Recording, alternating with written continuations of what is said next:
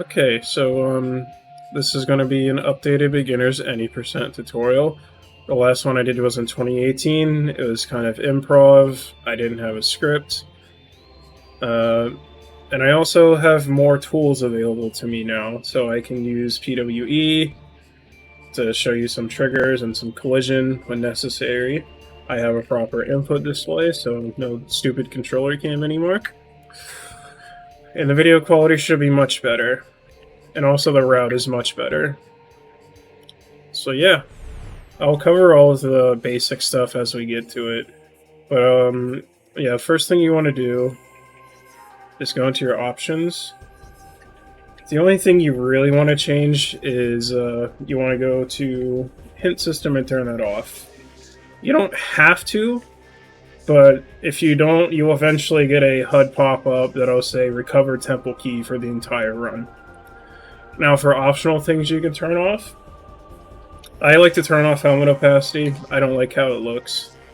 I also turn off HUD lag. This is kind of minor. It just makes the HUD not shake whenever you move around. That's a preference thing. It doesn't really affect anything. So I'm going to start the file. Usually we start the time with a minus 14.8 delay. I'll have a demonstration run linked in the description once I finish the tutorial. Yeah, so we're going to get started. Oh, and another thing to note, you want to be playing on a save file that has beaten the game and has watched all the relevant cutscenes. Otherwise you won't be able to skip the cutscenes. So before I actually go in depth, I want to explain some fundamentals that you need to know. I won't go into super detail. I have a video linked in the description by Rayshy that covers like every fundamental movement mechanic you need to know. But the most important thing is you want to be holding L almost all the time. Holding L locks your speed to a consistent value, and it also lets you move left and right without needing to turn. And it also like snaps you in directions almost instantaneously. There's still some acceleration, but it's barely noticeable. Like moving like this, for example, is pretty slow. You just want to be holding L as often as you can. Another thing I want to cover is R button. So if you like jump and turn around like this, you see how I'm moving? Now, if you hold L and R together, it locks your current direction and speed. So, for example, if I wanted to jump to my ship and I wanted to look at it, but I'm facing this way, if I jump normally and turn around, you can see I like get no distance because I stop in place by turning. Now, if I jump backwards and hold R and then turn, you can see I'm still moving towards the ship while moving backwards. So now that I have that covered, let's just start. So the first thing you want to do, you just kind of walk forward, shoot these. And then you're going to morph here. Now let me make a save state. So you want to try to boost over this ledge here. You're going to try to boost up this ledge. Sometimes you can get up there without boosting, but boosting is just faster. In almost every case, you want to be boosting. Boosting is the fastest way to move in this game almost all the time. So, I like to use a visual cue. This plant right here, I boost as soon as I touch this plant. So, you boost, get in this corner. I had a bad camera. So you kind of boost, go into this corner, and then you can kind of get up. Now, if you don't get up, like say you didn't get up, the best thing to do is just to lay a bomb and get back up. So you just boost, hold into the corner, and you'll get up, and then you can just boost down here.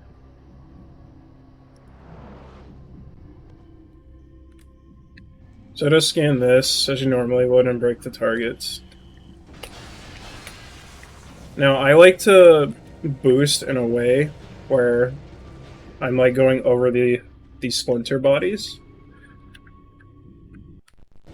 Because if you get over these splinter bodies in a specific way, you can kind of get a partial instant unmorph.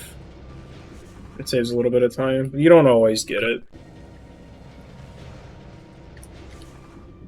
But yeah, you basically do that, and you can scan that. So, an instant morph and unmorph. So when the camera is obstructed in a specific way, it's not too precise in this game. But like, if I jump backwards into this wall example, you saw how it canceled the unmorph animation? Or the morphing animation? The same thing kind of applies to unmorphing, so if I kind of cut this, I can't do it here. But if I can obstruct the camera, you like using these splinter bodies, for example, then you can get an instant unmorph. It's kind of hard to do here, so when I get to a better place, I'll show you how to do that. But yeah, so you kind of just boost over here, go over the splinter bodies, unmorph, scan this thing. Now, the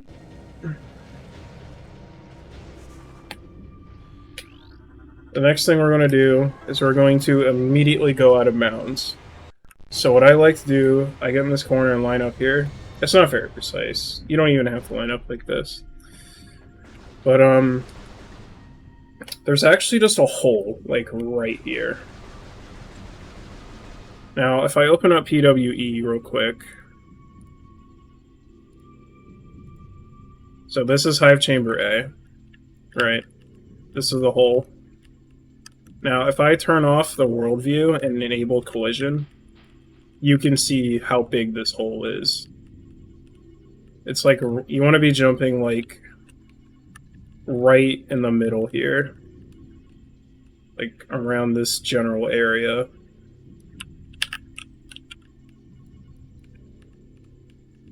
So yeah.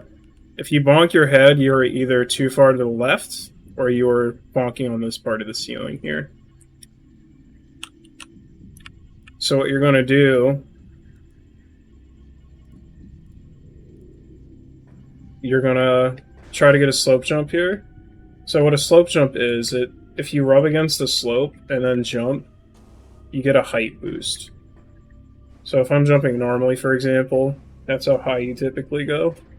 But if I jump against this slope, you see I get much more height. It's a pretty fundamental technique. You get used to it. It's not too difficult. So what I like to do, I line up at this line here, and then I try to slope jump off this and land on this thing. Now, from here, you're going to try to reach this hole. So, just try to jump towards the middle, and once you see yourself go through the hole, you're gonna, like, tap up to land, basically. Like that.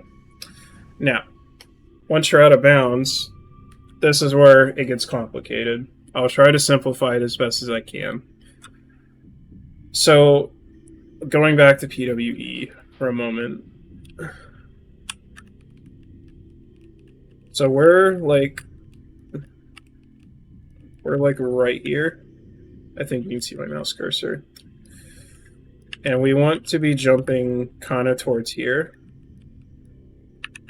You can see there's like a little seam here that we're jumping to. That's where we want to be.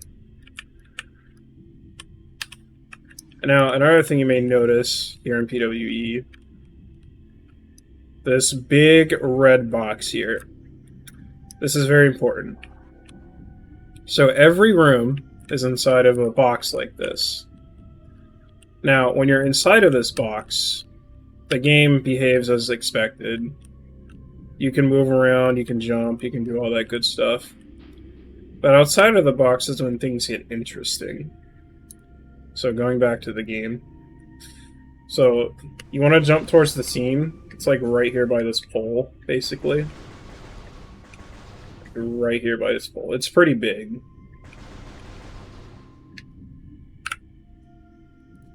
Don't get stuck. Now, From here, there's a couple options you can do to get in outside of this box. So the easiest way is to jump towards this web. It has a pretty big collision. And then you can just simply jump out here. So now I'm outside of the box. So this is where things get interesting. So you see I'm just kind of floating in place. Now, if I move in back into the box, you can see I start falling. So if within 3 frames of leaving the box, I did not save state. So yeah, jump on the web, and then you jump outside of this box here. So what you want to do is, as you're leaving the box here, there's a 3-frame window where you can jump. So you kind of just inch yourself out of the box and tap B, and you can see you can start gaining height. It's a bit tricky to get used to, but one thing that helped me get good at Aether jumping, I kind of do it rhythmically.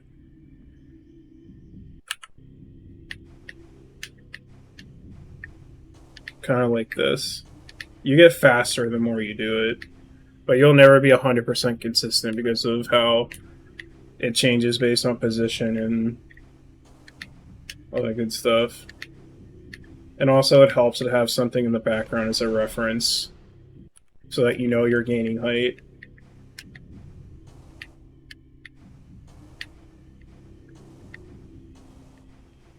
Alright, so once you're at the top of the box, you can kind of just walk around. Now, going back to PWE again. Let me turn that off. Oh, now I need collision on. So you can see this is the top of the box. This is where we are now. So our next goal is going to be walk over to this tunnel here. And we're going to try to hit this. Now, if we go too far towards the tunnel, we're going to fall down and we're going to have to Aether jump back up. I'll show you what to do if you do fall. But we're going to be trying to walk over to this so that we can transition the room. Now, what does transitioning the room mean? So if you ever go through a door normally in this game, something happens where, you know, you go from this room to this room. The map changes accordingly. So if I walk towards this tunnel here in a specific distance, and then walk back, you can see it transition in the room. Now, if you hit, or if you fall down, like say you walk too far forwards here and you fall down, like oops, I fell down. What can I do to back this up? So what you can do is you can kind of just fall down. Now, if you're at the bottom of the box, you're not screwed. You wait until you see Samus's arm cannon bobbing like this, and then you can mash B to get a jump. Let me not be under collision.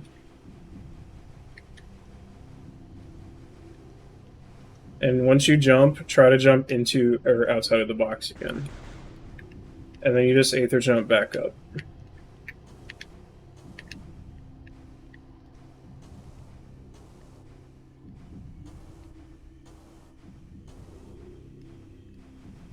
You can also just reset, but if you're just starting out, I recommend just trying to finish every run you can. That's more important than trying to go really fast.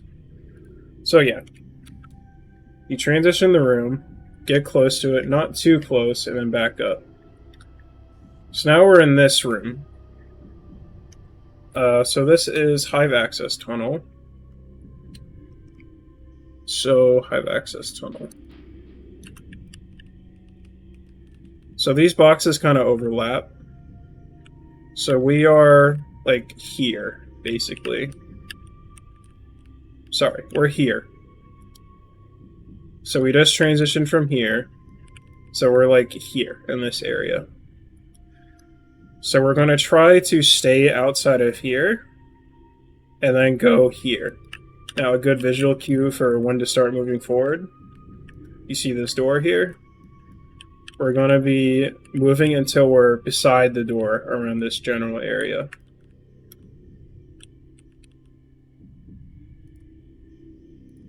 So let's...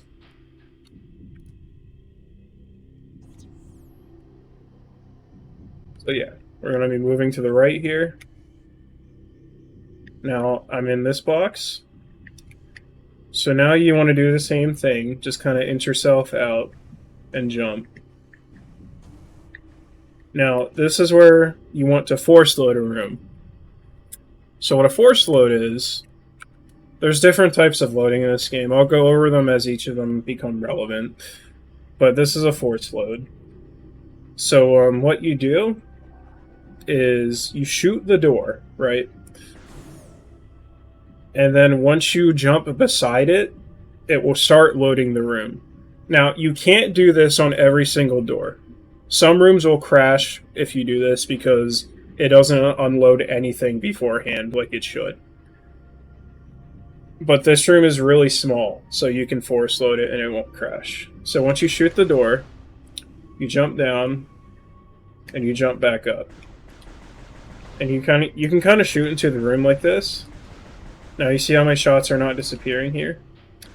If you see your shots disappearing while you shoot into the room, that means it's loaded. And this is where you transition the room. Now, to transition a room when on top of the door, it's pretty simple, generally. All you have to do is jump towards the room you want to go to. And you can see I've transitioned to the elevator. So what you do now is you jump, space jump, and then hold forwards, and you're at the top of the box already. And from here, you just walk to this door. This is a proximity to load, so it just loads when you get close to the door, or close to the room. So same thing here, jump to transition the room. And what you're going to do now is you're going to jump and go backwards. And that will go into the Aether. Now, this room is industrial site.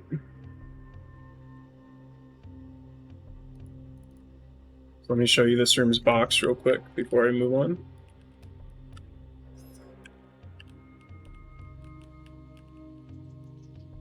So this is where we are now, roughly. So you kind of want to go left here until you're like behind this door. It's a little bit further out than last time, but you want to be like, it's hard to, I'll show you in game, but like you want to be outside of this door's range. So yeah, we're going to just walk around to the door.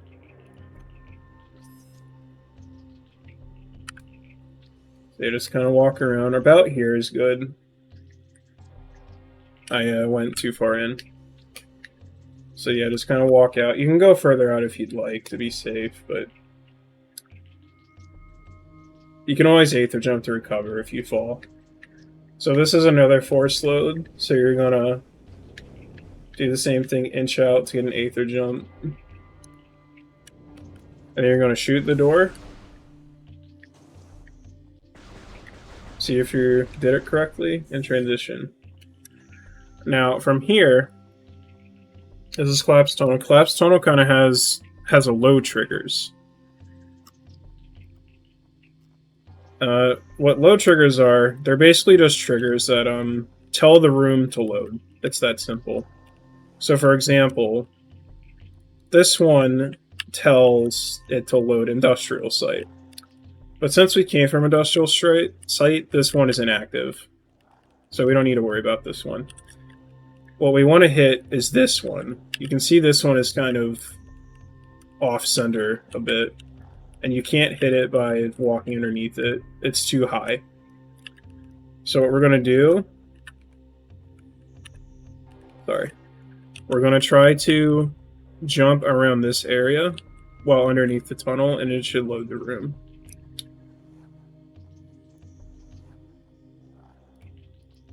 There's going to be a document linked in the description that shows every single load trigger in case you need a image.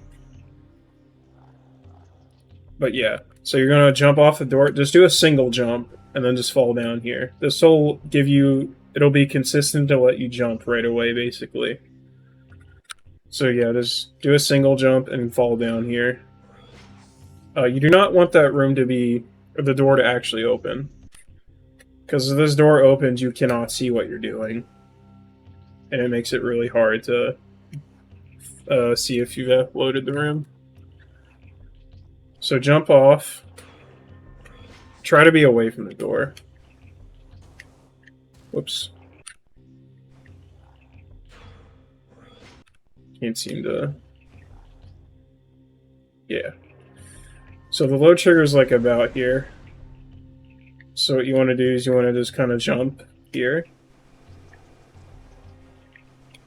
I don't know why I didn't get a jump, but yeah, you can tell if it started loading based on if the screen goes black. This means Temple Assembly Site is now loading. So the best or the easiest way I've found to get back in. Kill this Kraly, he can sometimes get in your way. You want to jump like towards the left of this rock here. Jump, get stuck, and then morph, and then you can bomb jump. And there's like a little standable area here.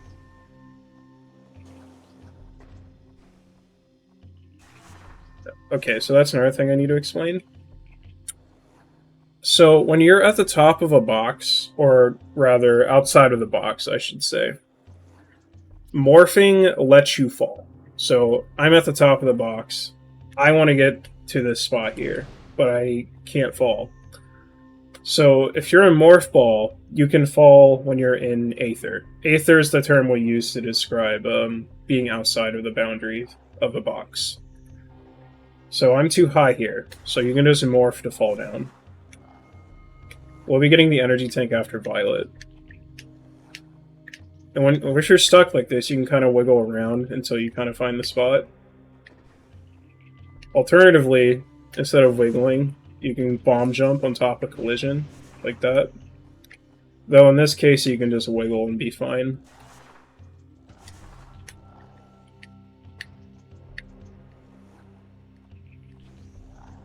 So, from here, you want to jump to this door and get on top of it. And from here, you can kind of just walk to transition the room. So from the top of the door here, you can just walk and it transitions. And then from here, you can kind of just jump down. You want to kind of go to the right because you want to avoid this cutscene trigger here. Let me see if I can find that in PWE real quick. I'll also have PWE linked in the description. Where is the cutscene trigger, actually? Okay. So this is the cutscene trigger, I believe. You want to avoid this.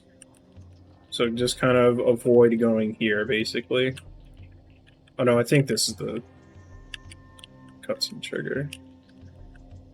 Well, you just kind of want to not be at this tunnel. Just kind of dodge the tunnel, and you'll avoid the cutscene trigger. So yeah. Once you're at the top of the door, transition by walking, and then kind of just walk out here. Now, if you do touch the cutscene trigger, what happens is... trying to find it. Yeah, if you do touch this cutscene trigger, you get warped back inbounds. You don't want that to happen. Now, if you do, I'll show you how to back it up after I show you how to get this power bomb here. So yeah, just jump away. You don't want to do a space jump. Just walk on top and then jump normally. And just walk towards this room here.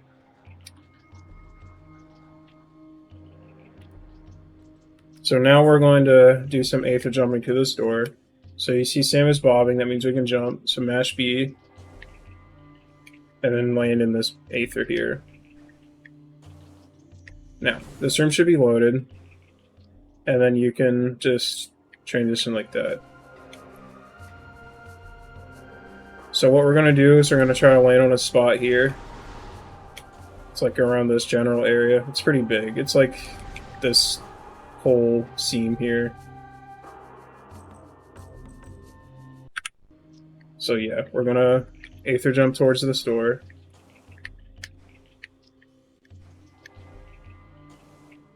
If you do the jump right, you can transition mid-jump, and it's pretty fast. So from here, jump up to here, this little seam. And then you can kind of jump to the power room. There's a couple ways you can do this, I'll show you. So, the fastest way is to just jump directly towards it. So just do this. If you don't feel comfortable doing that, you can just do a space jump like this, get on top of the box, and then morph to land on top of it.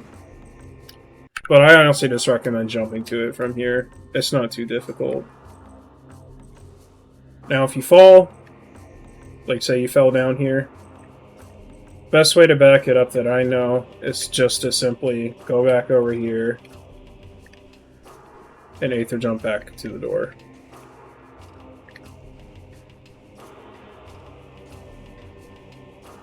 Land on the seam, jump to the power bomb.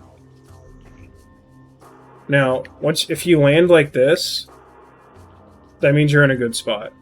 So once you're on this standable spot here, you can morph and grab the power bomb. Once you grab the power bomb, do a bomb jump, and unmorph, and you'll be back on the standable spot. Now you want to get back in bounds. The fastest way to do that is to, or the easiest way to do that is to simply jump over here and hold into this wall. You see I'm holding to the wall with L, I'm stuck. Now if you do this, you can scan this and it will put you in bounds. And what you want to do next is jump up here, and you kind of want to go to the end of here to reload this room so that you can actually load this room properly. Because what happens if you force load this room, I'll show you. If you force load the room like this, it crashes. You don't want to do that. So yeah, scan to get back in bounds.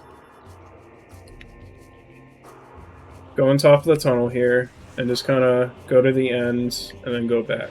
And then the room should be loaded properly. Now, let's say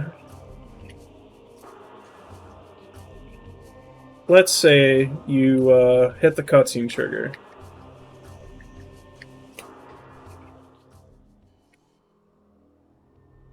So let me just go back and hit it. I didn't keep my save state here like I should have.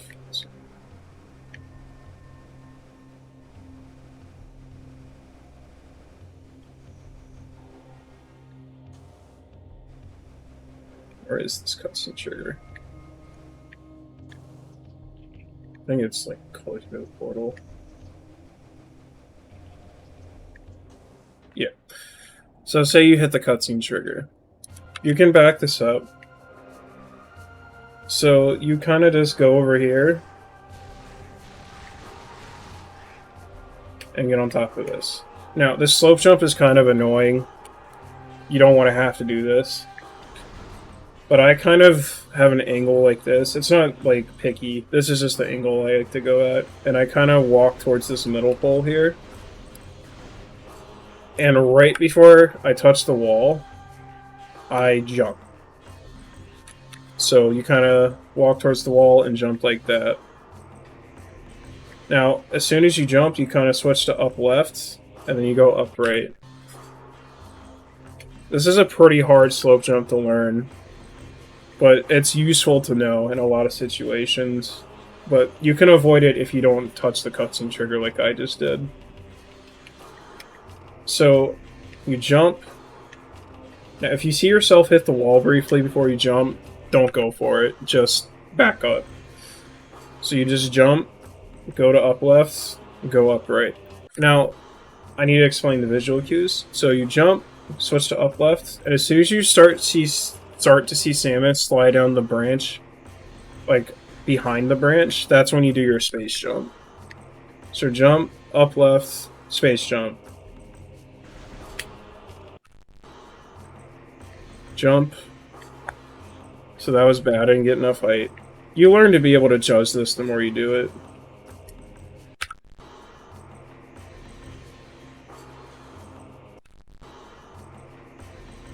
Yeah. Now, once you're over here, you kind of just jump towards here, and then you get stuck. So then you kind of just wiggle towards the right, and then you fall down. And then you're back out of bounds. Now, there is a fast thing you can do here to guarantee you get a jump. So I like to turn here. It doesn't really matter if you do or not, but then I start wiggling up left. As soon as I start to see Samus fall down, I hold back and then just release the stick. I think I was too far to the left there. Yeah, I like turn here, go up left a little bit, flick down, release. You see I landed on a spot here. And then you just kind of walk off, and then you can get a jump right away, guaranteed. And you just do the same thing I showed you. Get up here.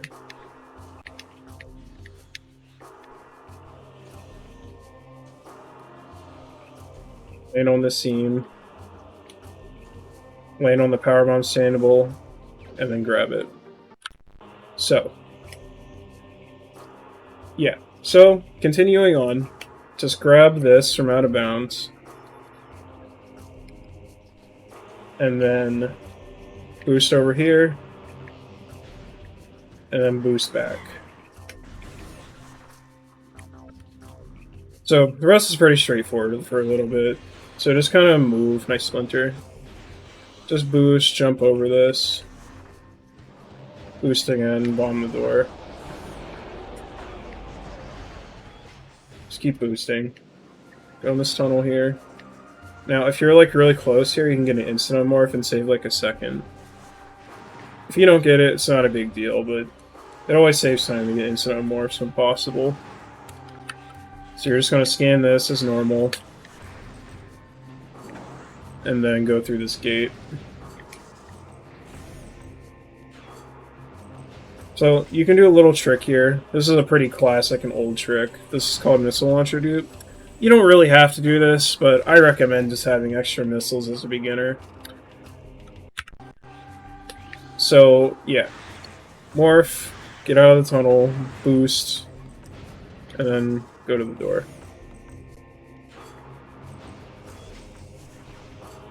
So, yeah, you just break this, and you get the missile launcher. Now, to duplicate it, you simply just go into this cutscene trigger here, and then it respawns.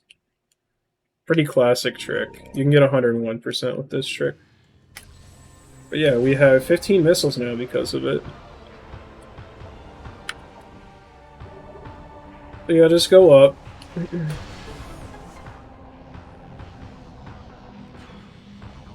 Go down. Now, there's a couple things you can do here. You don't have to kill these walls, I'm just killing them for demonstration purposes. So the fastest way to get up here, you can kind of jump on this crate. It's a little bit annoying, but you can do it. It's a small spot. And then once you're on this crate, you jump back. And then you can jump up here. The other option is just the normal way. Just scan the cannon, and then you can get up normally. But yeah, I recommend trying this strat. It's not too difficult. And then you just kind of boost and enter Great Temple.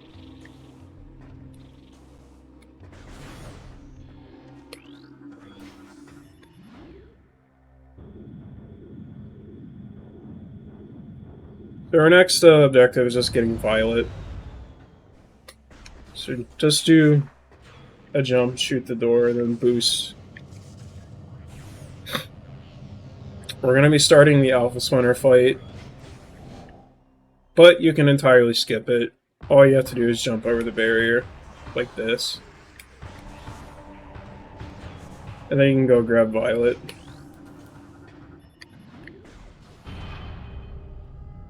I'll explain dashing when it becomes relevant, but for now, just know you can dash. So yeah, now we got Violet. So it doesn't really matter how you move here, because this room takes a little bit to load, so you can turn around and do this if you want. Or you could just morph immediately and bomb it. Now what I like to do, because it's cool... Wrong save state. If you shoot him and then just slowly aim down, you can ricochet a bullet to the door, and it's swag, so you should do this.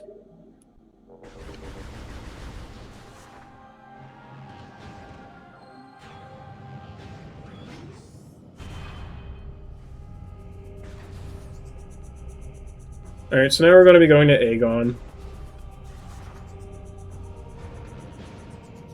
If you cut this corner just right, you can get an Incinemorph. Let's see if I can get it.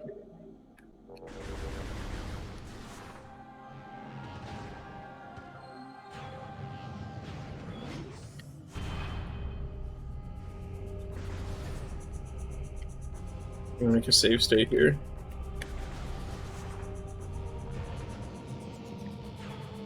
If you got this corner just right, you can get an Incinemorph. We're just gonna go this way.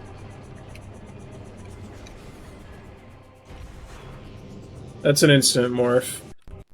So, as I explained earlier, if you can obstruct the camera with either a wall or a ceiling, like that, you get instant morph.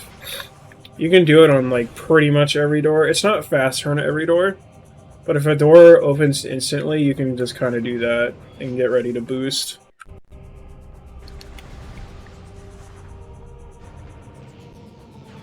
So just cut this corner if you can. If you don't, it's not a big deal. And then just go this way. Another thing I need to mention, we use in-game time for this game. If you don't care about that, then you can just play with RTA, it doesn't matter.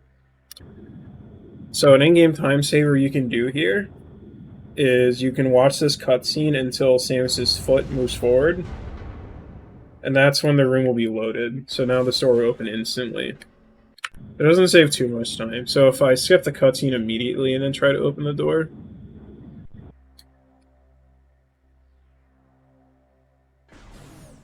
it takes a little bit longer. So I lost like half a second there. So you just kind of wait until Samus moves her foot forward. And then it opens instantly. It saves in-game time. So what does in-game time count? It pretty much only counts gameplay. So anytime the game is paused, if there's a cutscene, in-game time doesn't pass. So you kind of boost into this trigger, and then you go here and get your first energy tank.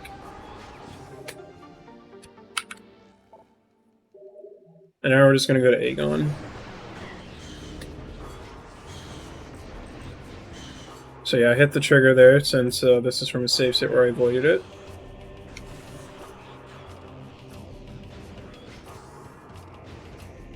Now we're just going to go to Agon. Instomorphs are pretty easy to get on Morphball tunnels like that. Scan this. Try to be close to it so the room loads during the cutscene.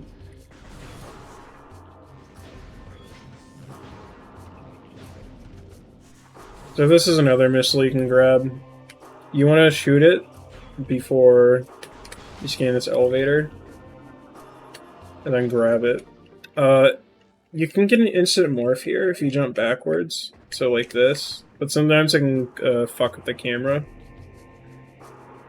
So do it at your own risk. If you don't want to do that, you can just grab the missile like this and then move forward. And then just do a small boost to the elevator.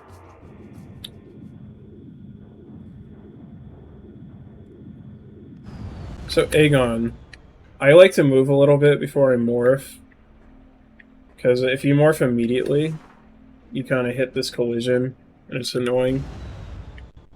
So I walk until I, like, get on this step here.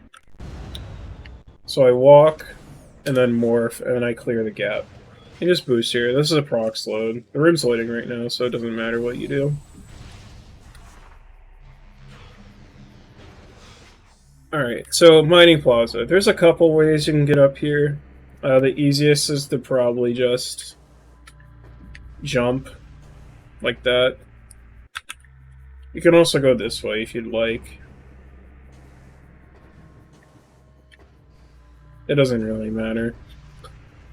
You can speed it up a little bit, though, with a dash. I'll explain how dashing works now. So a dash, as you can see, you get a lot of speed horizontally. Now, if you remember what I said about R at the beginning, where R locks your speed and direction, if you do a dash... Oh, whoops. We're just getting glitched. So if you do a dash like this, and then press R a little bit later, you get a dash like that. It's faster than jumping. Now, another important thing about dashing is your B press. So you see if I hold B here, I can't dash. So if you tap B normally like this, you can see there's a stall before I dash. So you want to try to flick B. I'll link a video in the description of a good technique to use for it. But basically you just kind of want to flick your thumb across B. And try to hold B as little as possible. So to do this dash, you kind of stand around here, not too precise. You hold right, tap B, and then R in a quick succession, and you can kind of get up there a little faster. You can also do it over here too. Like that. But if that's too hard for you, just jump. It's not that much slower. And go up here. Try to shoot this door. If you don't hit it, just bomb it.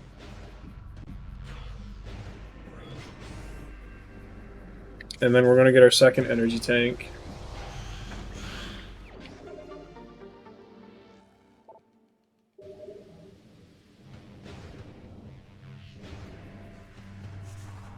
Now we're going to go to labs to get Dark Beam. So you want to unmorph before this cutscene, so that you'll be unmorphed. So just kind of ignore the pirates, jump around like I'm doing right now, and go to the scan post. I like to have scan bars already, and I like to turn while jumping here to scan it.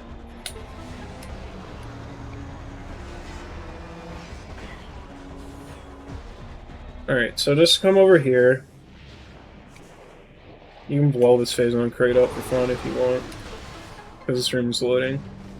Okay, so for this fight, just shoot missiles at them.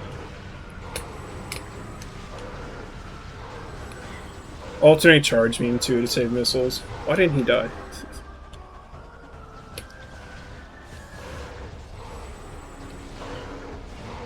So these guys take 4 missiles. I try to finish the last missile as close as I can, so it shortens the travel distance. And this one you can do a fully charged shot in 2 missiles. Okay, so you want to get this beam ammo in this room. So there's a couple ways you can do this. Whoops. Alright, I need to get back there. I forgot the save state. So yeah, just kind of jump up here. You don't have to rush it like I just did. Make sure you're holding L. Remember that.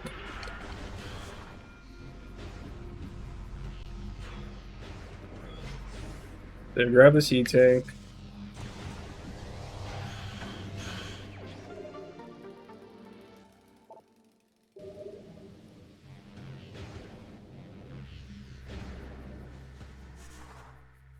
If you time the unmorph right, you can get an instant unmorph, but it's kind of hard. So this is what happens if you don't get the unmorph. You have to unmorph manually. It's only a little bit slower. So yeah, just kind of jump around. Get up here. And then scan this.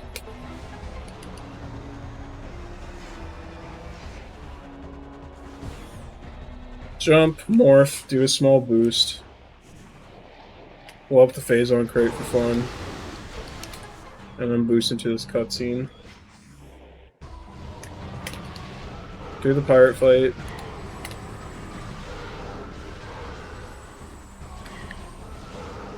I don't like where he is. I didn't use a missile there because I didn't want to blow up those crates, because that's important for one of the methods to get the beam ammo, really.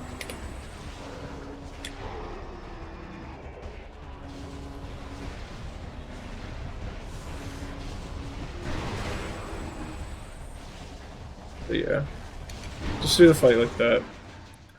So there's a couple of different ways you can get this beam ammo. I'll show the one I personally recommend. So with item loss skip, I didn't explain why you, or what you have from item loss skip.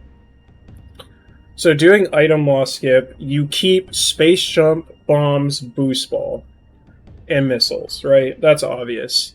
And one thing you do have that the game doesn't tell you is you have spider ball. So you can kind of just spider ball up here. So, yeah. The game, it's kind of funny, because when you lose your items, the game also tells you you lose power bombs and grapple beam. But you've never had those. But it doesn't say you lost spider ball, but you do have spider ball. So you can kind of just spider ball up here, and then do a dash.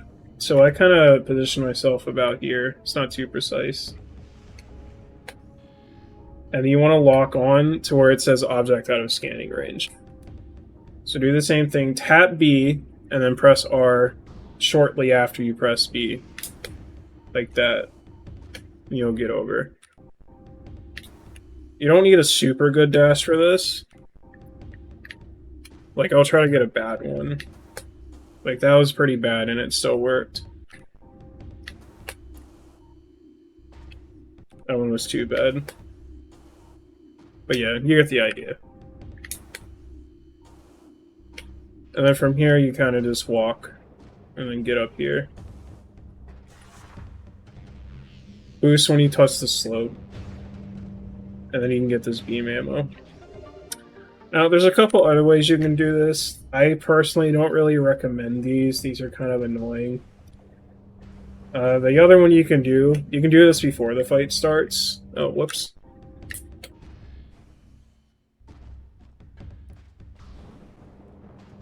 So you can do this one before the fight starts. You basically get on top of this crate, and you do a BSJ. So a BSJ, that's a good time to explain it. This is a good room to demonstrate it. So you remember the unmorph, the instant unmorph thing, right? So if you do it against a wall like that, you see how I can instant unmorph?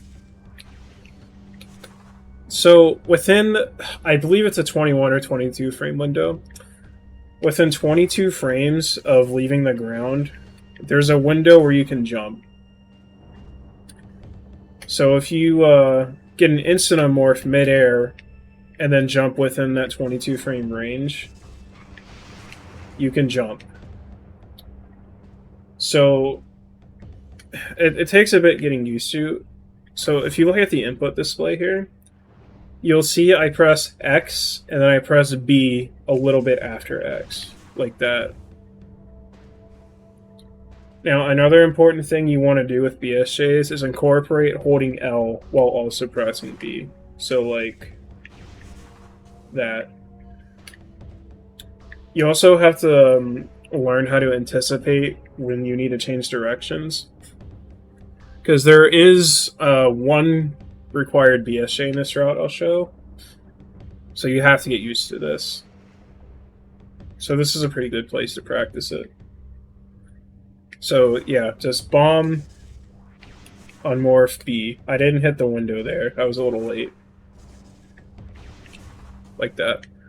Try holding L before you press B, or around the same time you press B, so that you can instantly move in the direction you want. So going back to that, well, one more thing. You can combine more than one bomb. So like you can do it with 2 bombs and get even more height. But the more bombs you add, the little bit tighter it gets. So just try practicing it with 1 bomb for now, so you can get the hang of it. And then once you're comfortable, try adding 2, like that. An important thing with 2 bombs is you want to make them pretty close together, like this. Because remember, you need to unmorph within 21 frames. If you do it like this, it becomes really hard. So just try to keep them close together, like that.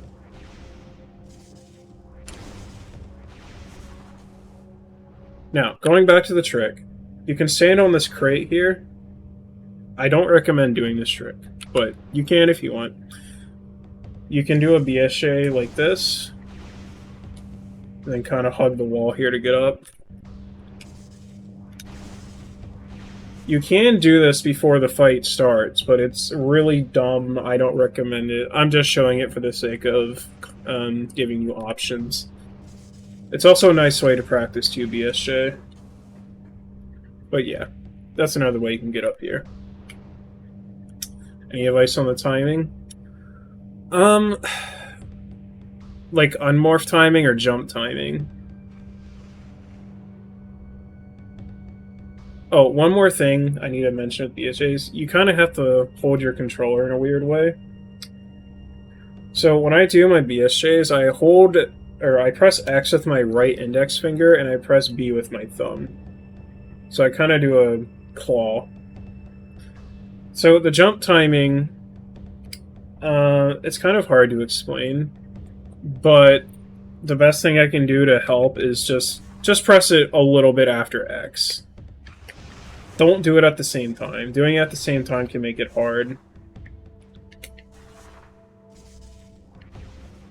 It can work, but I just recommend delaying the two, because if you do it at the same time, you risk pressing B before X. So I just like to delay B right after I press X. It's something you just have to get used to. It's pretty hard to describe the timing. It's a feel-based thing. You'll get used to it.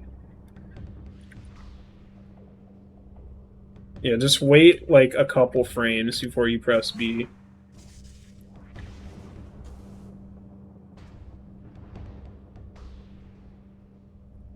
But yeah. So yeah, you can do it like this. I don't recommend it, but you can do it. Now, another way, you can do a really awkward slope jump up here and try to get up. I don't really like this. But you can... My strategy for this is I walk up to it and jump. Then right as I jump, I back up and then try to slide against it again. I don't know why this makes it more consistent, but it does. But yeah, you want to try to jump around this orange part here. You do take some small damage here, so just be a little careful.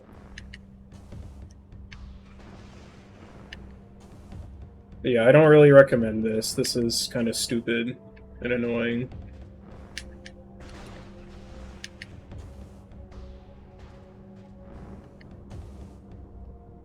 Yeah. Trying to get it one time.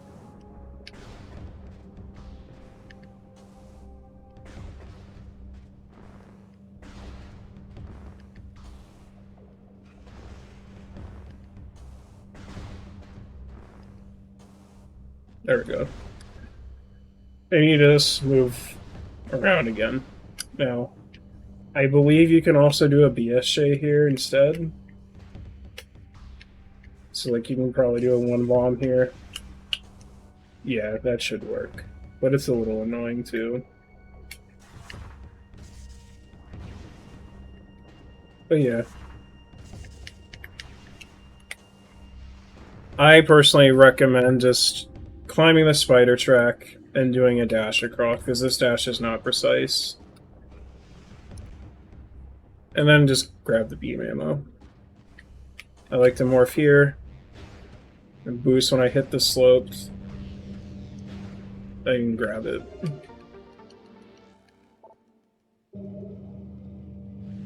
But those are some options. Now we're going to boost over to this door. We're kind of going to do labs as intended. There's a couple tricks I'm going to show off here.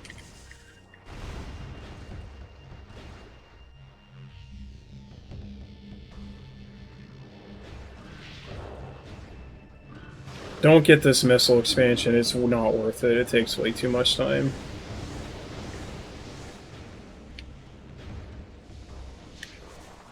If a missile expansion is out of the way, it's generally not worth getting.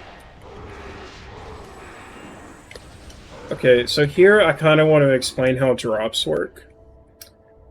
Because my missiles are getting low. So, If you have 0 missiles, the game will almost always give you a double missile drop. I don't remember the specific odds. I think it's like 75 or 80% it'll give you what you want. Same thing with power bombs. If you have 0 power bombs, the game will almost always try to give you a power bomb drop. And the same with health. If you have below 20% health, it'll almost always give you an ultra energy. And it scales based on how much health you have. So you can kind of manipulate what health drops you get in the Dark World based on what your health is, basically. So, like, for example, if I shoot these crates here, I didn't get a single missile drop. Now, if I waste all my missiles here, and then blow up these crates, you see I got a double missile drop there, and I got 4. So you can kind of use that to your advantage. If you have low missiles here, just waste until you have 0, and then break a crate, and you'll almost always get a double drop. Having 6 here is fine, though. I just wanted to mention that, because I did test this route once and I had no missiles, so just pay attention to your missile count at this part of the run, because missiles are used a lot. You can kind of just jump on this here. It's not precise, and you can jump up here. And then just kind of walk, and then kill this guy.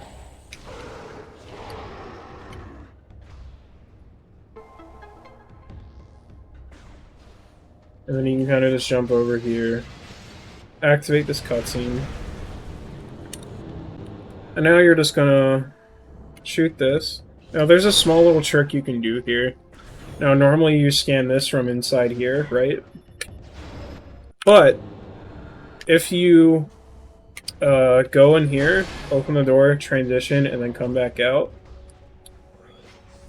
you can actually scan it from out here.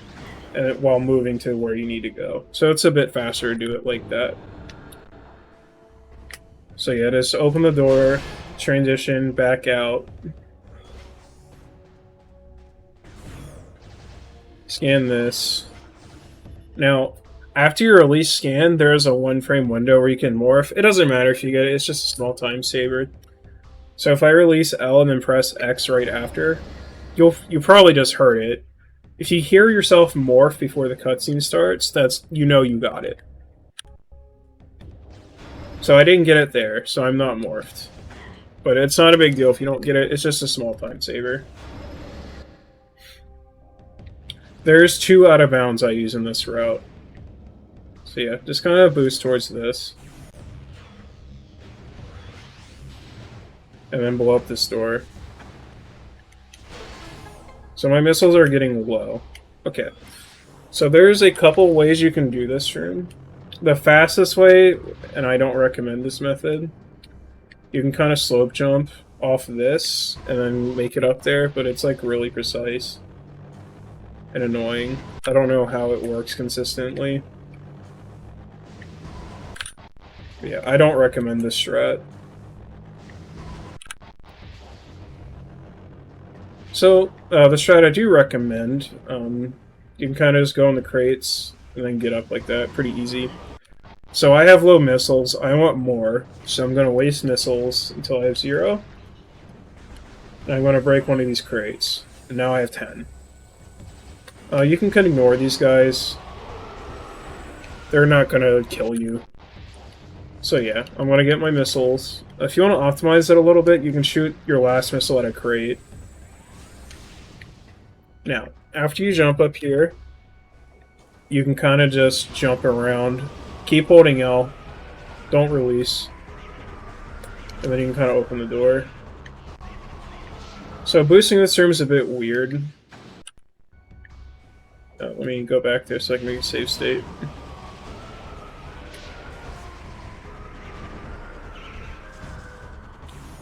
So boosting this room is a bit weird.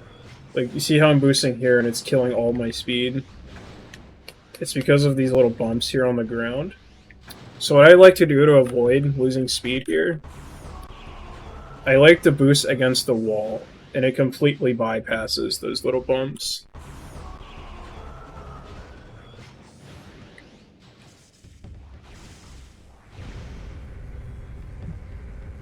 Same thing on this one, just boost directly into the wall, and you'll skip the bumps.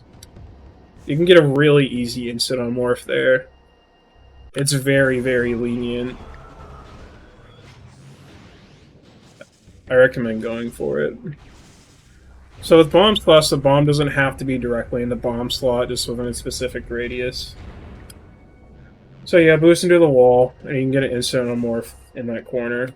So this fight, you want to open the door and charge your beam, and you can shoot charge beam right as you walk onto this guy. Shoot 2 missiles, charge again, and as soon as he gets in view, you can shoot the charge shot. Now, you can also just use missiles with the third guy if you don't want to aim the charge shot. So yeah, charge shot, 2 missiles, charge shot, 2 missiles. Now, if you don't want to do that, I recommend doing this charge shot at least, because it's guaranteed. Charge shot, 2 missiles, charge, or just do 3 missiles instead here. An important thing to know about missiles, they will lock onto their target, but they will only remain locked on if you're holding the lock on. So, for example, if I release L after shooting this missile here, it stops following it. So just make sure you are locked on the entire time before you switch. Just stay locked on here until it hits them, and then you can release.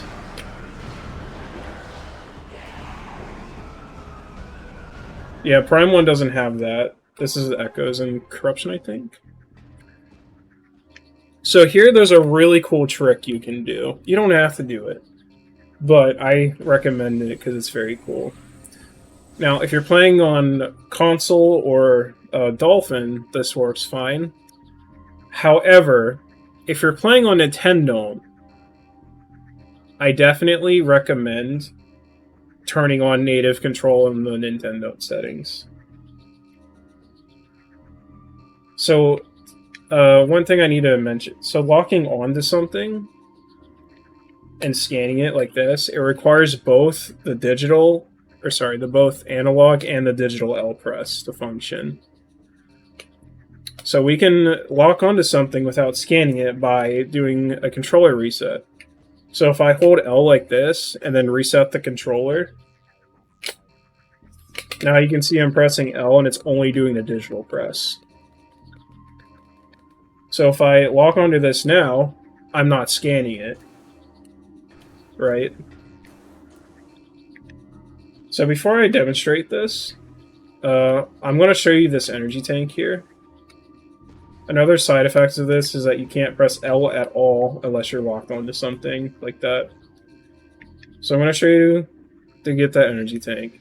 Now, if you're not getting the energy tank, you can just simply go to this one and go to that door. But to do the trick, you lock on, you go to this pillar here, and then you're going to do the controller reset again. So pause. So press start first and then Y and X, like that. Now release L, release, and then your L button's back to normal. Now before you unpause, make sure you're still holding L all the way down, and then it'll scan it.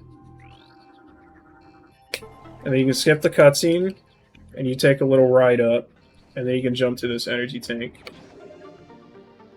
It skips having to do the puzzle twice for this energy tank. Now, if you don't care about the energy tank, let me do it again. So hold L, start YX. You can also unplug your controller to do this. It works the same. Lock on. So if you're skipping the energy tank, you can just go over this side and it works the same. Start YX, release L. Make sure you hold it for at least like 3 or 4 seconds. Make sure you're holding L, and then you can scan this. Now, you can only do this trick once. But yeah. Now, you can make that jump. I'm just stupid. I'll get the energy tank. This route has 6 energy tanks in it. I'll be showing you how to get all of them. So I'll get this energy tank. So hold L, start YX. My analog stick did something weird.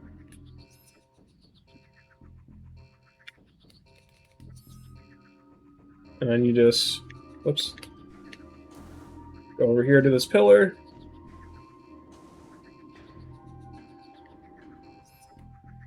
Reset it without holding L. Hold L after the unpause. And then you can just jump to this E-tank. Now from here, you can skip doing the full puzzle.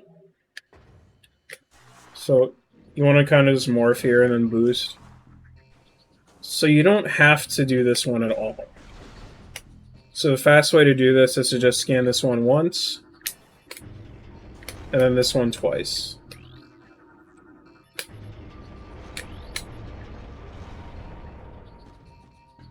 I believe... Okay, that's a good question.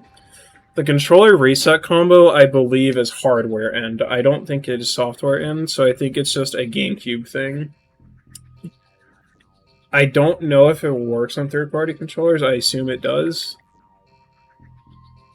But when using Nintendo, make sure native control is on, otherwise it won't work. The controller has to be in GameCube mode for it to work. So yeah, from here, you can just kind of jump to this ledge here and get up. It's not too precise. If you need missiles, you can grab one here. If you have, you only need one missile here, or sorry, you need 2 missiles here. So if you only have 1 missile here, sorry, let me do it again. So say I only have 1 missile here. You want at least 2. So I have 1 missile.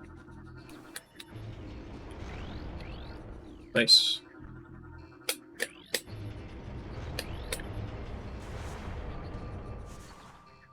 So you have 1 missile. You want 2 for the door, and you want another to open the half-pipe blast.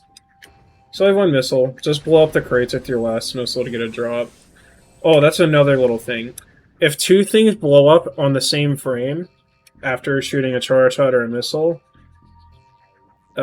it can drop the same thing. So right there, I got 2 of the same drop, because both of the crates blew up on the same frame. So it rolled the odds of giving me a double missile drop twice. Both crates gave me the double missile drop, since they blew up on the same frame. So you can kind of do that sometimes. So I got lucky. So yeah, just go to here. Do a boost. And then bomb jump here. You can break these with boosts.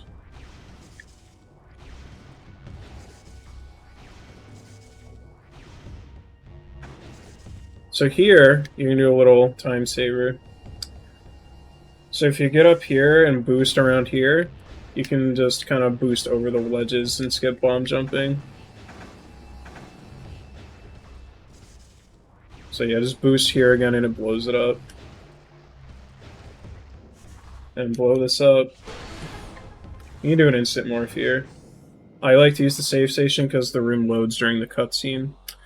Now, if you're running for in-game time, we don't want runs with deaths. So if you have a run with a death and you reload from a save, you can only submit your RTA. So just keep that in mind. So I'm not going to save.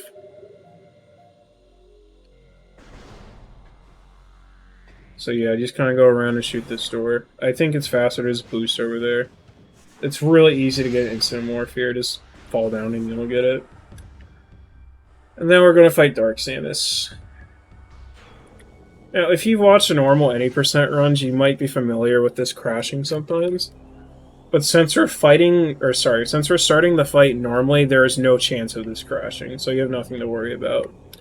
So yeah, just hit this trigger, go down, and you're going to morph immediately. And you're going to roll to the side, touch her, and then lay the power bomb. So let me show that again. So morph immediately, roll to the side, touch her, lay the power bomb, and she dies. One more time. Morph immediately. Nice, that was frame perfect. So morph immediately, roll to the left, touch her, and she dies. Now from here there's a couple movement options you can do. You can simply just walk over here if you'd like. But you can also dash off of this twice and get to the elevator a little bit faster. I recommend doing the dashes because they aren't too hard. So we want another power bomb. So before we collect Dark Beam, we want to hit this crate. If we get it, that's cool. If you don't get it, I'll show you a backup crate you can use. Oh, and make sure when you get Dark Beam, before you get Dark Beam, rather, hold T-stick right as you're walking into Dark Beam. So I'm holding it right now. I didn't get the power bomb there. And it switches right as I collect it.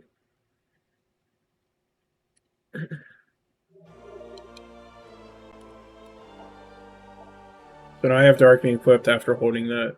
Now you notice I have 100 ammo because we got the beam ammo expansion early. So from here, there's a couple movement options you can do. You can just walk here if you want. But what's important here is not hitting this as soon as possible. There's like a load trigger here around this area that'll start loading the room. So what's fast to do in a lot of situations, or a lot of the time, is to just do a double strafe dash here. So just like walk forwards a bit and do a double strafe. And that'll hit the load trigger. And the door will open sooner. You can also roll and do a roll shot. So I haven't explained roll shots yet since they haven't come up. So a roll shot, if you press X and A on the same frame as you're unmorphing, Samus will shoot. Same thing with missiles, but missiles are kind of risky to do because they can detonate a power bomb. You don't want to waste those. So yeah, another option, you shoot the door, you morph, and just kind of roll shot this thing. You can boost there too if you'd like. But personally I recommend doing a double strafe. It's pretty fast and it's easy. From here you just shoot these while walking. It's just power if you want. Your ammo doesn't really matter. You're going to boost down here, and since I didn't get the power bomb, the next best crate is to just boost into these crates to get a power bomb. And we're going to roll shot into this portal. So to recap, dash over here. Open this door, just kind of walk here.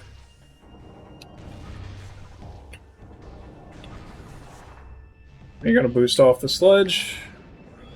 If you don't have a power bomb, boost into these crates. If you do have a power bomb, ignore it. So you roll shot into this portal. So now we're just going to go get light beam.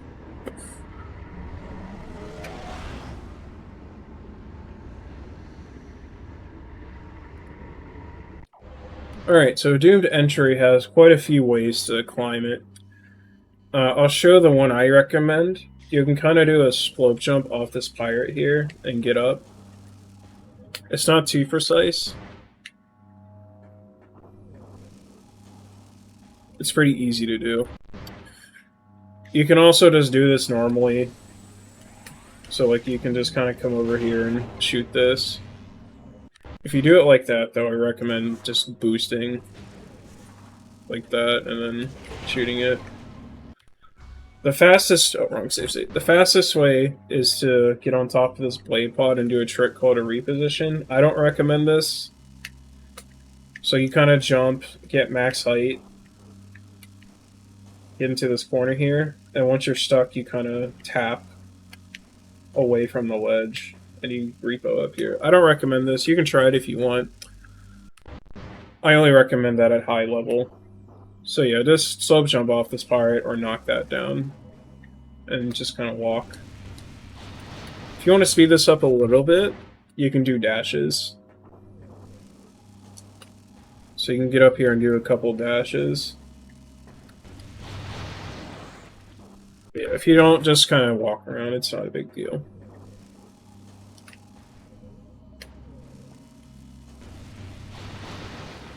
You can get drops here too if you want.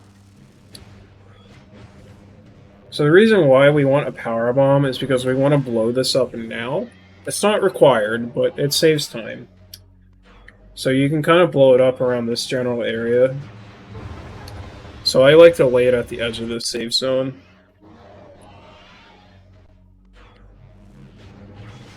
Kind of like that. And then after I blow it up, I try to roll shot this door. And then I blow up this Phazon crate. Now, why do you need to blow up that Phazon crate? It's not required, but I roll shot into this portal later, and if you accidentally unmorph towards this door, you're going to blow up the Phazon crate and potentially die. So just get that out of the way. You do not want to blow yourself up with a Phazon crate, because they do a lot of damage. So, like, see, that did, like, 70 damage. Very bad. So, yeah. Charge a boost. Boost when you get in. Lay it at the edge of the safe zone.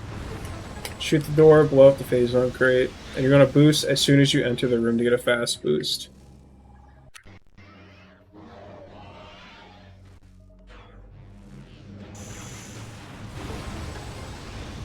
I like to line up at the door so that it makes it easier. If you don't get the good boost, just boost twice. Now, we're going to come in here and enter the save station from the right so that this room loads during the cutscene. So Bitter Well is kind of a bad room. I hate this room. It's stupid. Now, there's a couple things you can do here. The fastest way is to boost and get across, but sometimes it's kind of unreliable.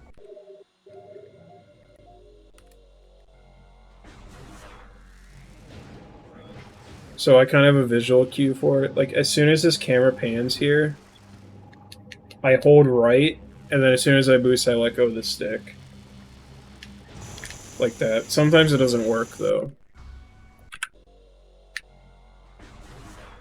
But yeah, it's something you can do. And this is still faster if you fall down than taking the other path.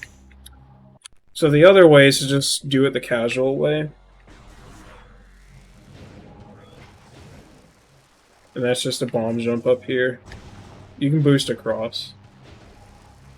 And then make it. But I recommend trying to learn the boost, because it's faster even if you fall down. Because it hits the load sooner.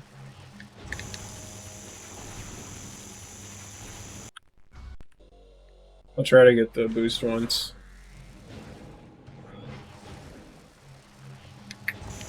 There we go.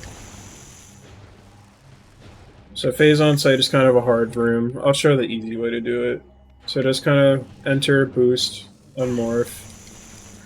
You want to delay the unmorph a little bit to avoid the stun animation, so unmorph like right at the bottom, and then you can blow this up with either a charge shot or a missile. So just boost down, unmorph, shoot this with a missile. Whoops.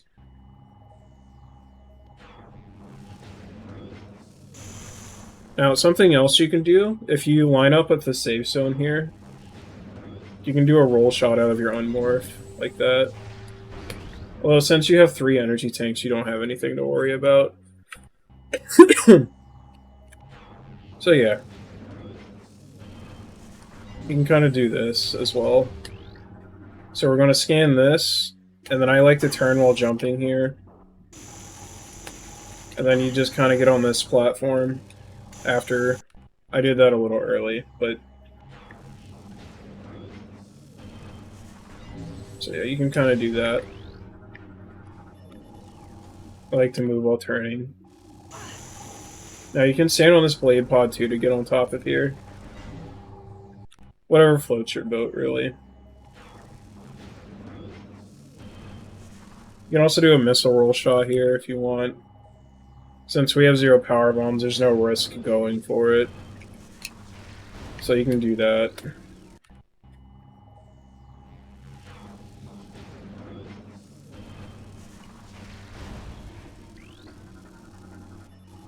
That should be a little bit faster. And if you're really fast, you can make this cycle. But making it is very hard. So I wouldn't expect to get it. I can demonstrate getting the cycle, but it requires like hard movement. So I don't personally recommend it. So if it's like up there, you can jump to the blade pod if it's really high. Otherwise, you just wait for it, and then you can kind of go around. Now this scan post is a little weird because it doesn't let you scan it completely until you're close to it. So if I scan it from here, for example, it says you can't scan it, right? But if you jump close enough, you can see that it changes, right? So for example, if I jump to it, you can see the color change. So as soon as you see it flash, you walk onto it, and you can grab it. You can do this with just one jump. You don't even have to land up there to do it. But if you want to be safe, you can just land up here and then scan it like that. But you don't have to. So yeah, just kind of jump and grab it. Now for making the cycle, it's very hard. So you kind of have to do a roll jump here.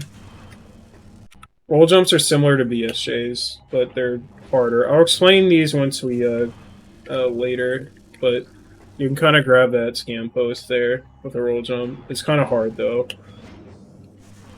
You have to be aiming pretty high like that. And I should not have done a space jump there, but you see I made the cycle. It only saves a couple seconds, so I don't really recommend trying it. So, I'll explain roll jumps since we get to Sanctuary, but right now, I just wanted to demonstrate that you can make that cycle. So yeah. Just to recap, you have two options here. Just boost down. I recommend doing it like this. It's pretty safe, pretty easy. And then you can kind of just wait here, get on the blade pod.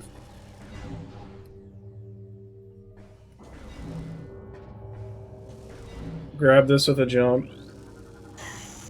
And you're good to go. So this room, I like to morph when I get close to the... Or sorry, I like to boost when I get close to the crystal. Because this room kind of has funky collision. Like I boost about here, and you get a pretty fast one. Nice.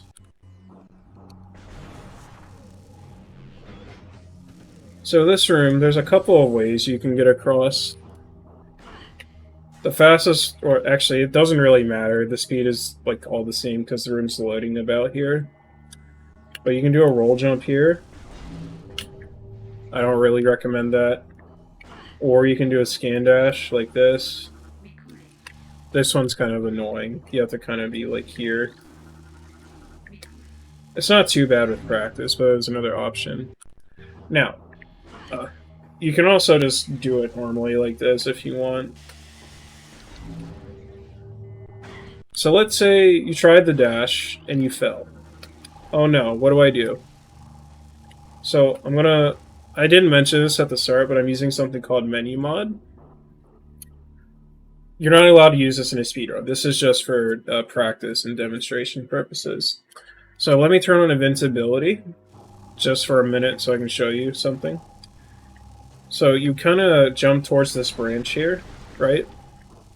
Now you see this ledge is just a little bit too high, right? So what you do is you get on this branch, right?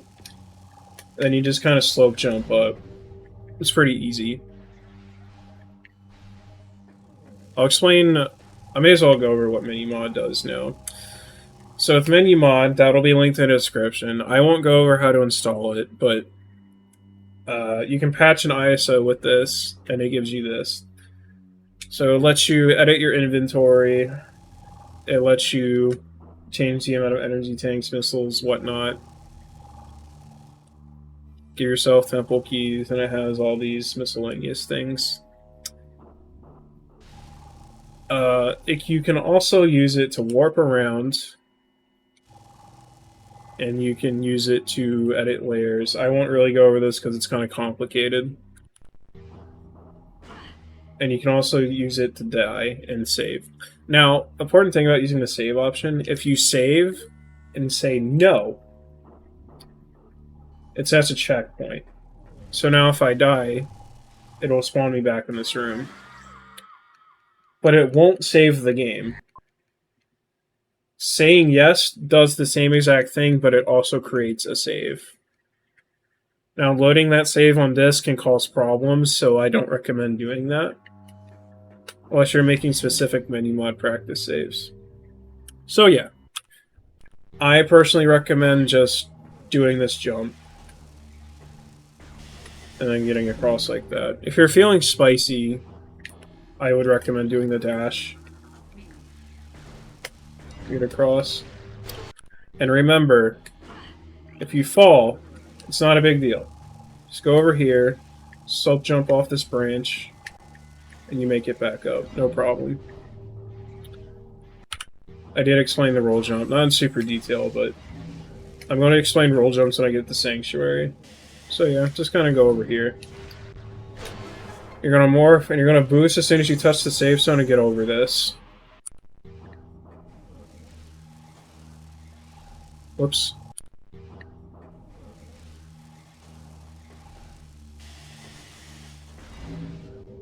But yeah, let me make a save state here. So this room's kind of annoying. So boost, when you touch the save zone, you'll get up.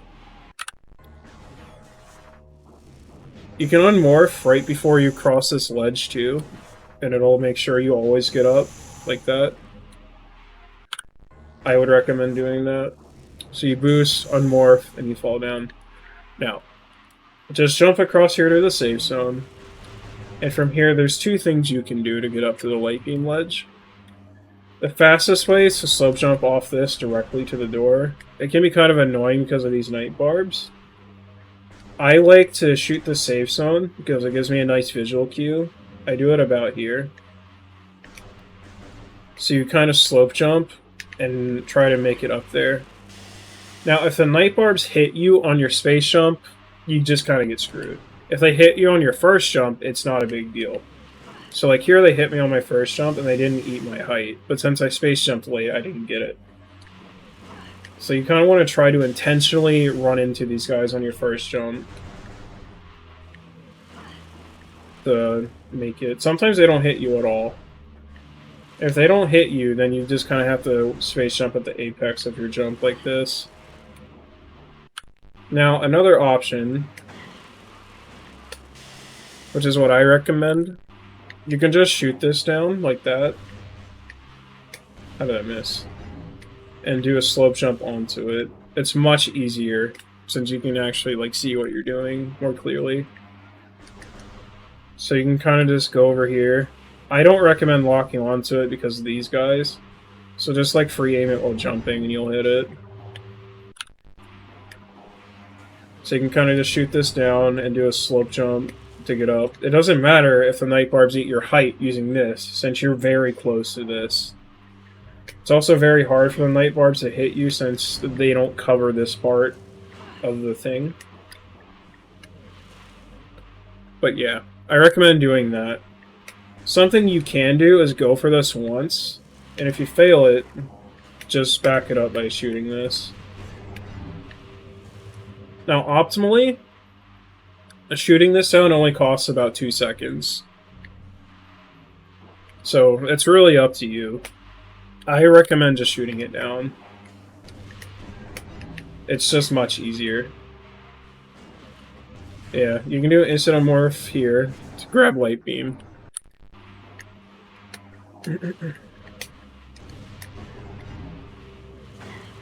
Oops. See, that actually mattered there, but it's much easier to recover.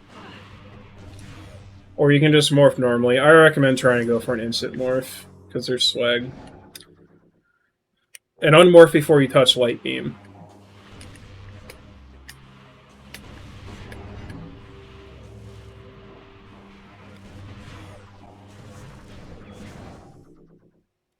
Now, if you need health, like you're really low in health, you can watch that cutscene and not losing game time. Because if you're in a safe zone during a cutscene, you will heal. So let me just show you.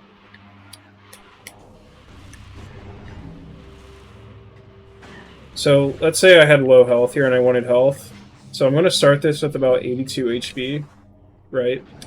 I'm going to watch this. And I should have about like 93 or so after the cutscene. So this gives you about like 10 HP, 10 or 15. So I have 94. So I got about 11 HP.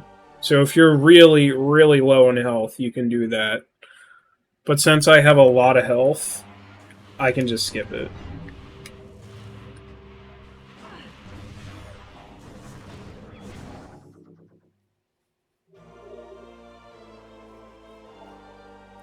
So this room takes a little bit to load. It doesn't really matter what you do here. You just wait for the door to open. So this room has a couple of options you can do. Let me save state. Fastest way is just kind of boost off here and land. It can be a bit tricky because of this wall here. You kind of have to avoid this. So I like to kind of go up right or up leftish, like that. But it can be a bit tricky. If this strat scares you, sorry, if you fall in the water, let me try to fall in the water. So you fell in the water, just unmorph and space jump back up. If you don't want to do that, just unmorph and just jump. But I recommend at least trying the boost to get a feel for it. Now, if you really need health again, shoot these. But we don't need them, so don't worry about them. Or, sorry, I don't need them, so I'm not going to worry about it. So for this room, you want to shoot the door and then shoot the web immediately. And then you're going to morph. You don't have to do an instant morph, or sorry, instant morph here. But it's faster. So you can do this. I got hit by the idiot. Then you can boost as soon as you touch the safe zone to get a strong one. If you don't do an instant morph, you kind of just get a weak boost. So I recommend trying to get the instant unmorph and boosting as soon as you touch the safe zone. I keep saying unmorph, but it's morph. And you can roll shot this one. You want to kind of roll into this one because we're hitting a proc load.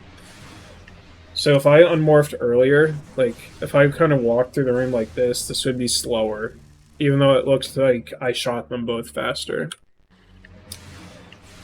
Because I hit the load later. So just try to do this, and you'll hit the load like right about here. Burn the web, and you collect your drops. Make sure you get a power bomb. That's important. Now for this room, there's a couple of options again. I personally recommend just shooting this down if you haven't already, and then going up. The other option is to stand on this blade pod over here, and then you can kind of do a dash. It's kind of tough, but it's a tiny bit faster. The other option is to do the repo again, but again, I don't really recommend this to a beginner. I think this is like a high level strat only. But yeah. Oh, wrong save state. I recommend just kind of coming over here, shooting this, lowering the platform, and then coming back up. We're going to be skipping Dark Suit, by the way, so get used to Dark World damage. So if you remember, we blew that Phazon crate up earlier, so now it's no risk. So I want to show you something with this. So if you're like close to a door, like this, you see I'm facing the portal, right? Because the door was off screen, I morphed towards the portal. Now, if the door is on screen, when I unmorph towards the door. Because the way doors work, if you unmorph facing a door, if the camera's facing the door, rather, Samus will always unmorph to face the door. So you want to, like, boost here and try to roll until it's off screen, and then roll shot this portal with Light Beam.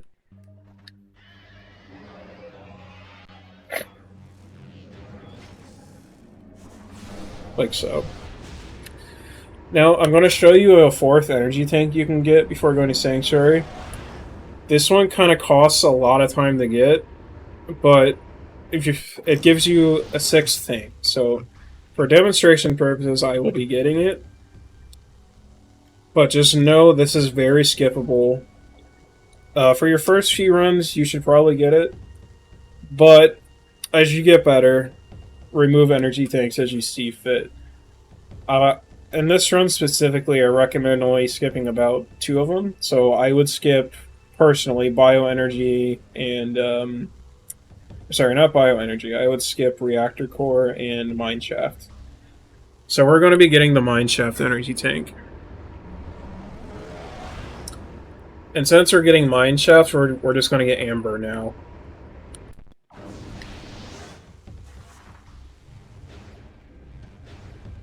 Oh, for this boost in particular, there's something I want to go over. So, if you boost too close to a ledge here, you see your speed kind of gets gutted. If you boost further away, you maintain a lot of it. But I want to show you something. So, if I boost while continuously holding the stick, friction applies. So I lose a lot of speed. Now, if you boost and release the stick, friction will not apply. So you maintain like almost all of your boost speed falling down like that. So you want to try to release the stick as you boost off here, so that you get a lot of speed. So I kind of boost, hit this wall, and then I boost off without holding the stick. I mean, you can keep holding the stick if you want, but you definitely go faster if you release the stick.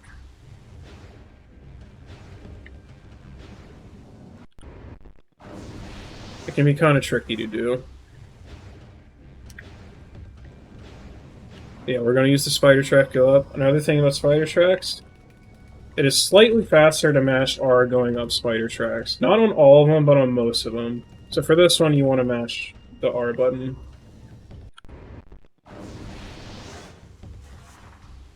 And only the analog press matters. You don't need to hit digital. Like, I'm not hitting digital at all and it's working. But I still hit it anyways.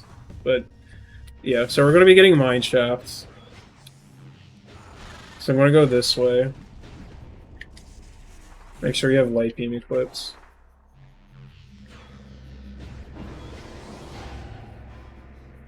And if you're getting this energy tank, just grab Amber Translator now. So just kind of go this way.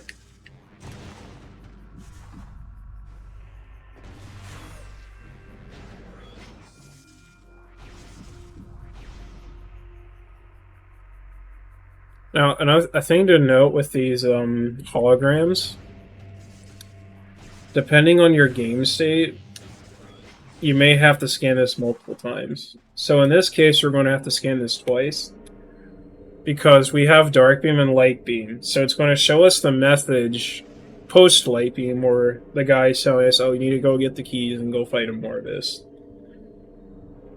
So we're going to scan this once, and we're going to get that cutscene, which I have not watched on the save file, believe it or not. So yeah, you can see he's telling us to go find the Dark Suit. Now there's another hologram here now that you can see. This is the Amber Translator. So you can kind of see it here. So what I like to do, I kind of stand here and wait until the red one is visible. So just look at the circles here.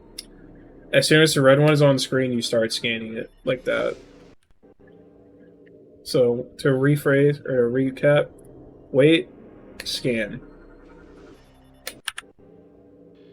Wait, scan. And that's the Amber Translator.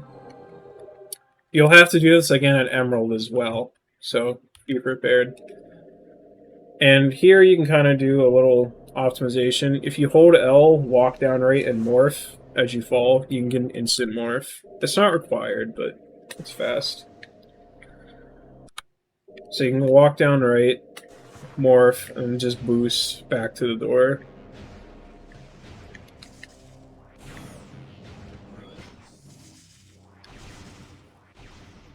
So we're going to be going to Mineshaft. Make sure you have Dark Beam equipped here. I don't have it equipped because I forgot.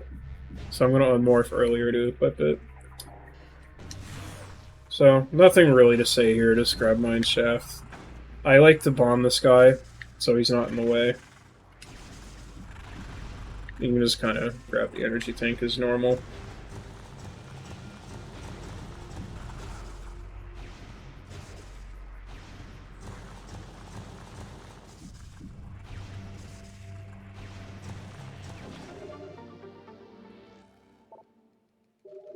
Now we're going to go back to Sand Canyon and enter Sanctuary. So this is where, like, the first major difference of the beginner route from 2018 and now. Before, the beginner route could not do early Sanctuary because Grand Abyss was a one-try-only trick. But a few years ago, there was ways found to make it not one try anymore. So it's definitely viable for a beginner to do early Sanctuary without grapple. So yeah. Just gonna go back and go to Sanctuary now. Now, if you are skipping this energy tank, you're going to get Amber Translator later. I'll show when you need to get it, but for now, if you're skipping this energy tank, do not worry about Amber. I'll tell you when to get it later.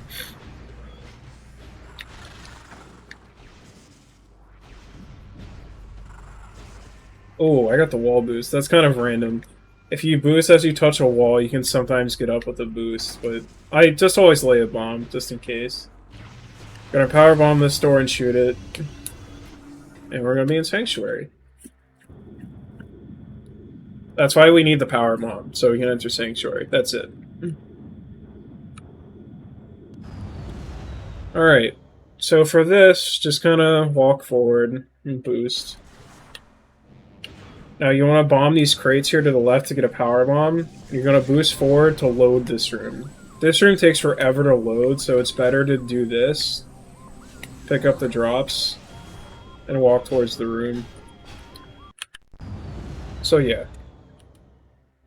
Shoot the door, boost, go to the crates, bomb them, boost forwards, grab the drops, and you can shoot the door. You're gonna blow this up with your power bomb. Try getting some morph here. You're just gonna boost over here. So I want to mention something. In this beginner route demonstration, I'm going to be skipping Echo Visor. I'm not going to be grabbing it. I'll explain. If you want to get Echo Visor, then you get it now. So I'm just going to... And if you are getting Echo Visor, you want to kill 2 enemies here to get a power bomb. But since I'm not getting Echo Visor, I'm just going to ignore these guys. If you want to get Echo Visor, get a power bomb drop here so that you can blow that thing up there. Then after you do the puzzle again, or the second puzzle, you go get another power bomb, and then you can go get Echo Visor. But for this, I'm going to be skipping Echo Visor, because I think it's important to get used to Dark World wall crawling. So you're going to come over here. You're going to shoot this one once, this one twice, and this one once.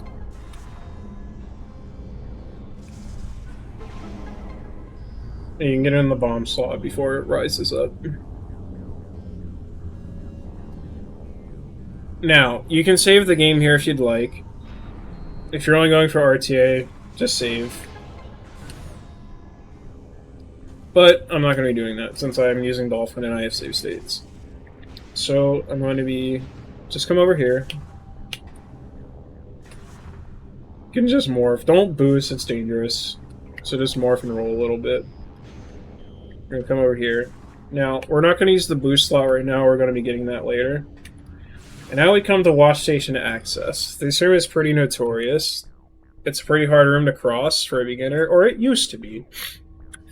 Because the old way of doing this was a roll jump. But now there's an easier way. So this is where I'm going to cover the concept of roll jumping and boost jumping. So if you remember the BSJ trick from earlier, you remember that instant unmorph jump, right?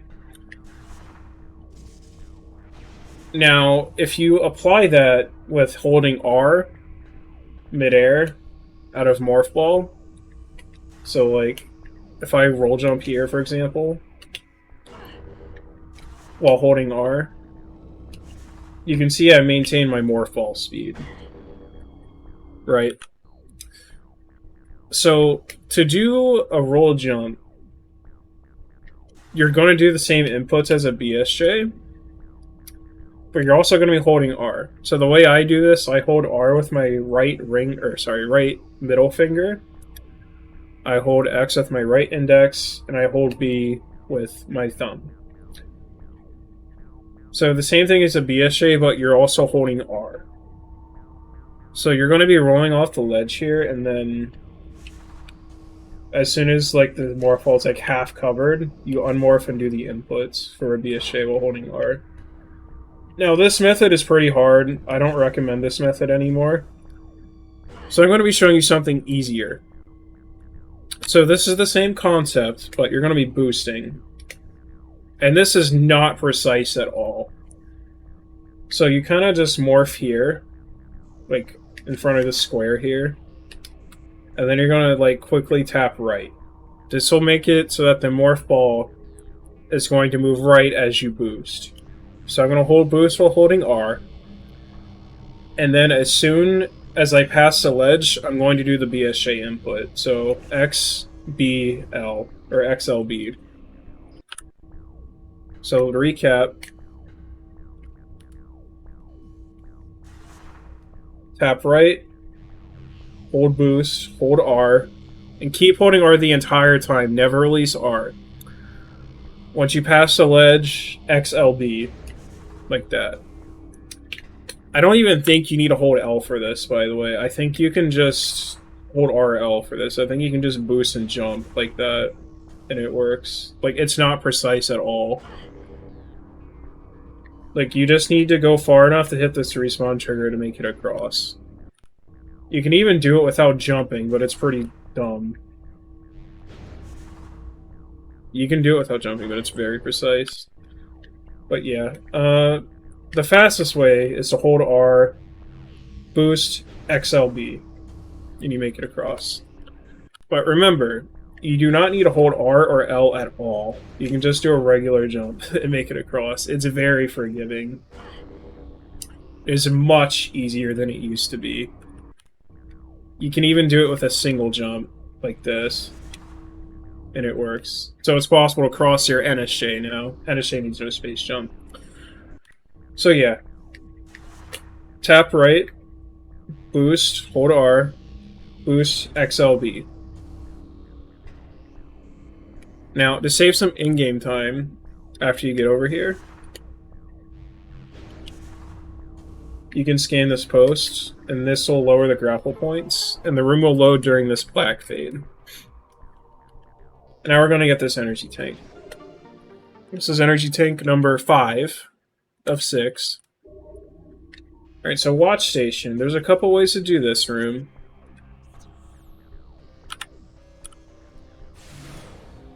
So, I think you should try to get the bomb slot now.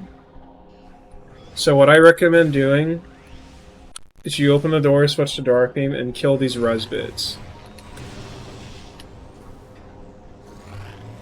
So there's a little trick you can do here. It can be a bit hard. But you can land on this guy's shield. So kill this guy. Move towards this guy.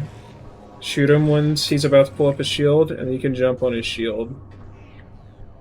Are you gonna land like right around this area on the spider track? It's a pretty big area.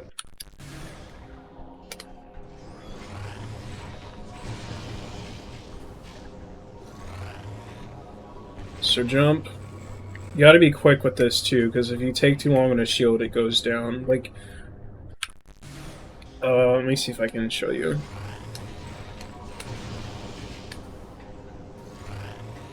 So if I get on a shield, right as he made that sound, the shield went away. So you gotta be a little fast.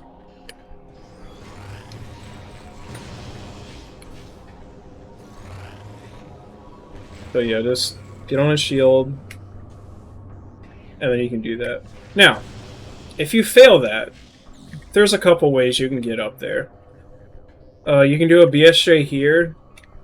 This is probably the hardest. It's not too hard, but I mean, it's faster than the other one. You can do a 2 BSJ here and get up like that. Remember, the standable area is like around here. It's pretty big. Now, the other way to get up, the one I recommend as a backup, because it's easy, or easier, you're going to do a slope jump against this thing, and you're going to move out as soon as you can. And you can land up here. So as soon as you jump against this, move out. And then you can get on top of this. And once you're on top of here, you can kind of just jump and land up here. And jump again, land on the spot here. Now, once you're here from any of those methods, you're going to jump on top of the spider track. And then you're going to jump up here, but I'm going to go against the wall. So I like to set this up in a way. I jump, space jump, and then tap forward. And it's supposed to be right on the edge of the spider track. Now from here, we're going to be trying to morph into that bomb slot with an instant morph. So what I like to do, I line up my L reticule with this red thing in the background. And then I jump, space jump, and morph. So it's like jump, space jump, morph. You do space jump and morph almost at the same time. So jump, space jump, morph. I did that a little early. But yeah.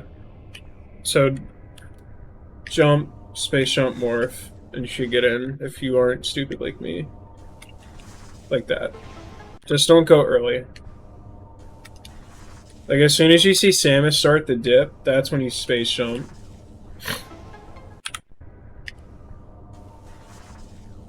Now, from here, you should get the beam ammo here too, since we're going to be fighting two bosses in this run. We're going to be fighting Chykka and Qaud. So there's a neat little trick you can do from this bomb slot. So I want to make a save state here. So if you bomb the slot, and then like hold down right and go up right, you can land on top of the gate. So hold down right, go up right as soon as you move. It's not too precise. If you fail it, just do the trick again. So let's say I failed it. You can kind of just go back up here, reset it up. But this time you don't have to do the instant morph. You can just jump to this thing now, and you're good. So once you get up here... Whoops, see, I failed it there. You can just bomb jump to the spider track, and then go get the beam ammo. Now for this spider track in particular, you see these like little red things right here? That's when you place the bomb. But for this one in particular, you want to be holding up, because it makes it consistent. I don't know why, but sometimes if you're not holding anything, it just doesn't work properly. Take my word for it. I learned this a long time ago. We're here, wait, bomb at the red thing, and then get up. Now if you get lucky here... Nice camera.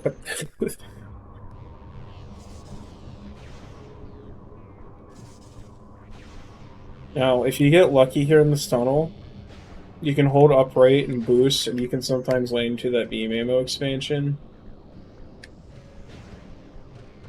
If you don't get it with a boost, just bomb into it. It's not a big deal. So now we have 150 beam ammo. We won't be getting any more.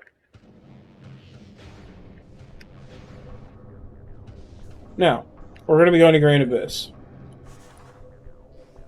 If you remember this room from a long time ago, this room used to be pretty infamous and notorious. Because if you remember, we used to have to do this to get onto this robot here. But that trick is dead. That is no longer the strat.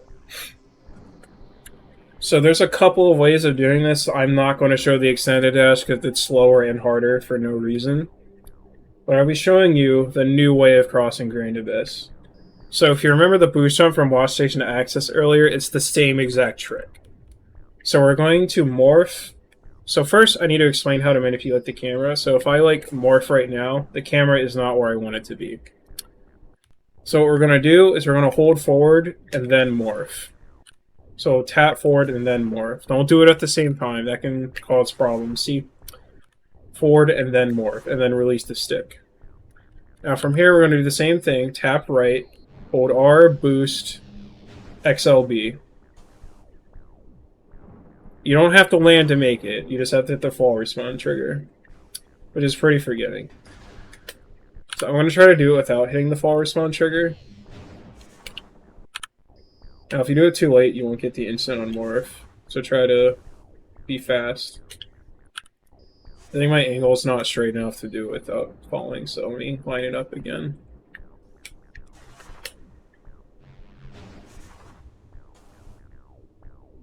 But yeah, you can make it without voiding. It's just slightly precise. But if you do void, it doesn't matter. So don't worry about it if you void. But yeah, you can do it without falling. So yeah, Vault. Vault is also pretty notorious room. There's quite a few ways to get to this boost slot now. I'll go over which ones I recommend. So I'm just going to kill this guy so he's not in the way as I'm demonstrating stuff. So the strat that is most commonly used in this room is to get on this edge here in this corner. And then you lock onto the spinner. And then you're going to do a dash. So right, tap B very briefly. It matters how much you hold B for this dash. It's precise. So right, tap B, R. And you make it across. It's precise though. It's not easy. I'll go over some options if you struggle with this dash. Now, there's a few other options. The one I personally recommend, if you remember the boost jump trick, you can do it again here. So you kind of just line up on the right side of this bridge here and have an angle sort of facing the door. So again, forwards, tap left this time. Boost, XLB. You have to unmorph pretty late for this one, but yeah. You might like this one more. But it does work.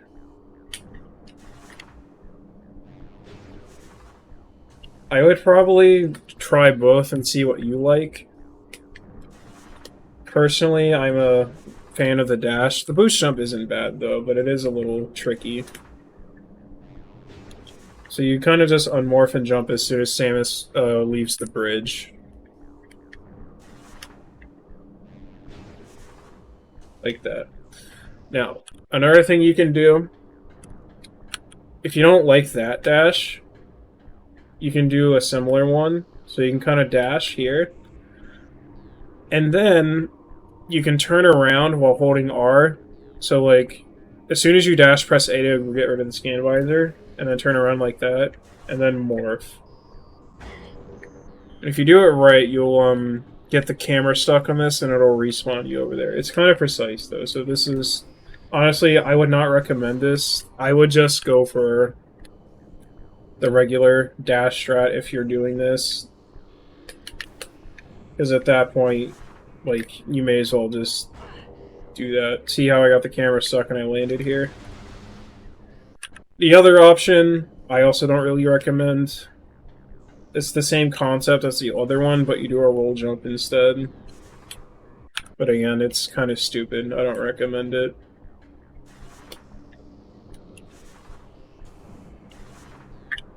Camera got stuck, so I land over here. So yeah, the two options that I personally recommend, either do this dash and get good at it, because if you get good at dashing, it's a pretty good fundamental skill to have for this game. Or you do this boost jump.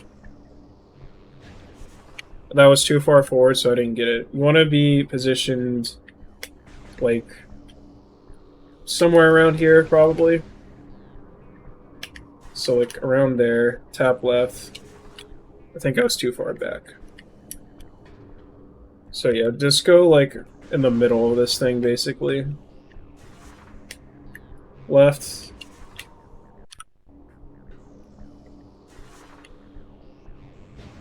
XLB. I didn't get the jump input, but...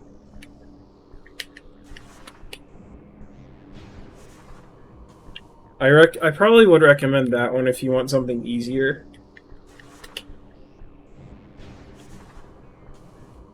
But personally, I would try the dash for a little bit, see if you can get a feel for it. Because if you can get good at this dash, you pretty much understand the basic fundamentals of a dash. Other than bending. I don't know if I'll go over bending too much. But for this dash, you do not want to bend it. Just hold right the entire time. And you'll make it. So with that, just start using the boost slots. Now, if you want to speed this up a little bit, you can add some dashes in, like this. And do a little bunny hop. Now, bunny hops are pretty straightforward. You just jump as soon as you land with speed. So, you can kind of do that if you want. But if you're uncomfortable with dashing, just jump across. It's not a big deal. And use this boost slot. You can ignore these respites. Now for this, you want to boost off and unmorph as soon as you fall down, and you'll make it. So this respite, there's a strat I have for this. You want to start charging Dark Beam.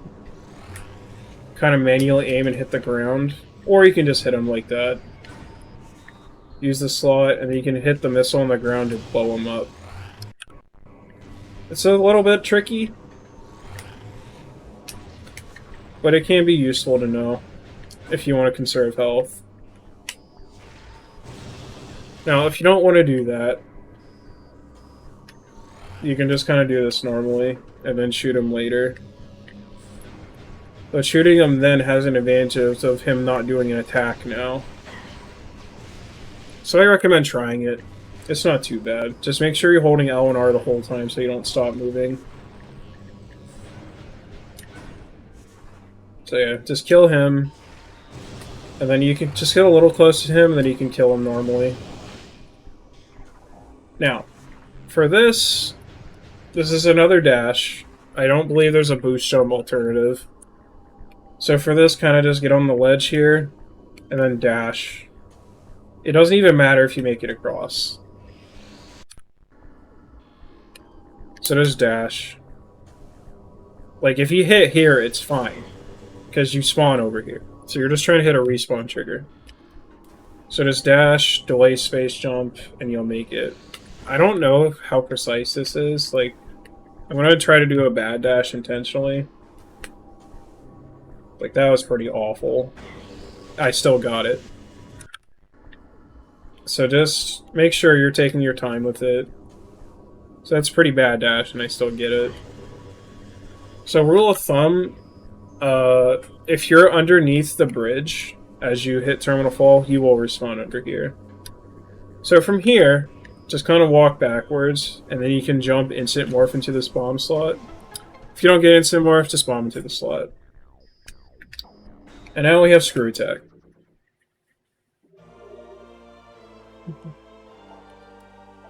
Alright, so just shoot this door and then boost.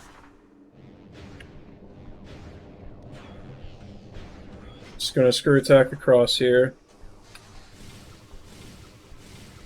So now we're gonna go out of our way for another energy tank. This is the sixth one you can get.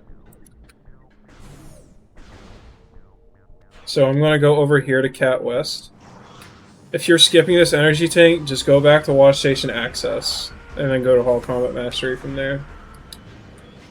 So go down this one, right, left, and you'll get a free missile expansion. You may as well get this. It's like on the way. Doesn't cost them to any time, really. Another thing, make sure you have a power bomb. So, if you don't have a power bomb here, you want to shoot these crates until you have one. Because you want one power bomb to get to reactor core. So yeah, just go left, right, left. You get a free missile expansion. Like I said, there's no reason to skip that. It's on your way. You may as well grab it. Now here, I'm not sure what's faster. It's probably fastest to just boost off without holding anything and then climb the spider track. But you can also just screw attack over. Now, I see a lot of like new players screw attack a lot for movement. Actually, that's probably faster. But screw attack is actually a lot slower than you think. Screw attack's max speed is like morph ball speed, but it decelerates really fast. So it's very, very rare you ever use this as a movement option. If it's better, if there's space to boost or roll, it's almost always better to boost or roll. So yeah, two options, boost or any spider track or just screw attack across. Whichever one works. Have Dark Beam ready here. And kill this guy. Actually, I think boosting is faster because it hits the load sooner. Yeah, this is definitely faster. So yeah, do it like this. Roll shot. If you're doing it like this, though, make sure you have Dark Beam equipped for the turrets.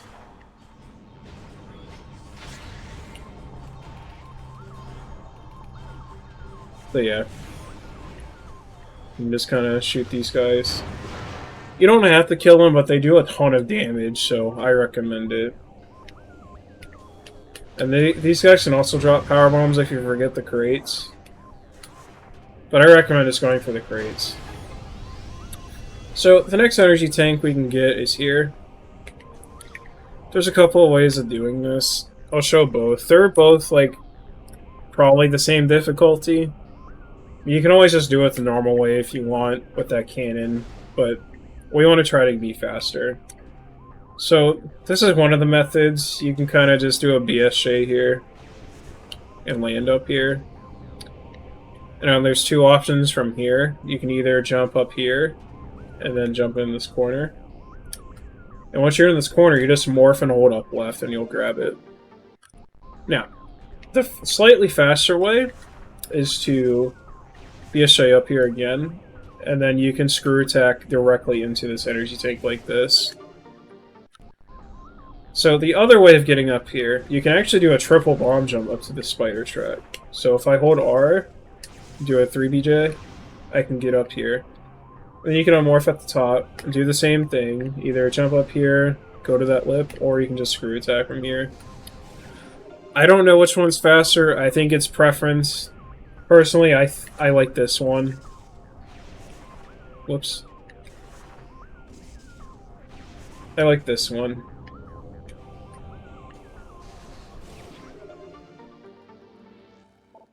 And that's the last energy tank we're going to be getting. So we have 6. Now we're going to go over here to Mini Gyro. Now this solution's always the same. It's never random. So always do orange, blue, red, green. So orange, blue, red, and then green.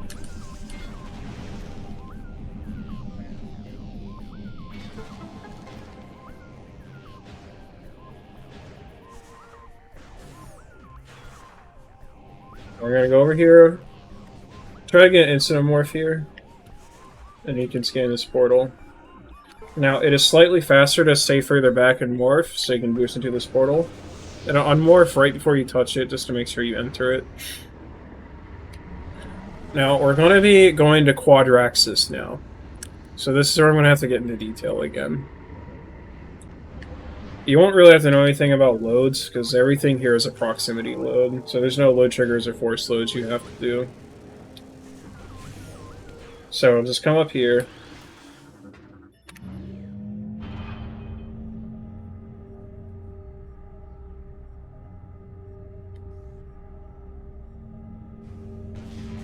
We're gonna just get across. Screw attack is fine. And here you can kind of get the drops for free because this room takes a while to load. So, we're gonna kill this guy with the beacon. Alright. So, for demonstration purposes, I'm going to turn on Light Suit, just so I'm not taking damage. Because I need to be able to show you some stuff. So the first thing you're going to do, you're going to be doing a BSJ here. You do not have to hold anything on the stick here, so it's not too bad. So you can kind of set it up by getting back here, tapping forward, and then getting the unmorph. A good visual cue I like to use is if Samus is like just in between the safe zone. So like about here is good. And you can do a BSJ like that. Now, what you can do, let me pull up PWE real quick so I can get to the collision. Sanctuary Fortress, Hive Dynamo access. Alright. So, what we're going to be doing... So this is the hole. Whoops. So we're starting from here. Right? We're going to be trying to get through this hole. We're going to be landing, like, right... Oh, I'm sorry, I'm bad at the control. We're going to be landing on, like, this rim over here. So if I turn on collision for a second... Oh, let me enable back faces. Hold on. Yeah, so that's the hole, right? Now, it may look like this is all solid, but it is not. So we're going to be landing on, like, one of these seams here. And then we're going to be jumping to about this part of the tunnel. So let me zoom out. So from here, we're going to here, basically. Here to here. So, let me demonstrate. So shoot the safe zone for the visual cue. We're going to do a 2 BSJ. And go forwards. And land on that rip there. So like right here. It's pretty generous. So if I can like, yeah, so you see the hole here, it's like anywhere on this rim, anywhere works. Like, it's pretty big. So from here, I'm gonna make a new save state here. We're gonna jump past that gate. Actually, you can land up here if you'd like. Like, this whole entire gate is standable. But I like to land about here. Now, PWE isn't going to show this really well, but it's like on this little red thing that I'm shooting at.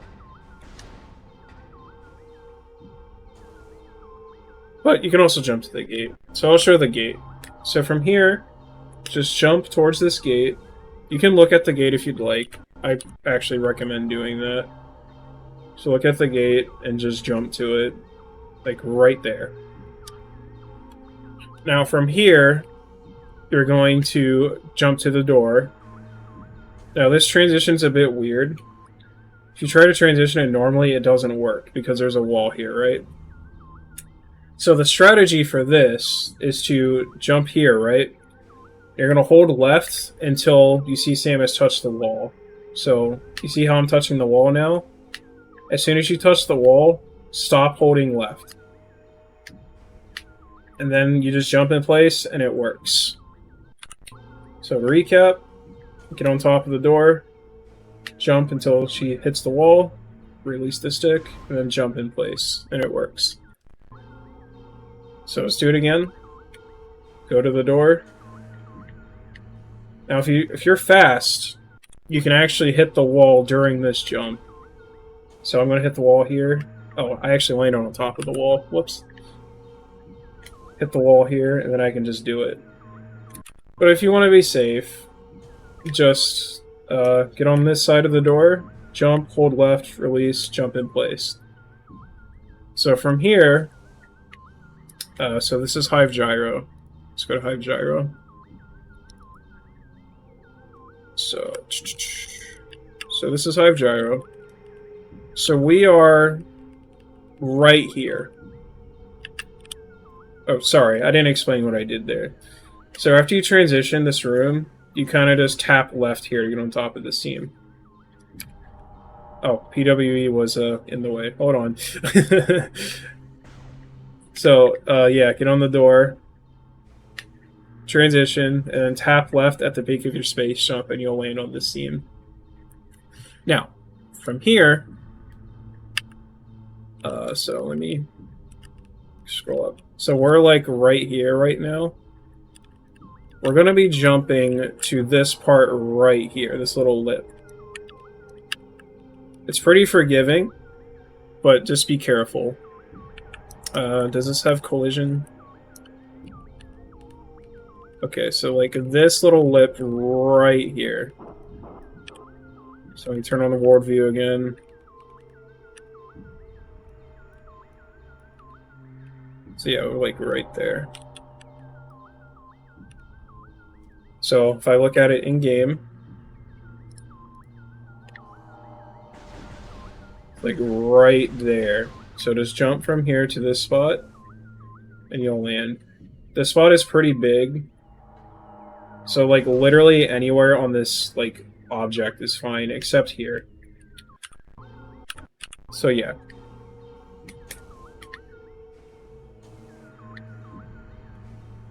Just land on this lip here. And then from here, you just simply jump on top of the door. You gotta wait a couple seconds for the room to load, and then you jump like at this side of the door. And you just jump, space jump, and then land at the bottom here. So let me do it again. So get over here, jump, touch the wall, release the stick, jump in place, tap left, jump to the spot here, get on top of the door, wait a couple seconds, and then jump, hold left, and then you're at the bottom of this box. And that's fine. So, let's say you miss the standable here. What do? So, if you miss the standable, like say I did, oh frick, I missed it. What you can do, you can bomb jump, like do one bomb, tap forward, and then unmorph, and you'll land on the spot, as long as you're close to the lip. So like, oh frick, I missed it. So just kind of get close to this part, bomb, tap forward, unmorph. Now if you go too far, like here for example, same thing, just bomb, tap towards the seam, unmorph. I got stuck under the collision there, but yeah. And you land back up here. Now, once you transition, and you're over here, shoot the safe zone. If you're low in low in light ammo, shoot these with dark beam to get some light ammo. Because you have to wait for this room to load. Then simply walk forwards towards Hive Temple. And this will start the Qaud fight. So let me reload my save state, but remove light suit. Okay, I don't have it on this. And I'll demonstrate it while taking damage. So again, shoot the safe zone. Go just in between the safe zone and the wall. Jump. You gotta make sure you move forward like immediately too. And make sure you're not looking at the ground. Because if you're looking at the ground when you do a BSJ, that's where Samus will be facing. So just make sure you have an even view, or you're looking at the wall, basically. So yeah, tap forward as soon as you BSJ. So I'll just do it all at once now. Land up here. Land on top of this gate. Go to the door, jump, hold left, release, get up here, jump on the seam, get on top of the door, wait, transition, hold left, get over here, then you can get light ammo if you need it. You can also get some health drops here.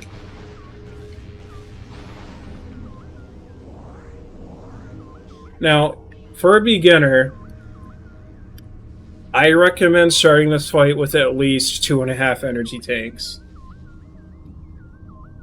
Don't go in with less than that, because you can get screwed really easily. So, I'm going to make a save state here. So from here, you just walk forward, and you'll hit the quad trigger. Just avoid these things. So now we're going to do the quad fight. But since you've started the fight on the wrong room, there's not going to be any music. Which is unfortunate. So from here, you're going to aim upright to walk into this kneecap. Shoot once, charge shot it, shoot again. Now, something important about this fight, you can manipulate what he does on this phase. So, for this phase in particular, you want to try to stay as close to his leg as possible, because that'll make him like stand in place and only do stomp attacks. You don't want him to do any other attack because they're annoying to deal with. So, from here, I destroyed this leg, aim up to get the drops. I want to be standing by his leg like the entire time. Jump to dodge the shockwave. I'm just going to stand here, so he's not doing anything else. And you can shoot this leg. Sometimes it takes 3 uncharged shots to break it. So same thing here, stand by his leg, jump to avoid the shockwave, stay by his foot, does the chomp, and then you do the same thing. Aim up to get the drops. Do the same thing here. Stay close to his foot.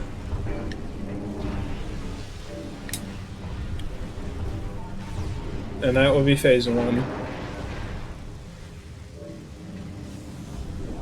Now, if you don't get health drops from the kneecaps, what you can do, like say he didn't drop any health here, just roll into his leg and bomb it.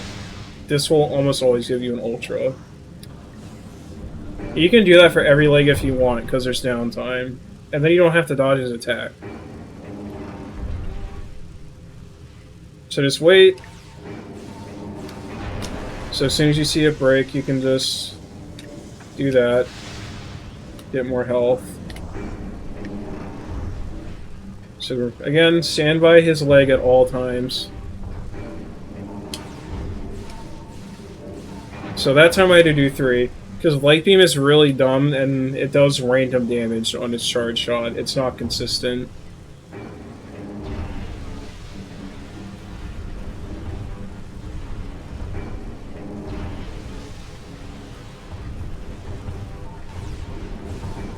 So this first phase is pretty much an auto-scroller if you do that specific strat. So again, shoot, charge. Now, I didn't explain this earlier, but if you look at the reticule here, you'll see on the left these little rectangles. You want to make sure your shot is fully charged. So if I release this now, you see how it's building up? Wait until it's full, and then just release the charge shot. So, hit, fully charge, release, hit. You might have to do 2 hits. Collect the health. Stand by his foot.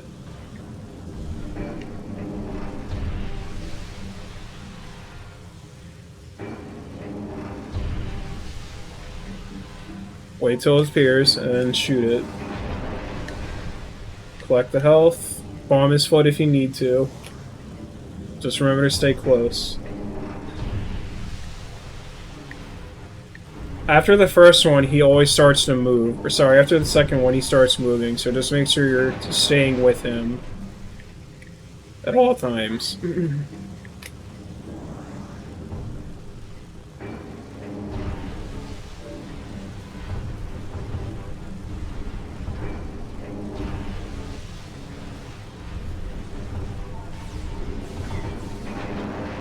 Like that. Alright, I'll do it one more time. So shoot, charge shot, shoot. And if you need health, bomb his leg for safety and collect all the drops. stand by his foot, and just wait. The kneecaps are not random. They always go in the same rotation. It always starts bottom right and rotates clockwise. So you can bomb his foot. Get some drops.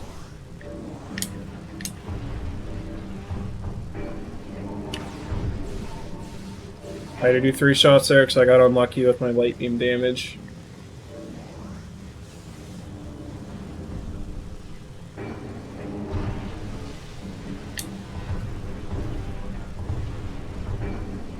But remember, stay by his foot.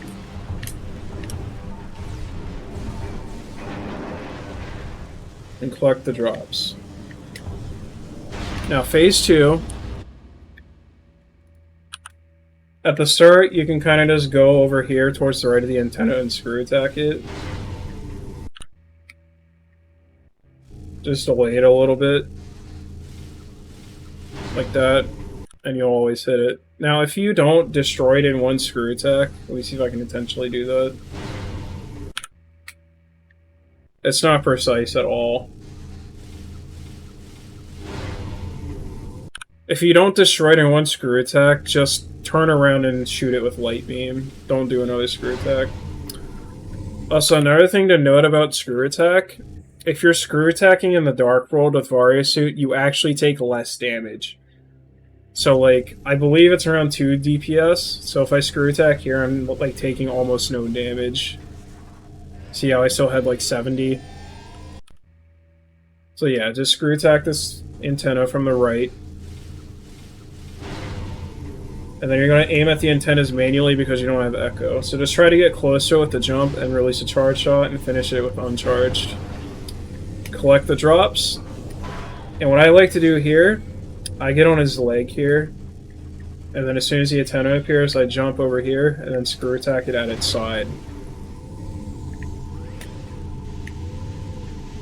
Then you do the same thing. And I do the same thing here. I get on his leg and do the trick again with the screw attack. You won't be able to collect the drops here immediately, but yeah. So recap phase 2. Screw attack the antenna like this. Jump close to get close to it, release charge shot, and do 2 to 3. Sometimes you have to do 4 or 5, it just depends how many of your light beam shots hit. Wait for the antenna up here, jump to the side, screw attack it from the side.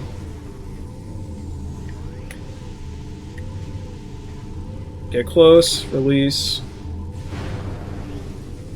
Get the drops. You also notice I'm pulling up Scan Visor, because that lets me cancel the charge shot without wasting ammo. So you gotta go over it again. Screw attack. Jump, hit this, do 2 to 3, depends on how many of their light beam shots hit. Pull up Scan Visor to cancel the charge. Jump left, screw attack it right at its side. Go to the back of his head. 2 to 3. Get the drops. Get on his leg, do the same strat. So screw attack actually has a fairly large hitbox. That's a good question. So that time I had to do 4 because I did a bad charge shot. So phase 3. So it's kind of random, but there is a consistent strat for the first boost. So what you do, you go up left, like hide under here. As soon as you see him underneath the leg like this, jump up here, shoot him, and then you can boost onto his head like immediately. I did that wrong, but... So yeah, just go over here, wait till you see him here, get on the leg, turn around, shoot him. And you can boost onto his head immediately.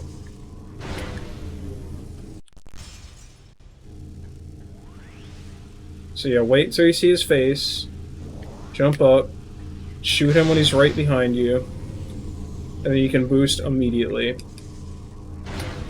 So that's how you do the first part of Phase 3.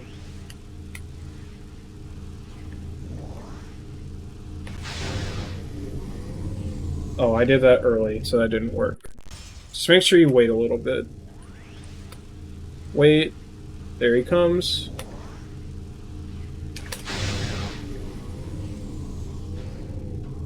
Okay, so for this part, unmorph as soon as you get out and start charging and head to the leg again. And hit him. I did that a little wrong. Let me try it again.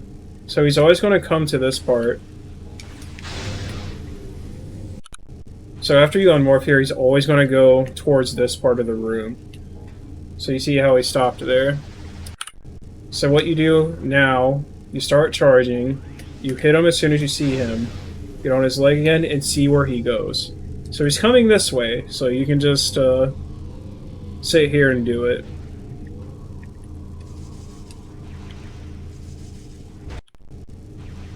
So just pay attention to where he's doing. So he's going that way this time, so you morph and just boost over here.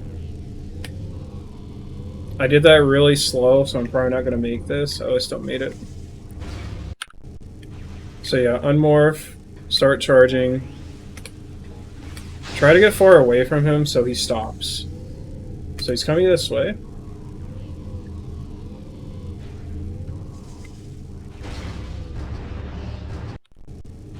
So yeah.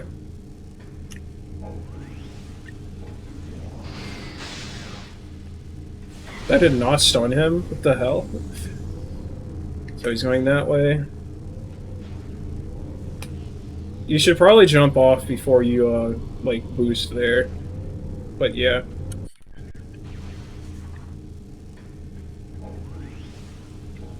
So he stops as soon as I get far away. Look at him, he's going this way. It's 50-50 what he does here. So just be prepared. So, let me start the fight over again, and then I'll show you, like, a fight. Let me take off lights here real quick, hold on.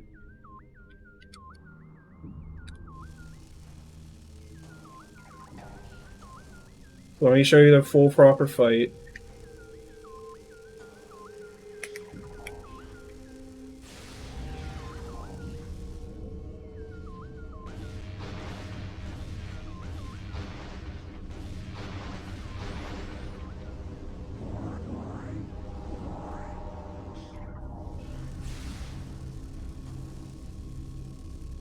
Oops, I didn't mean to jump. Don't jump there.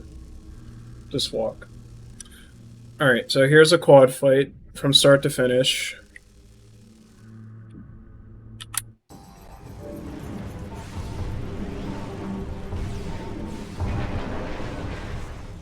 Bomb his foot if you want.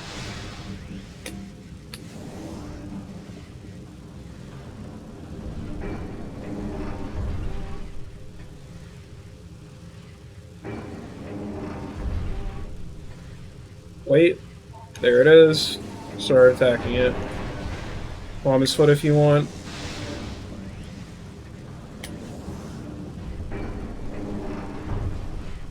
Follow him. Go. I had to do 3 because I got unlucky.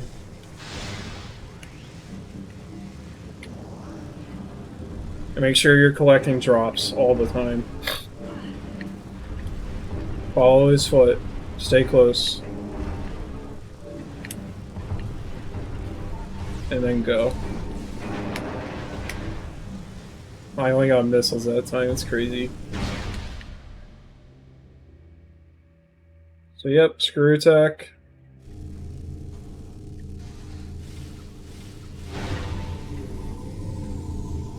Jump up to hit his antenna. 2 to 3 usually. Grab the drops. Get on his leg. Wait for the antenna. Screw attack at its side. I got an instant morph there. Jump up. Hit it. 2 to 3. Grab the drops.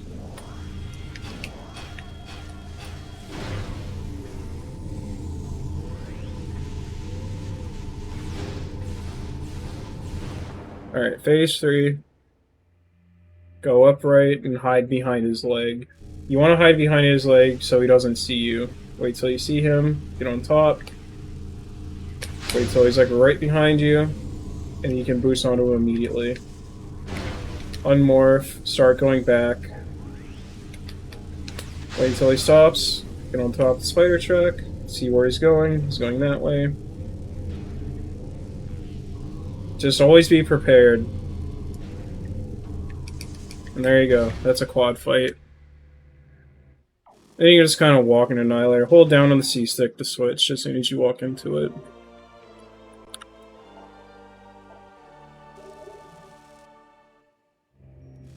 Now, just mash spider track. Don't mash on the corners though. And just screw attack across. Now, for Quad in particular, I think... Oh, for this, let me explain this first. So just watch the cutscene until the spinner is just about to stop. So right about here, skip the cutscene, saves in game time. Now, about Quad, you can pretty comfortably do it with 2 energy tanks if you understand how the fight works. Anything less than that, it's really difficult.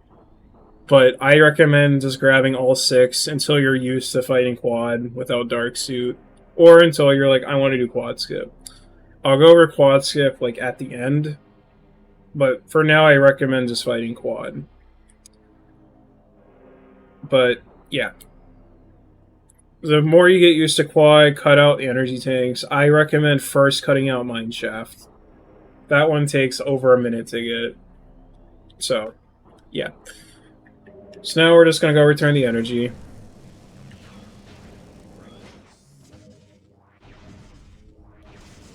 For this one, you can skip it right away. Roll shot this door. Now, there's a little trick you can do here. It's kind of somewhat precise. You can kind of jump and screw attack to this part. If you're scared of doing this, just screw attack there and screw attack here. It's not that big of a deal. So just jump out to the side like this. And make sure you are holding forwards before you screw attack. That's very important.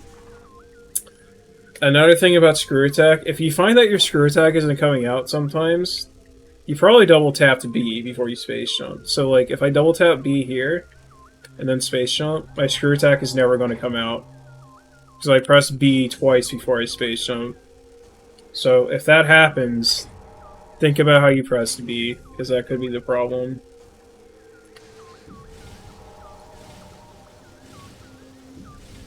So yeah.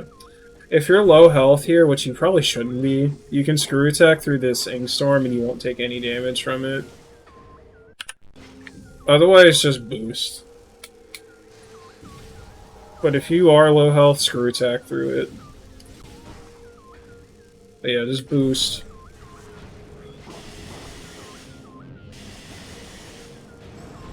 And then roll shot the door. Now this room takes a while to load, so you can kind of do screw attacks here, conserve a little bit of health.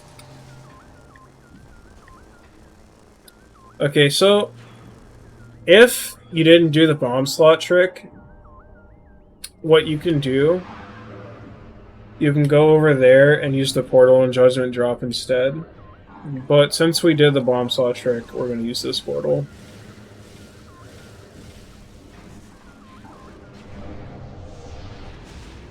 Now there's a neat little trick you can do here. If you simply just walk off the ledge here, you will spawn by the door. So just walk off, and you'll spawn here. It's pretty funny. Alright, now just boost across. Oh, I actually bounced up there. It's weird. Be careful, these guys can own you pretty badly. Now you're gonna come over here and return the energy. And the same thing here, wait until it's just about to end.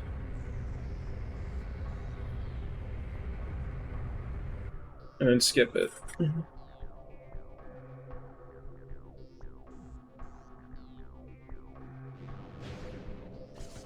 Now, you want to get Cobalt, so a thing you can do, just scan Cobalt till you're just about to finish it, and then hit the cutscene. And then you can scan it here, finish scanning it. Saves like maybe half a second of game time to do that. So now we have Cobalt. And now we're just going to go leave Sanctuary through Agon. So just go back the same way through Sentinel's Path.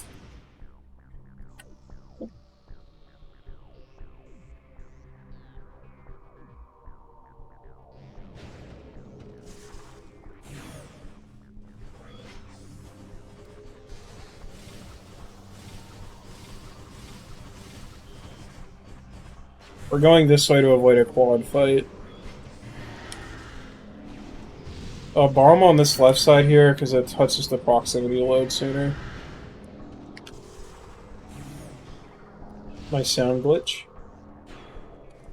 I'm just gonna come over here.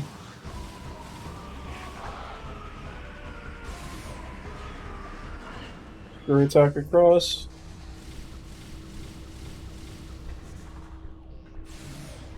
And now we're gonna finally use that boost slot.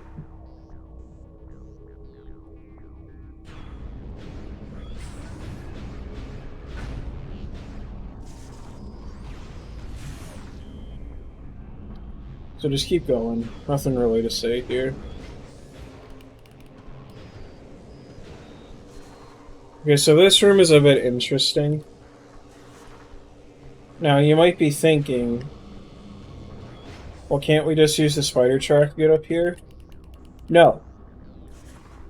Even though we have Spider Ball, this track is non-functional until we kill Spider Guardian. Now, why is that? I think it has to do with memory, because this room is using a lot of memory right now, so they probably disabled some of the spider tracks to save on memory. So yeah, we can't use this. So how do we get up here? There's a couple ways. The fastest way is to slope jump here and get up. Make sure you're holding into the wall the entire time, and at the peak of your jump, you space jump. Now, there are some alternatives. You can also slope jump off of this and screw attack up. That one's pretty easy.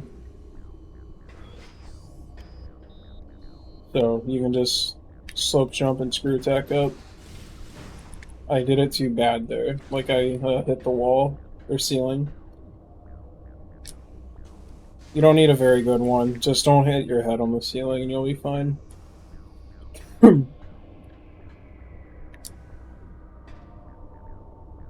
So just pull out immediately for that.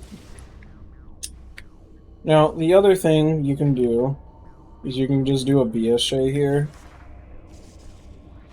and screw attack up.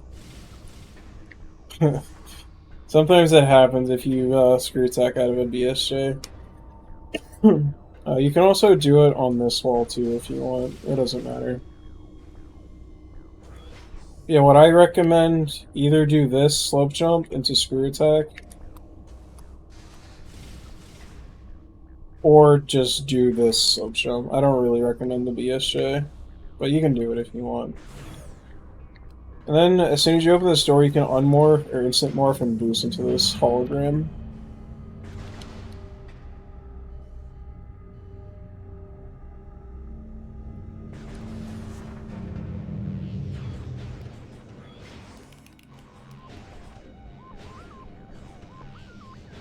So now we're just going to Sanctuary. Make sure you get into this corner here to abuse the unmorphing towards the door. Because if you touch a Quaud or enter a Quaud's range, Samus will always unmorph towards a Quaud. And the door takes priority of that. So make sure when you're unmorphing here, go to this corner so you don't unmorph towards a Quaud. Then just go back to Agon. Because this is the easiest way to get back to Temple Grounds. Our goal right now is just to get Light Suit.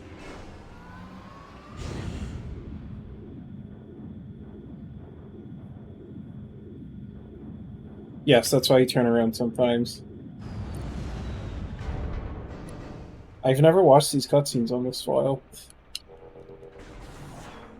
Alright, so now we're gonna go to Agon Temple. So go left here.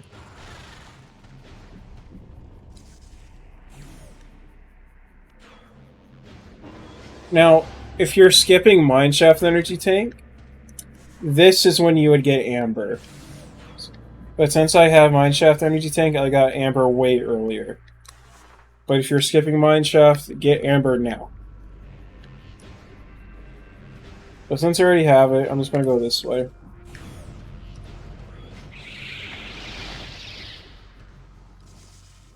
We're basically only coming here to get the temple grounds.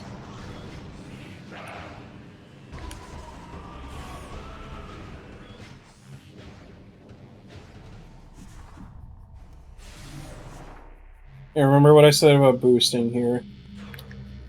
Remember to release the stick when you boost off ledges to get max distance.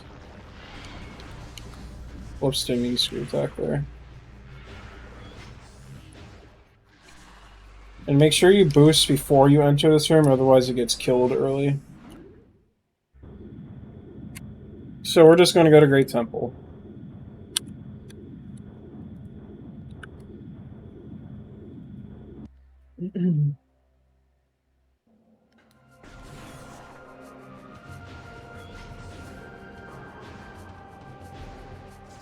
Unmorph here, because we're going to get ready to screw attack. So just screw attack over here. I have lightning equipped because I'm going to hit the light block here early. So you don't have to wait for it later.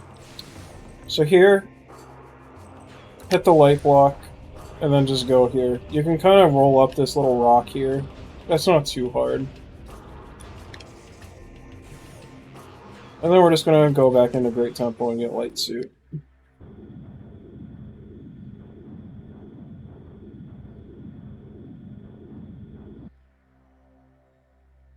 So jump twice, morph, and then boost.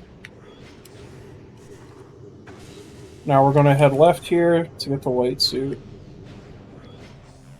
Try to boost towards the middle of the room, because if you take the shorter path on the left, your boosts get killed on collision, so try to go towards the center.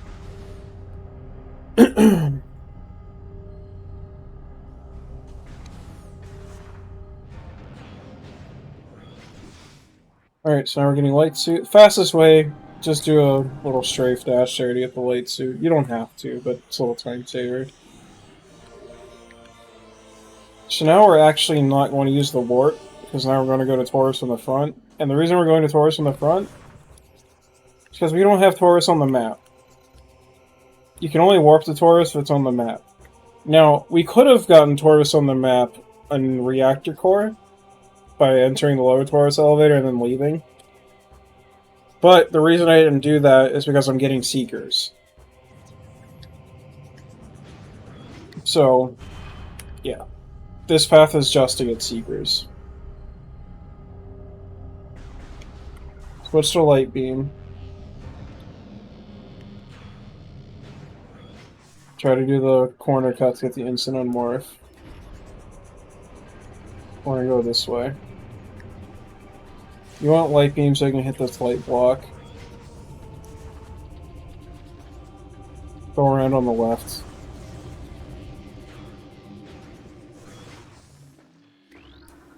We're gonna go down.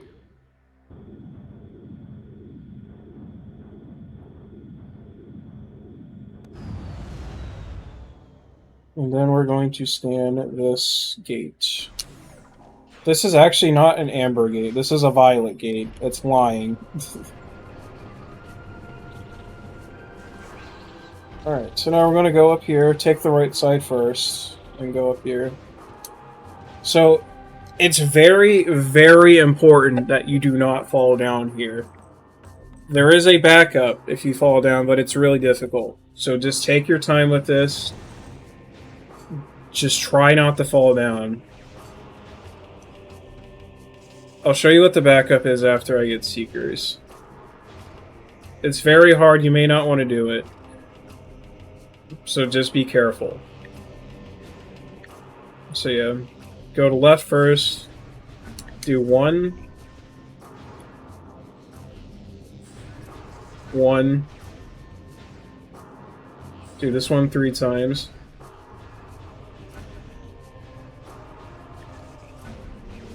And then the last one's twice. Okay, so let's say you fuck this up and you fell down. Well, how do you recover it?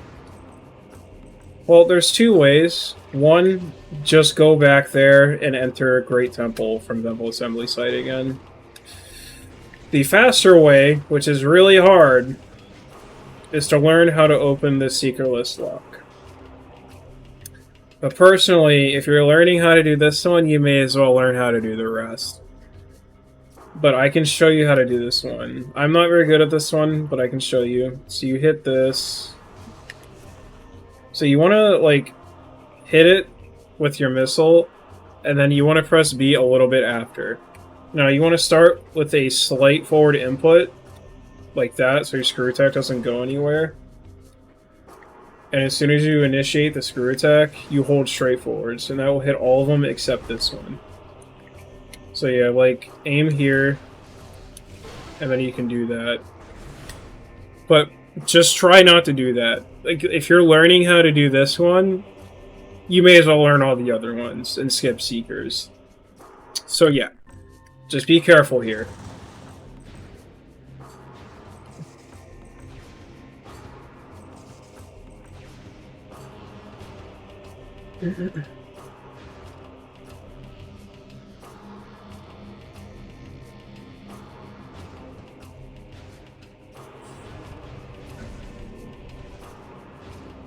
I won't go over all the secretless locks. I only went over that one because that one can be a good backup.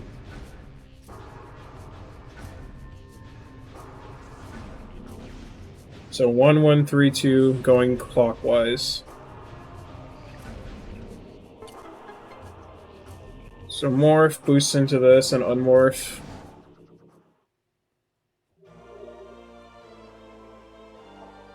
So we're not actually going to be going through the door here. We're going to be going back to this tunnel. So what I like to do... Let me make a save state. I like to screw attack into the tunnel. So from here I do a jump, space jump really quickly, and then screw attack directly into it. And you just morph. Now if you don't want to do it like that, you can jump and delay your space jump till you're about level with the pipe, and then screw attack into it. Just make sure you cancel the screw attack. I don't believe I've gone over that. But if you screw it, or press B right after starting a screw attack like that, you can cancel it. And it lets you get into small spaces much easier. But yeah. That's the strat I recommend. Now, another way you can do it, I don't recommend this one. I like to be on this flat part here. With this angle, and I walk forwards until this ledge is not visible. So like about here. And you can jump backwards, space jump, and get an instant morph into the pipe. This one's kind of tricky. I don't really recommend it, but it can be used as a backup, I suppose. But I think the screw attack method is just better and easier. So just do the screw attack method. And make sure you're, like, centered with the pipe. And then you can just morph and go.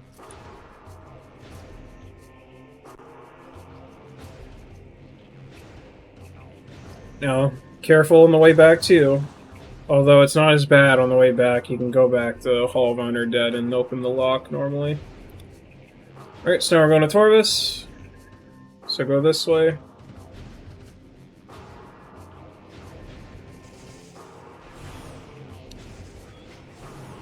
And we're gonna go to Abandoned Base.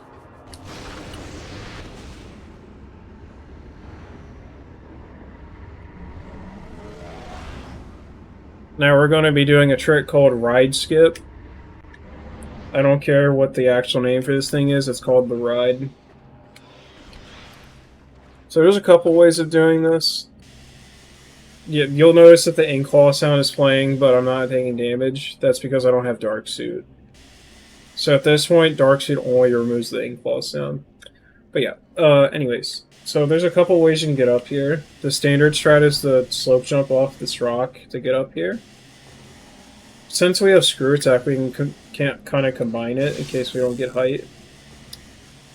And since we also have Screw Attack, we can do it from like an earlier spot, like over here. And we can Screw Attack directly to it. So the easiest one I know is to just like get here, Screw Attack, or sorry, Slope Jump and then Screw Attack to it. So yeah, just walk like here, Slope Jump, Screw Attack to the portal. Okay, I want to show you a really stupid trick you can do here that doesn't work like 70% of the time. Just so you know what's possible. So what you can do here, if you really want to do something stupid, you can bomb jump to the top of this. If I can get a 3BJ.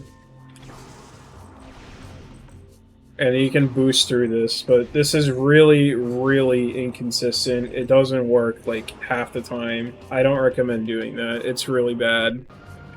So what you should do instead, just Screw Attack across. Nice.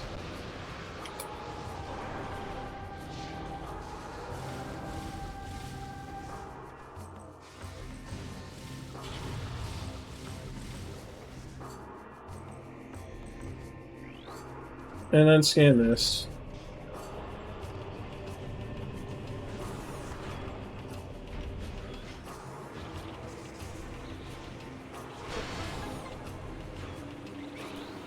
We're going to be entering Torvus from the front.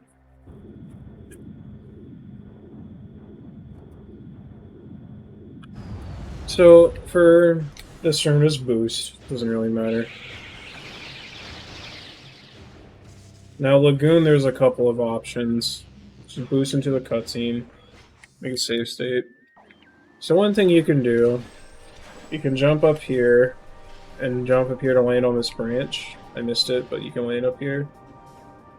And do that. Alternatively, you can just morph and boost all the way over. I think doing this is faster, but yeah. Just make sure you have Dark Beam equipped. I didn't have it equipped, so. I'm going to do this method, so just boost. Roll shot the door.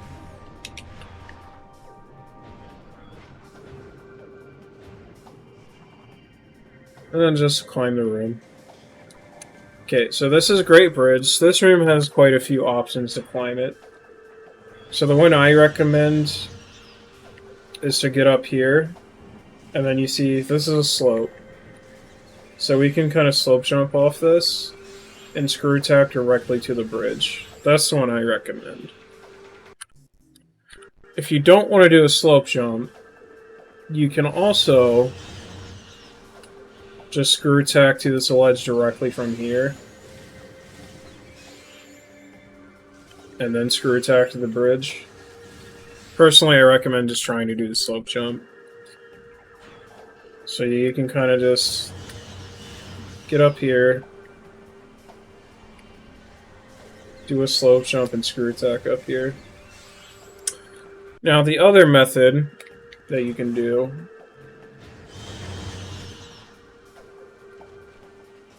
you can get over here and do a BSJ. I don't really recommend this if you have Screw Attack. You can BSJ, get on top of this and Screw Attack.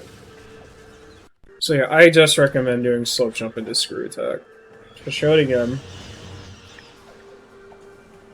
just get over here, slope jump, Screw Attack, and we're going to enter through this door.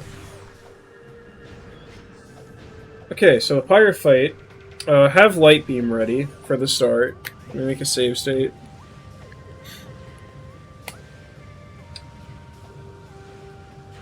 You're going to blow up this pirate skiff with Light Beam.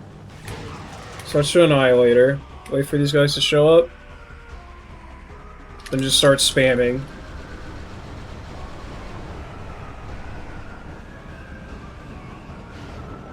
This fight is similar, just spam Annihilator.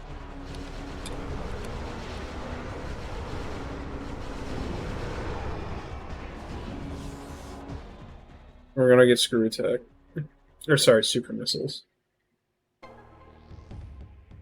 Don't worry about your ammo right now, we're gonna get more later.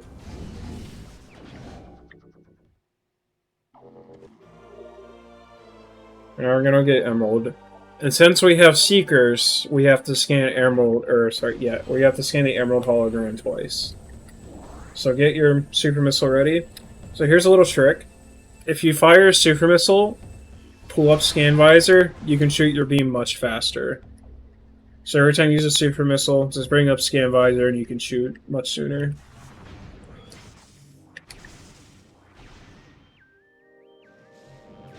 Yep, just go over here.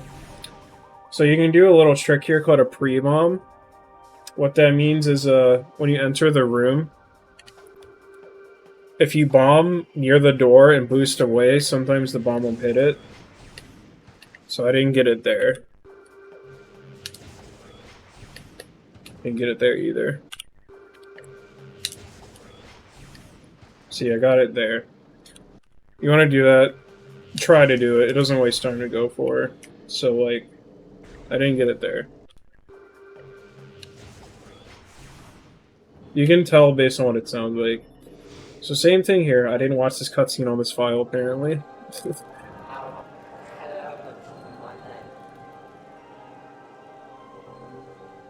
So do the same thing. Wait till the red one is in view, and then scan.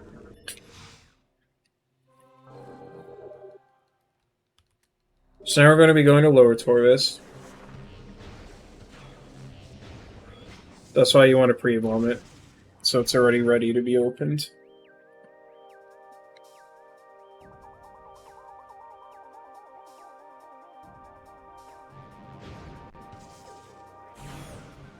Just boost off and unmorph. So you just want to scan this.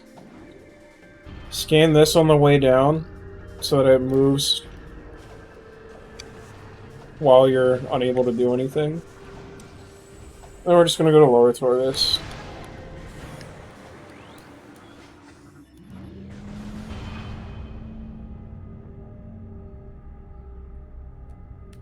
So Hydro Dynamo is pretty difficult.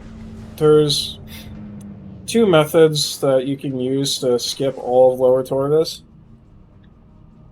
I'll go over both. I'm going to show air underwater first.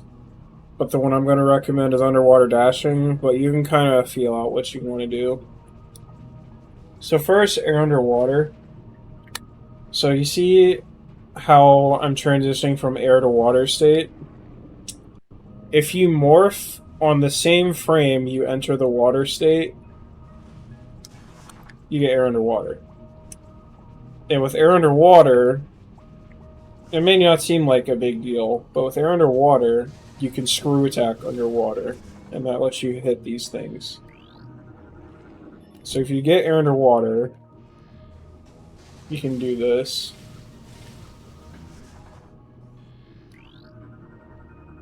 And then here, we don't need screw attack again, so if you remember way earlier when I told you about the one frame morph in Command Center, you can release L and press X. I didn't get it there, but there is one frame where you can press X. So then you boost down, and then you can hit this one last. So, air underwater, that's how air underwater works. Morph the same frame, you enter the water state. It's frame perfect, so it's kind of annoying. Now, the other method, underwater dashing. So, basically, we can save state here. If you press R and B at the same time, or on the same frame, you move at air speed underwater. Now, what's important to know about this, only the analog press matters. You don't need to do a hard press. So if you're finding that you're failing the trick, you're probably pressing B after you've pressed R. Like I am now. I still do a hard press personally because that's what my muscle memory is. But just know only the analog part matters for this. And another thing I need to mention before I go over this. When you jump, there's a about 2-second window for the space jump. And if that 2-second window expires, you can't space jump. So if I like jump now, you can see I wasn't able to space jump because I waited too long. So once again, I waited not long enough so I was able to space jump, but yeah, see I couldn't space jump. That's very important for this. So for this, I kind of line up with this part. You can pull up Scan Visor here to make sure you're like, you know, jumping towards a proper, or one of the ledges with the post.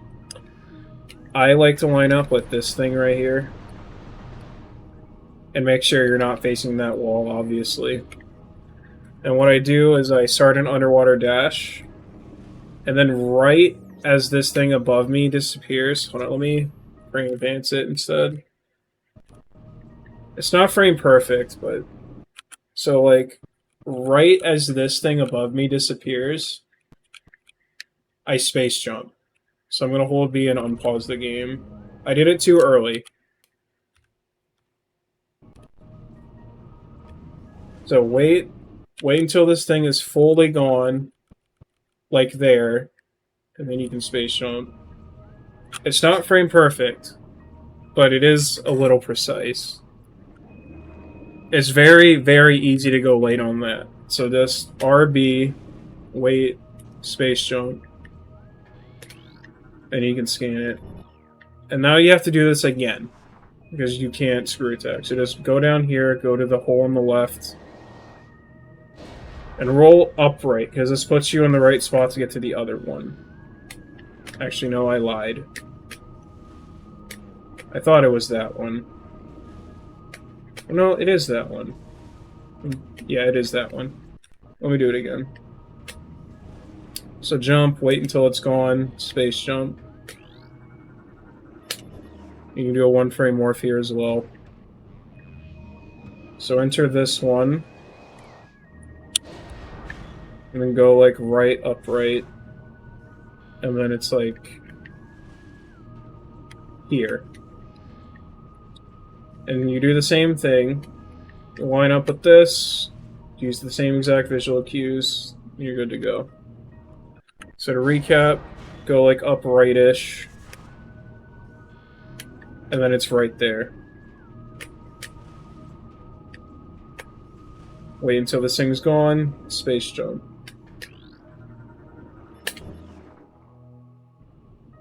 Yeah, also use the mini-map if you can't find the doors. So let's say you went in a random direction here. I don't know where the door is. There's a light door. It's right here. And use the same visual cues. Wait until it's gone. Space jump. That was actually really close to hitting the ledge. Because I started it too far to the left. So yeah, so demonstrate it again. Go about here. RB, wait till the top part's gone, space jump. You can do that twice. I mean, you can kind of mess around with what you like. I think both methods are kind of finicky. Air underwater only needs to do it once, theoretically. But underwater dashing is a little less complicated. So this RB, wait, space jump. Now if you're too early, you'll bonk your head. So once again, wait till it's gone, space jump. That was like the first possible frame I could have done that. I almost bonked my head. It's probably, if I had to guess, it's probably like a 4 or 5 frame window. It's not impossible. So yeah, same thing. Now to show air underwater again. So remember, air underwater, you morph the same frame you touch the water, or enter the water state. Now, if you want a visual cue, You can actually use this wall here, and like shortly after this pause happens, you can morph. I know a lot of runners back then used this wall visual cue. But yeah. If you want to be like super swag... Let me get back up. If you want to be super swag, what you can do is after you get in here, you can unmorph here, fall in, and then morph. And sometimes you'll get it, and it feels really good. So yeah, air underwater. And then you can just screw attack. This one is a little bit simpler, but it's frame perfect, so you may not like it. So just mess around with both, see what you like. I can't really make a recommendation. Probably underwater dashes, but I mean screw attack is also easy. Now, a thing to note with screw attacking though, you have to delay your screw attacks a bit more than you think underwater. Because see how that canceled? That wouldn't have canceled in there. So yeah, air underwater.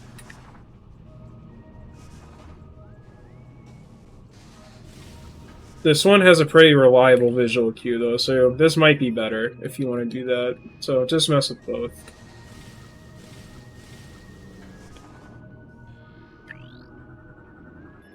Try to get a one frame morph here. Boost across. And you can also get a one frame morph here too. I didn't get it, but if you don't, just morph in place. And then just boost. So we're going to be getting backpack. We call gravity boost backpack, so you should call it backpack too.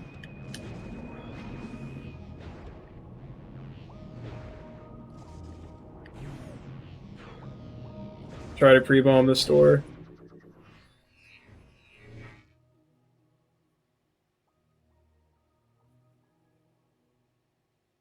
Yeah, I'm pretty sure you can spam Annihilator out of bounds if you have it. Alright, so here we're going to be doing Alpha Blogg skip. If you pre-bomb the door, you can do a little jump here, get an instant morph. Alright, so Alpha Blogg skip. You kind of just want to dash to the left here and do a BSJ. Pay attention to what he's doing though, because if he does that attack immediately, just let him hit you and try it. So yeah, just BSJ up. You only need one bomb, you do not need more than one. So here you can try it, since he did that attack. And he was nice, it didn't charge into me.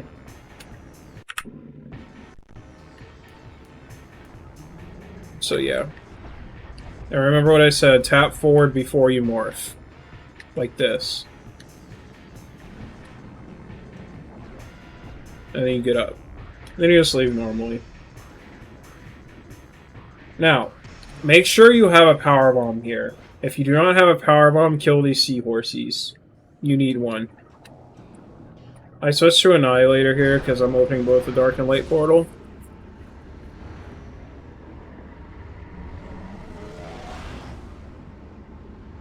We're going to grab this key because we do need to fight Chykka. Chykka, with our current knowledge, is unskippable because Dark Visor is hard required to beat the game. Alright, so we're going to go fight Powerbomb Guardian. Now, you might be wondering why. Why are we fighting Powerbomb Guardian? Don't we have Power Bombs? Well, if you've ever played Prime 1, you might be familiar with Warrior. Actually, let me do this again. I need to pause his name before I explain this.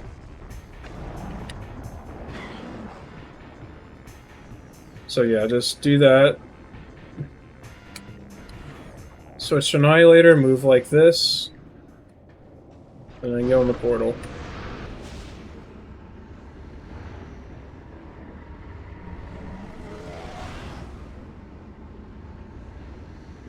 So, yep, just grab this key, morph into it. So, anyway, you might be wondering why we fight Powerbomb Guardian. So the reason why we need to fight Powerbomb Guardian is because there is a Sky Temple key in Dark Oasis that does not exist until we collect the main Powerbomb upgrade. I don't know why it's like that, but it is. There's something similar with an artifact in Metroid Prime, the artifact of Warrior, I believe it was. That one doesn't exist until you collect main power bombs as well. So yeah, we have to fight Power Bomb Guardian just for that Sky Temple key. Otherwise, we would just ignore Power Bomb Guardian. It would save a couple minutes. But nope, you have to fight him.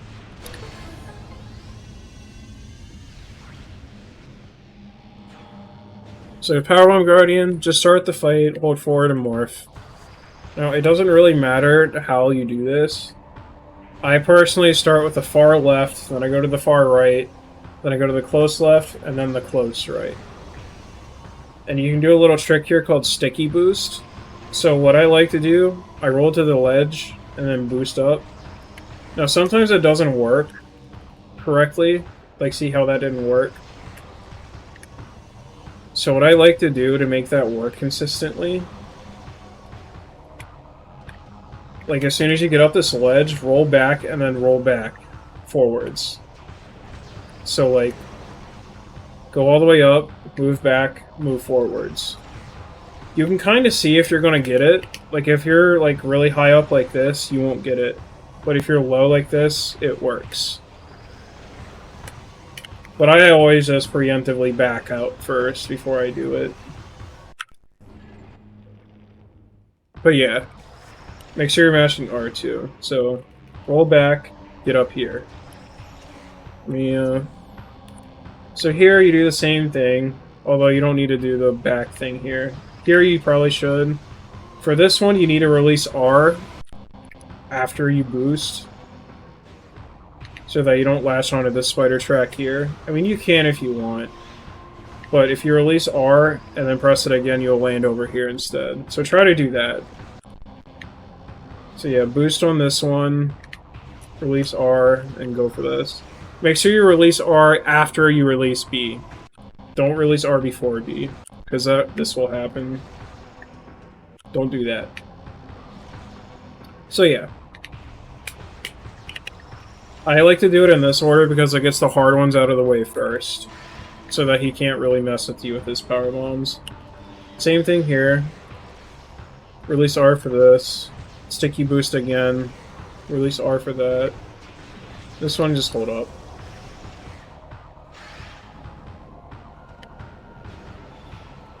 Do another sticky boost, and then you can just boost onto this, bomb jump. And this one's really straightforward.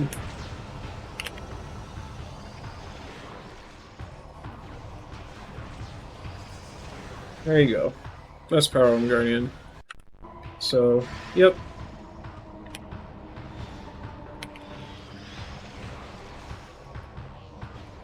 Release R, release R. It's a little tricky to get used to, but you'll get the hang of it. Sometimes you can get a boost off his power bomb like that. And also, if he's really nice, he can sometimes open the door up there for you.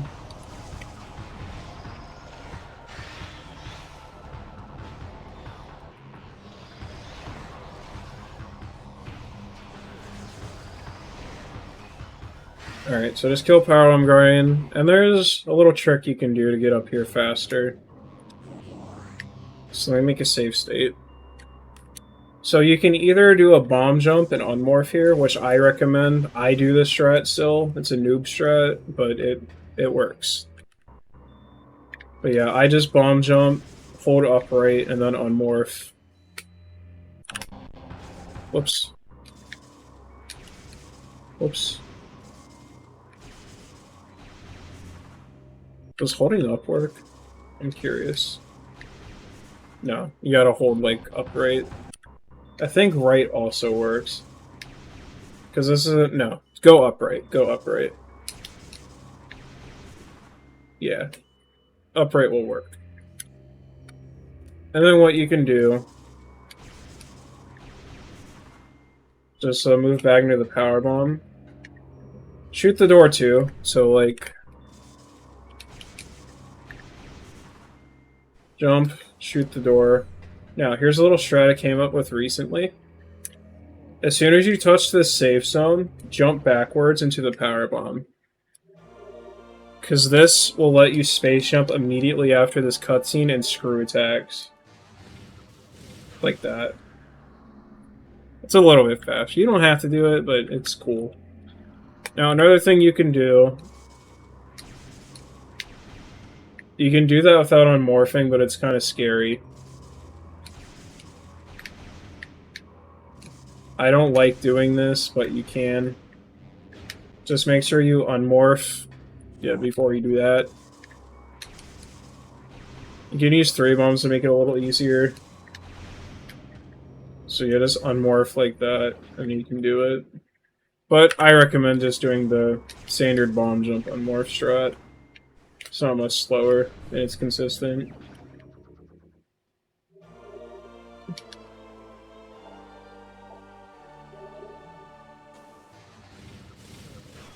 Alright, so now we're gonna go leave Lower Torvus, come up this way, shoot the portal, screw attack into it. So now we're gonna get some ammo, because we're gonna get a lot of ammo for Chykka. So what we're gonna do, we're gonna charge Annihilator here, and we're gonna blast these seahorses, and watch all the ammo come in. Oh yeah, full ammo. Just destroy them all with a charge shot.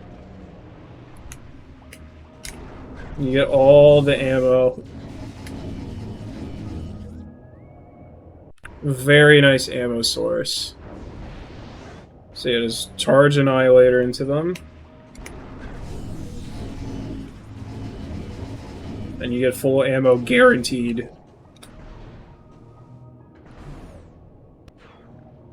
We're just gonna go up, do your jumps like this.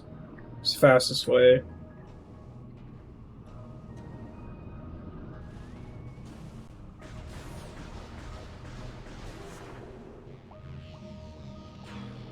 Alright, so now we're gonna go to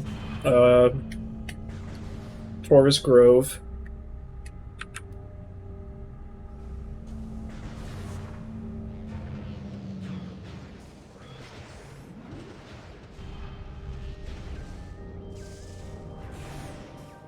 Grab this missile.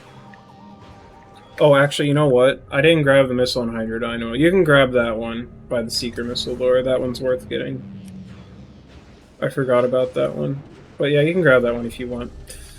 Yeah, just come over here and grab Underground Tunnel. It's nice having missiles for Chykka and Seekers and Supers, so just grab this. Just gonna make your way over here.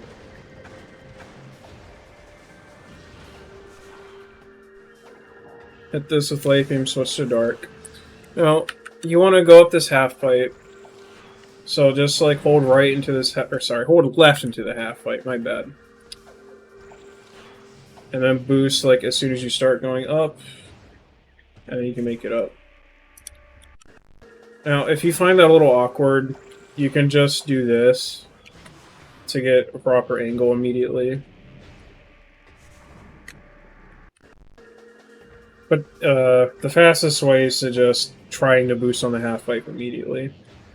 Now for this unmorph at the top, you want to unmorph really late. Yeah, don't pull a me like I did just there.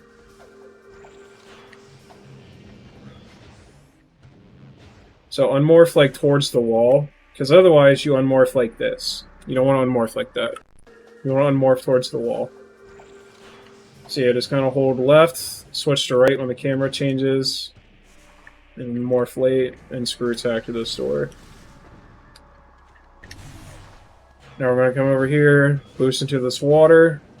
We're going to jump on this pipe, and then jump up here.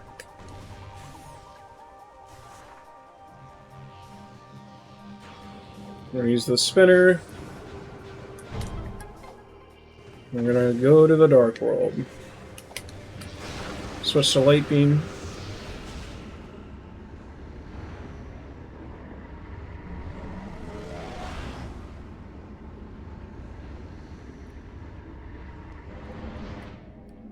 So there's a neat little strat you can do here. You can enter this normally if you want. But safe state didn't work because I wasn't highlighted. You can do an insomorph like that if you're feeling spicy. Either way works. Get insomorph from this door and boost across. Now, if you fall down like here, you actually don't lose time. Because this room takes forever to load. But if you fall down here, though, you lose like a second. So try to at least make it here.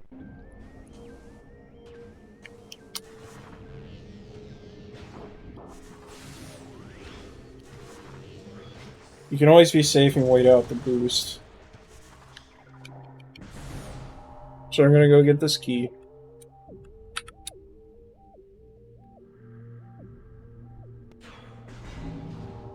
You need a little trick you can do here. You can dash off this buffer, and you're in position to get the key. If you don't want to do that, you can just jump up here and then get the key normally. Or you can just use the half pipe normally, that's an option, but why would you do that? So yeah, this buffer dash is pretty cool. Just dash twice and you're in perfect position to get the key. Now from here, it's kind of awkward. I recommend turning around and then just jumping like this. But if you are comfortable, you can do it backwards. But I recommend, as a beginner, just turn around to look where you're going first. So yeah, just do that. Whoops. If you fall down the half pipe, just boost up. If you bonk your head, move over here. But if you don't bonk your head, you can go straight to the door. So I didn't bonk, so I can go here. Switch to light beam. And then shoot this. Switch to power beam, because you know you need a super missile. So here, let me make another save state. Whoops. There's a couple strats you can do here. Easiest is obviously to just super missile the door and screw attack. Just delay your screw attack after you shoot the super missile. Because if you do it now... Oh, I guess I didn't do it there. Sometimes if you do it immediately, like, it doesn't work properly. But yeah. Well, I guess if you do screw attack, you don't have to wait. Maybe I'm lying. So yeah, just... You can do a super missile and come over here like that. But it's a little bit faster to super missile the door, like this, and then do a dash. So this is where bending comes in. It's the first time where it's relevant.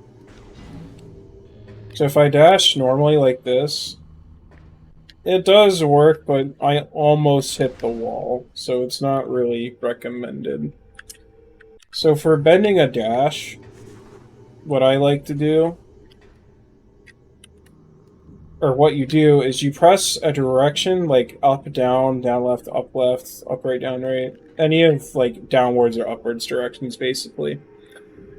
You press one of those before you press R. So, like, B, left, R. Or, sorry, B, down, R. So for this one, I go down, left, so B, down, left, R. And that bends it towards the middle of the ledge.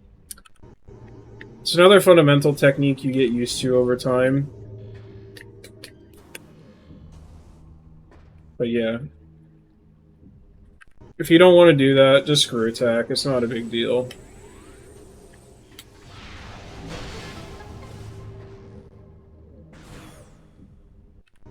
I think the problem is if you jump before you fire the super missile like this. So you see how I had to press B an extra time to screw attack?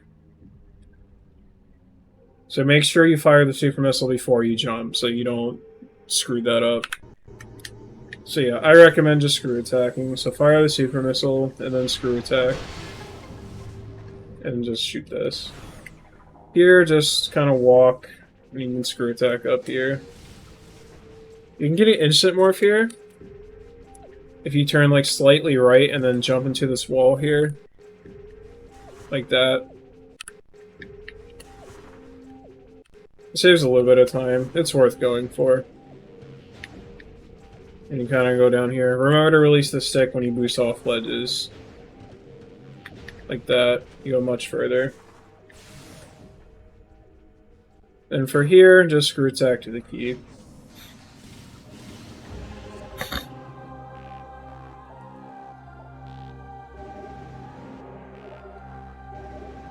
So Chykka is quite complicated. If you are very low on ammo, use the ammo station. My ammo is fine, so I'm not going to use it. But if you're really low for whatever reason, go use the ammo station. So Chykka is complicated. I'm going to leave a link in the description to a document made by Living Circuitry that explains the fight in detail. I'll try to cover most of the options. It's not going to be possible to cover every single one. But, yeah. So to start this, you want to shoot, like, one of the... I personally go for the down left one. It doesn't matter. You want to shoot this, and then start charging Seekers. And then kind of walk onto all of them like that.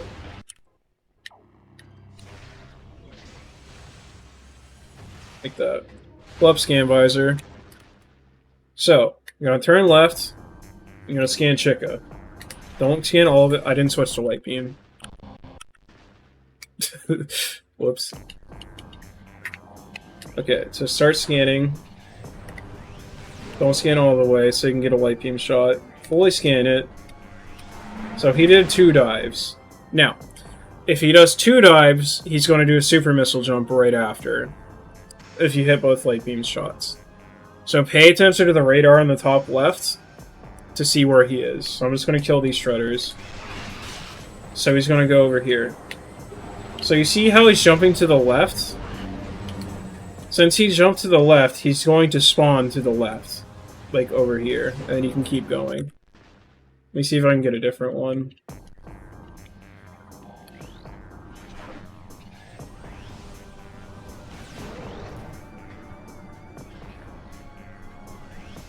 No, it's still 2 dive. So pay attention to the radar. He's going up here. He's diving to the left, so look left. And he'll spawn over here.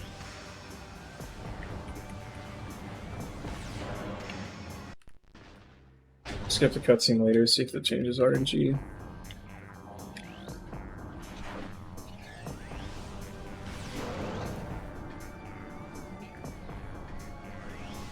Still 2 dive. So you're spawning over here, going to the left, look left. And you're ready to go. I really want to get a non-2 dive, so I'm gonna wait even longer.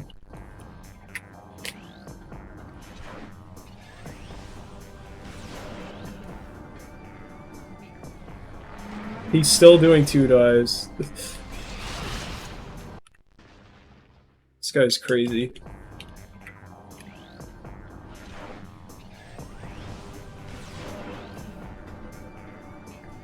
So he always does between 2 and 6. Okay, so this is either 3 or 6.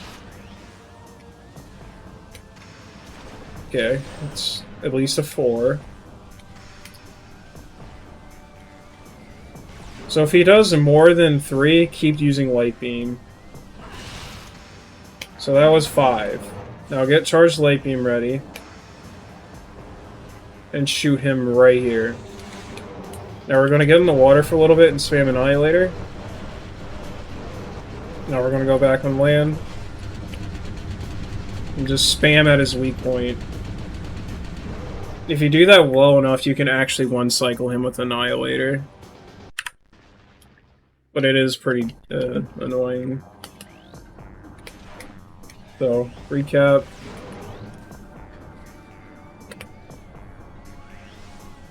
Pay attention to what he's doing. So this is... Yeah, it's a bit easier if you get a Super Missile Jump. So this is going to be 5 again since I skipped the cutscene frame 1 on this save state. So you just gotta charge the Light Beam ready, shoot him in the belly. Get in the water, wait like 3 seconds, and then get back on land.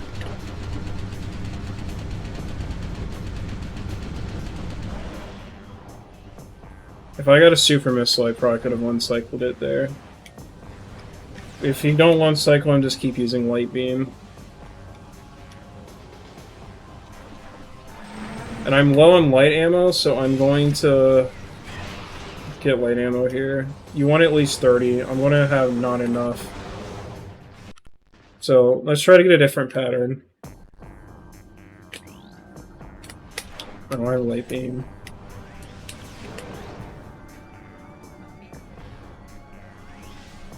So 2. If he does a third dive, ignore it. Yeah, so ignore that. If he goes into the water after 3, ignore it. So you can get the super missile jump. So he's jumped to the right, so look right. Now ideally he does 3 dives here. Sometimes he only does 2.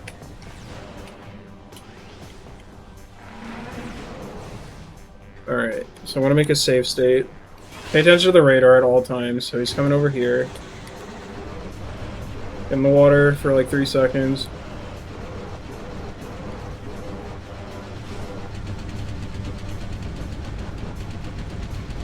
Now, the reason why we scan him is so that we can lock onto his weak point.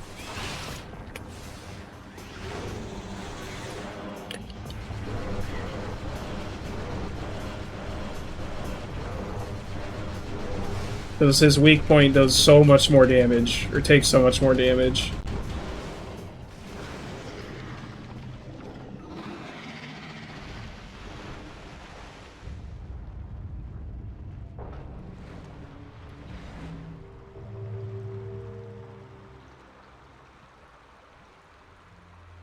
What do you mean by that?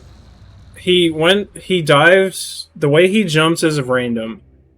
But where he spawns after the jump is consistent. It just depends on which way he went. So let me see if I can get another super missile jump. The animation is not different, it's just the way he goes is random. So I'm only going to do 2 here, because I want to show the super missile thing again. So look at the radar. He's over here. So he's jumping to the right. I didn't finish scanning him. Whoops. That's why you scan him. So you can super missile his belly. So yeah, I'm just gonna hit him twice.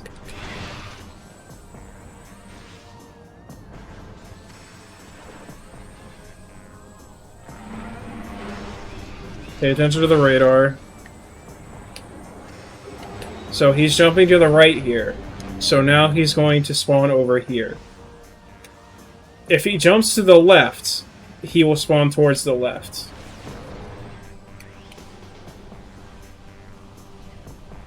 So just keep that in mind. Now let's say you fail this one cycle with Annihilator.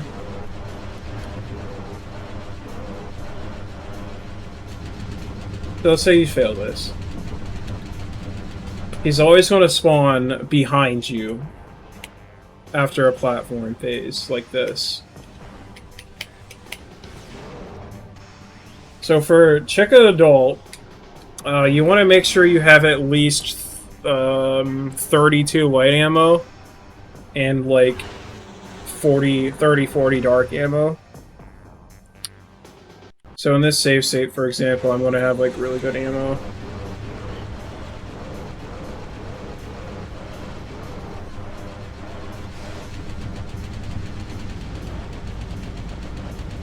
Now, the reason I go in the water here is because if you go in the water while doing damage, it doesn't count. Like, he won't go down if you hit him like this. So you see how long I kept him in the water before going for his belly. But you should only do it for like 3 seconds. But it depends. So just stand here for like 3 seconds. Go back and lock on all of your shots to his belly.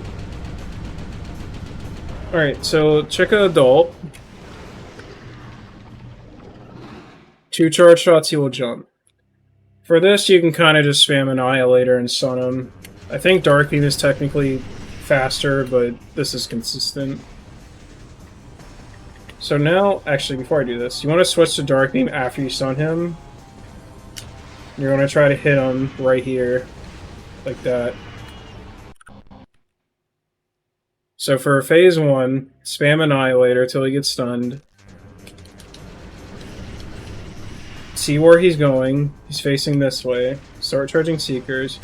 So you want to stand far back to make the shot easier, because if you stand far back, the travel time of the missiles is longer. So it gives you more time to charge the shot and hit him. And if you do it right, you can hit him again with Seekers. Now, make sure you have another shot ready, because sometimes the Seeker missiles will miss. So just be prepared. So stun with Annihilator. See where he's going. Charge Seekers. Stand far back. Start charging Dark Beam. As soon as he starts to turn, fire. And then do it again. Fire missiles. Start another charge Dark Shot just in case. See? Like that. Sometimes the Seeker missile just doesn't work.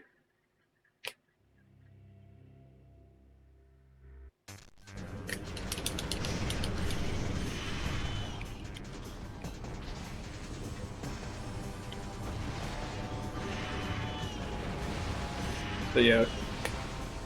Be prepared to move around too. Yeah, so I didn't get screwed there. So now you just get charge of Light Beam ready.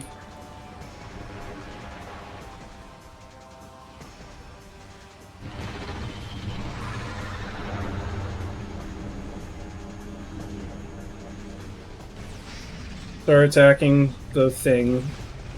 So it's 3 charge shots and 1 or 2 uncharged. Now, since I have low ammo... Whoops. Since I have low ammo, I actually want the Chicklings. So if you need ammo, just wait. So just hit them 3 times, like this. And then just wait. And then you can just kill them with Annihilator and get 1 billion ammo like that. Now I have full ammo. Charged Annihilator is extremely good at getting ammo. So I need ammo, so I'm going to kill the Chicklings.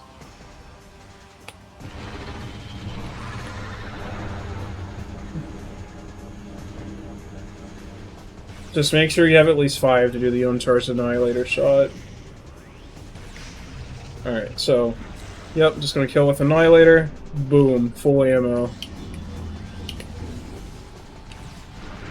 And then for this, wait, spam Annihilator again. Switch to Dark Beam. Whoops. I didn't leave all the Chicklings didn't die. So this is actually going to take an extra Dark Beam shot now. He has slightly more health on this phase. Stand back. I got trolled, so I gotta do another missile.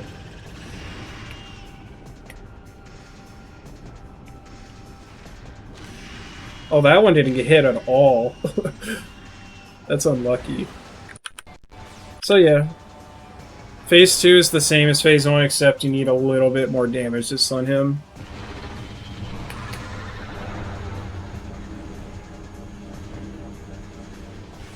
So 1... If you need ammo, only do like a partial charge here, because sometimes the full charge will end the phase because of random light beam damage. Full ammo.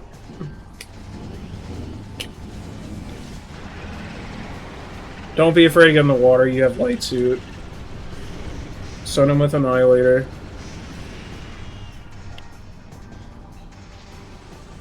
Stand back. See where he's going.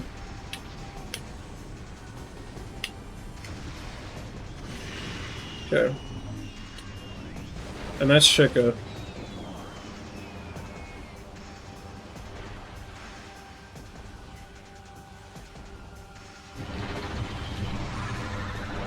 So, okay, my save state. So to go over Adult again, spam Annihilator, switch to Dark Beam, see where he's going, stand far back, fire, chart charging, and then you can stun him. I went early there, so it didn't work. So, spam Annihilator, switch to Dark. I did not mean to charge Dark Beam, that was stupid.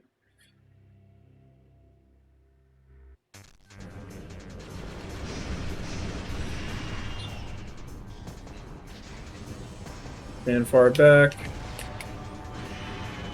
I don't think that bottom right wing got hit, so what you can do, walk onto it twice, like that. And sometimes it'll recover it. But you have to be able to notice that it doesn't hit. Sometimes it's hard to notice that in the moment.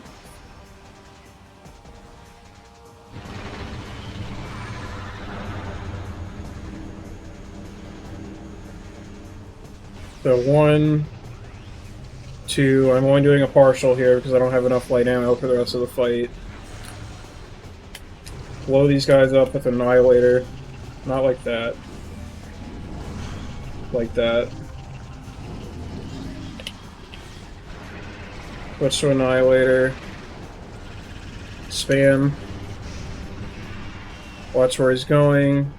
He's going this way.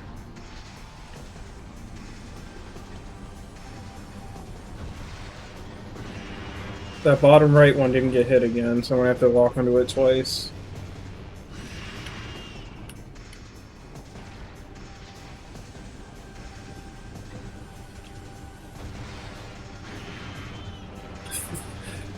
Wow. That's so unlucky.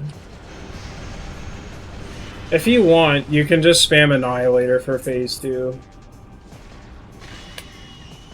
So yeah, one more time. So Adult. Spam Annihilator, switch to Dark Beam. Charge Seekers. Fire Dark Beam right as she turns around. If she doesn't, switch to Annihilator and just spam. And then just do it again. Chykka's a pretty hard fight, so... But it's a lot easier with Annihilators. And Seekers. I don't think that bottom right one got hit. Stop locking onto that one. Yeah.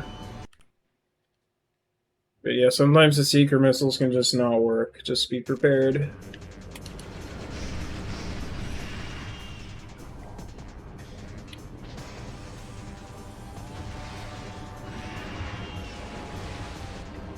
I'm going early on that shot.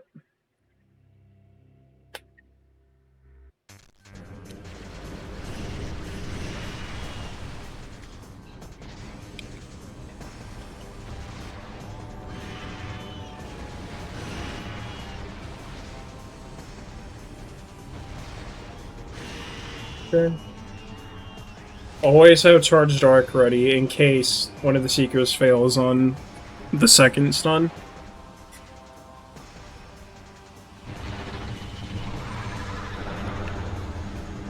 So again, don't have enough ammo. Shoot 2 fulls, 1 half. Get Charged Annihilator ready. Boom. Switch to Light Beam. Switch to Annihilator. Stun it. If you have a lot of ammo, you may as well just keep Annihilator here, so just do this. Start spamming at Chykka again.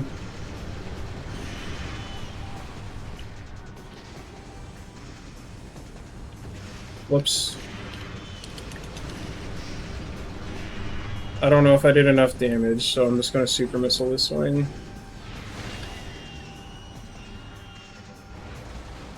Yeah, let me try to get a better fight for adult.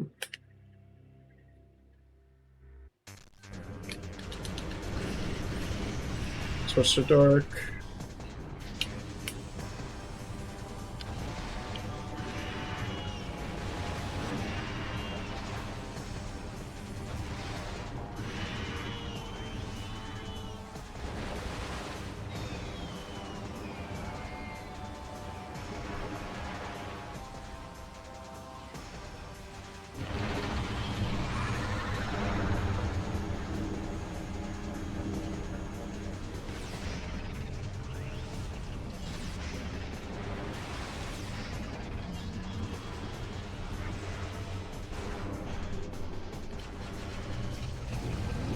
May as well kill the rest of these guys so they don't get in your way later.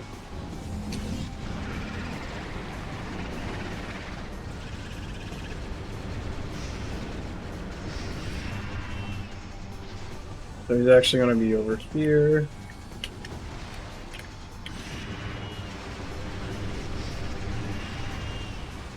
Pay attention at all times to what Chykka's doing. Alright. So that was pretty good. Now, if you have good at light ammo here, which I obviously do, the strat for killing or doing damage to his belly is going to be 3 fully charged light shots and 1 or 2 uncharged. So I kind of space them out. I do this, uncharged, this, uncharged, and that guarantees he will die to this charge shot. And that's Chykka. Get Dark Visor, you can press D-pad right after you collect it. You can't buffer it like C-Stick.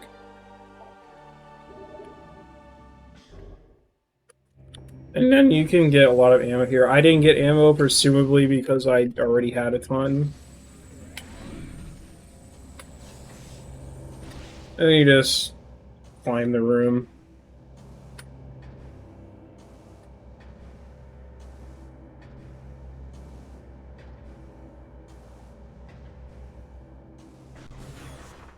And you can use this bomb slot to reload the room. It's faster in-game time.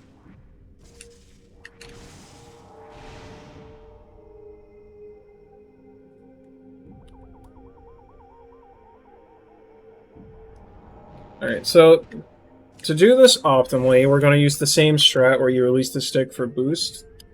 But you need to boost like towards this line here.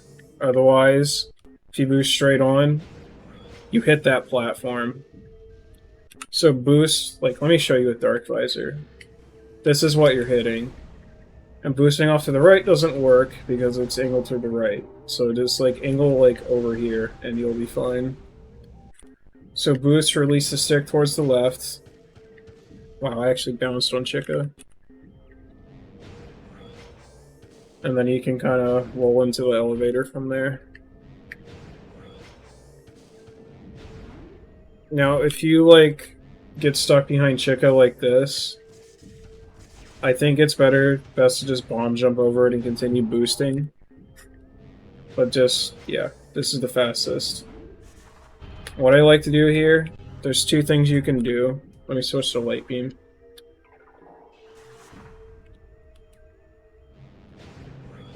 You can do a charge shot to hit the door since it has more range, but it's RNG, so I got lucky there. I don't recommend doing this, it's stupid.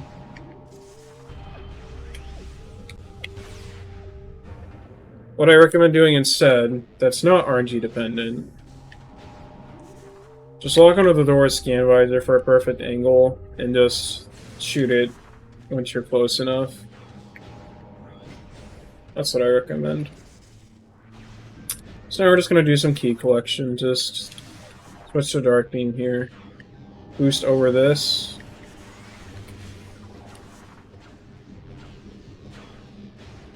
Now for this boost, hold this one until you're down here. It's a little bit faster. So have Light Beam ready. Boost into the water. And morph as you collect the key, so you're already morph when you land. Now let's boost backwards. Now we're going to go this way. Make sure you have power bombs here, by the way. You probably should after killing all the seahorses in Hydro Dynamo Shaft. So let's go this way. You can bomb jump off this. You want to stay morphed anyway, so. I'm going to come up here. You're attacking to the portal.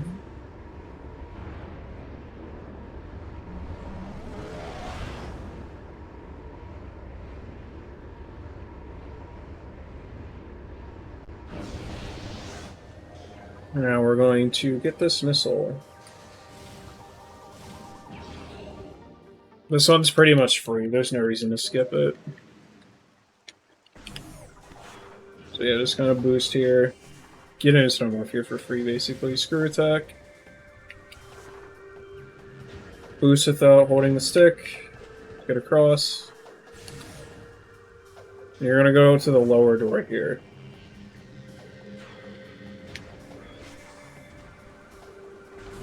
Like that. Because we're gonna go back to lower Torvus to get the key from dungeon.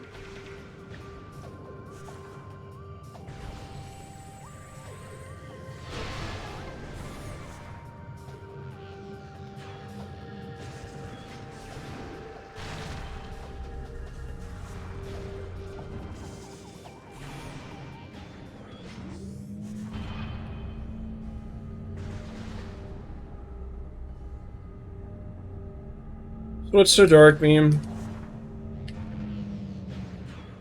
We're going to be going to the store. Now, you don't actually have to jump to use Gravity Boost. You can start falling, and then you can use Gravity Boost. So that's how I move through here. Just kind of boost. And hit this. Now, I'm going to make a save state here. There's a couple things you can do here. So, I'm going to kill these guys just so I can demonstrate this. I wouldn't recommend actually killing them. Oh, he did not die. No, he died. I didn't know Screw Attack actually kills them like that. That's funny. Anyways. So, you can obviously just use this bomb slot and bring the gate down if you want. But I have a little strat here you can do. So if you stand, like, around here, aim at this, like, middle area,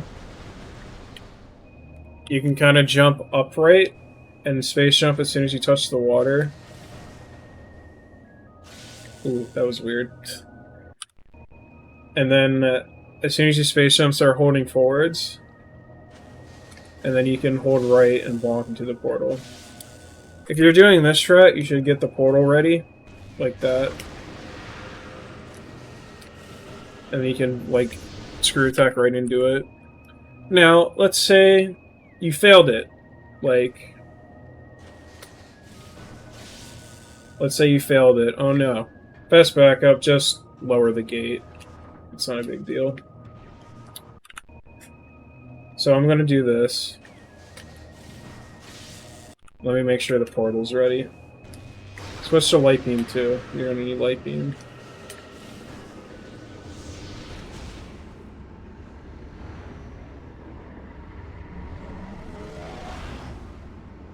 Yeah, if the portal pushes you, just spam jump. And you'll be fine. So here, just fall under the water. Shoot this guy first, and shoot this one. Because back then, we used to do it like this. Because it was pretty easy, but it's slower because, you see, this guy takes 2 seconds to move away. So it's better to just hit that one first on the right. Even if you're slow, it's still faster. And you kind of just go through the tunnel. Moving here is a bit awkward. You get it instead of morph there on that tunnel. Let me slow down a bit. So shoot these two. So here, I roll through the tunnel and unmorph as soon as I pass it, and that gives you an instant morph. And you can just get the key. So now we just boost back. I like to boost into this pillar to stop myself, and it sets the camera up nicely. Because sometimes if you don't do that, the camera gets all screwy, and it's annoying to work with. So just be patient when you're boosting down here, don't try to rush anything. Because if you're reckless, you can screw up the camera really easily. Like if I try to... Sometimes if you try to boost like that, the camera will flip 180 and it's annoying. So just try to be a little patient, and you'll be fine.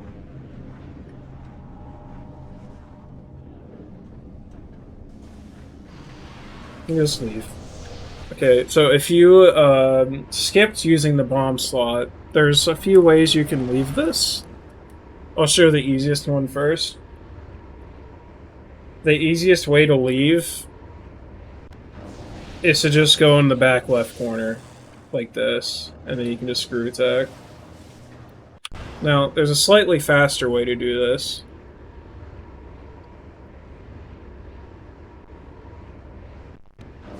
If you kind of jump at it, I don't know how to really explain the inputs, but if you jump at this, release the stick at a certain point, you can kind of just clip through.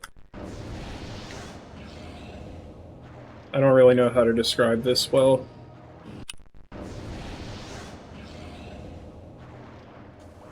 I think I figured out my problem. You have to hold forward into it for a tiny bit and then release. And then you'll clip through.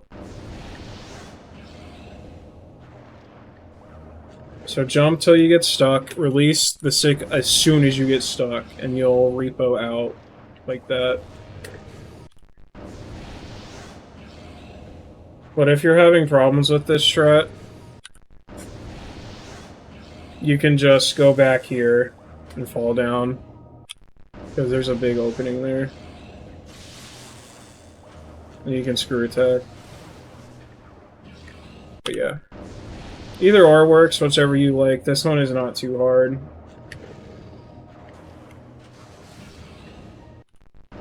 Just release the stick as soon as you get stuck. Like that.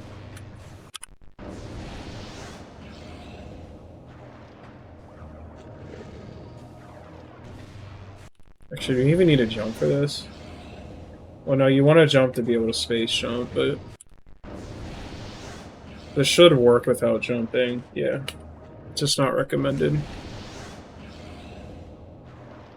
Wait, did I make it easier?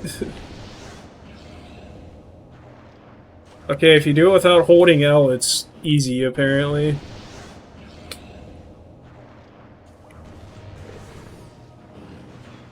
But yeah.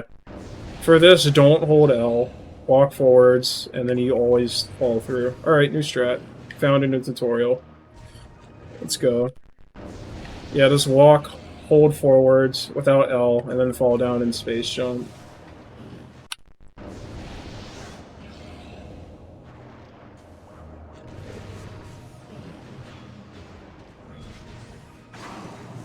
This room's kind of hard to boost through, so just do it, I guess. Now we're gonna leave. We're actually going to warp to Sanctuary here, because I'm going to be showing Spider Guardian. I'm not going to show Spider Skip in this tutorial.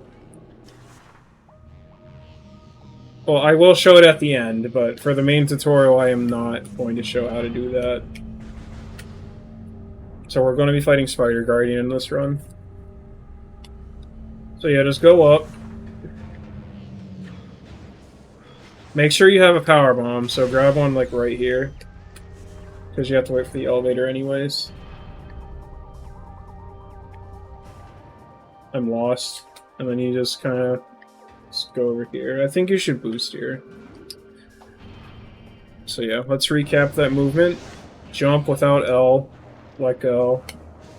And if you bonk your head, just screw attack.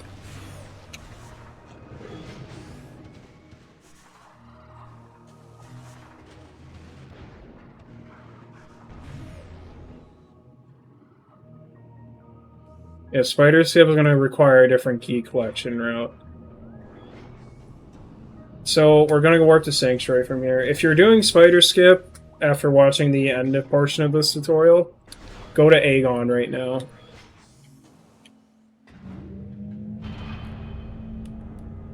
So make sure you get a power bomb.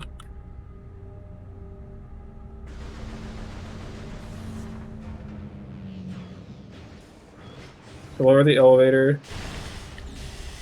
Boost into that.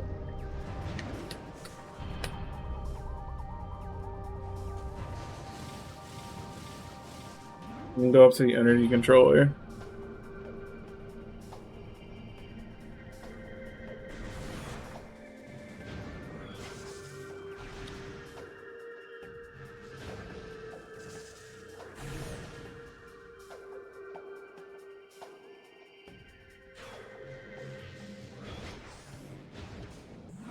So warp to Sanctuary.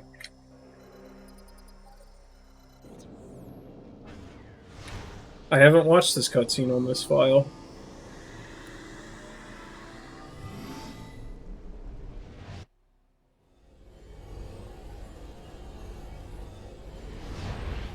Remember I said at the start of the tutorial, make sure you have a file that has all the cutscenes skipped. I can't skip this one either. Alright, just shoot this door. I missed, but yeah, just shoot that door. Because it's a force load, because the load trigger doesn't exist. So you want to shoot it and roll to the door as fast as you can.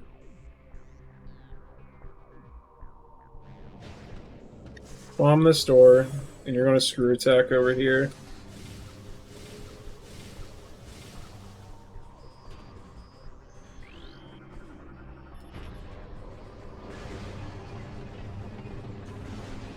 Switch to Dark Beam.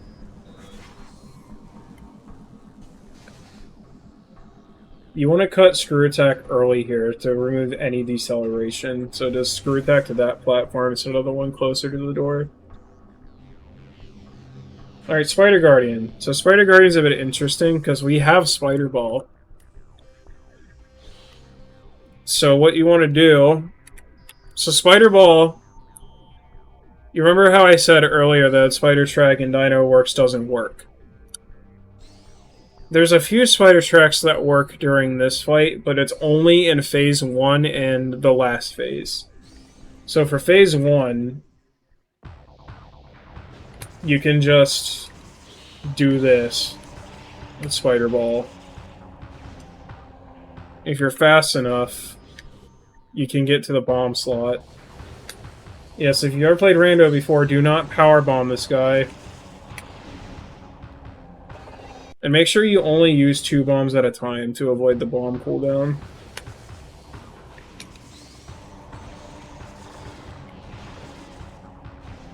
Yeah, so I got into the bomb slot. It's fast. Phase 2, boost immediately. Do this boost early to cut your speed.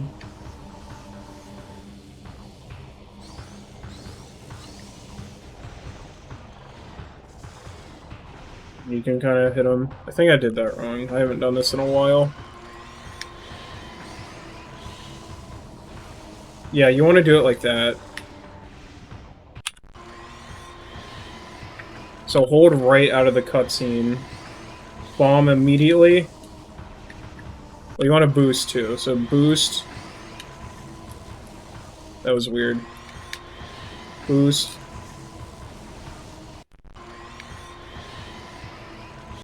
He's doing something weird. Bomb all 3 times. Now, if you fail that, there is a backup. So if you just stand here at the edge, the bombs will work for some reason. I don't know why. Yeah, they can hit them from up here. So it's a very easy backup strat. You just have to be like right on the edge. So I failed it. Oh, I didn't mean to fall down.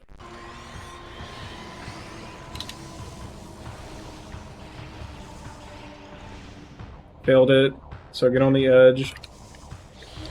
There you go. For these bomb slots, you don't actually need the bomb to be in the slot. You can place it on the ground. And try to get up here before he or before the phase starts. Because you can skip the cutscene, boost right, and bomb him immediately. And that saves a lot of time. Now, if you fail it, or you don't make it up in time, you can do the same strat. You can get up here and just wait. And it works the same way. Now for this, I kind of recommend waiting for him to pass this wall before you bomb the slot, so that you have enough time to get up here.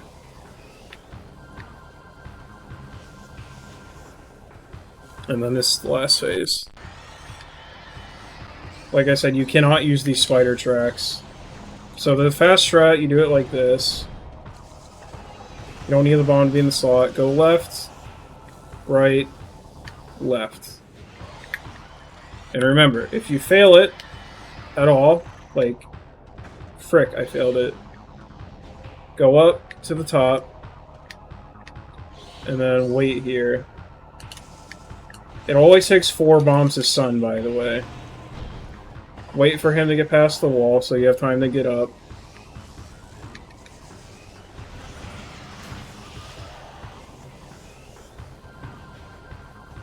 And just wait here. So show the fast way again.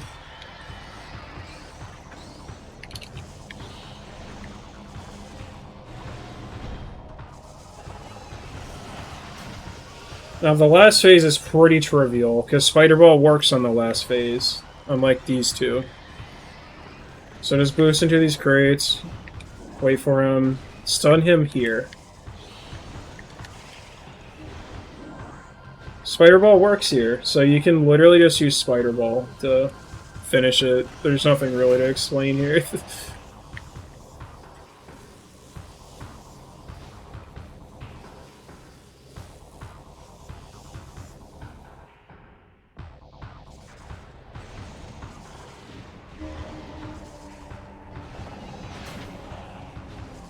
But yeah, just do the fight with Spider Ball. It's very, very easy with Spider Ball.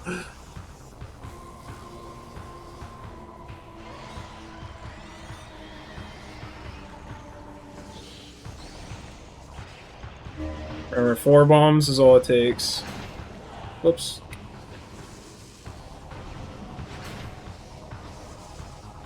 And for the end, you can just hold up right and wait here and you won't get knocked away. If you're about to die, though, don't do this.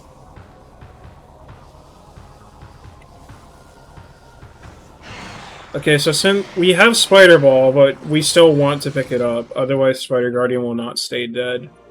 And then we'll be stuck here. So just pick it up, it doesn't cost any in-game time.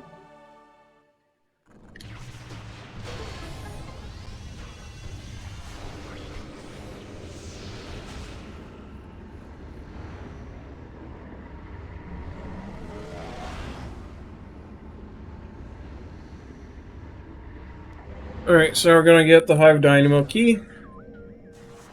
I'll try to pre-bomb this door. Okay, so there's a few ways you can climb this.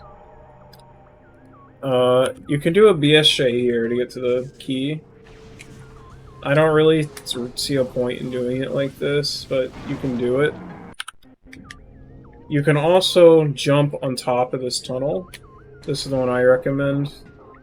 And then you can just screw attack across. Oops. Yeah. I think you can also jump on top of this. And you can jump across, but there's no reason to do this, but that's cool. You can do it like that if you want.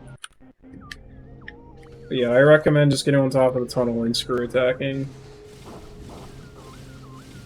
And kill him with screw attack.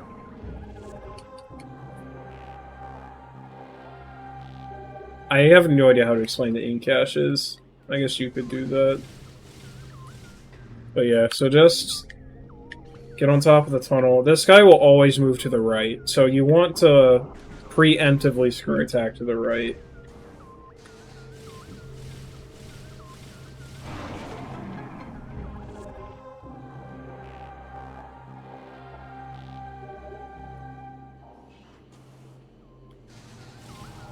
Screw attack back. What? Why did that happen? So yeah, this preemptively screw attack to the right.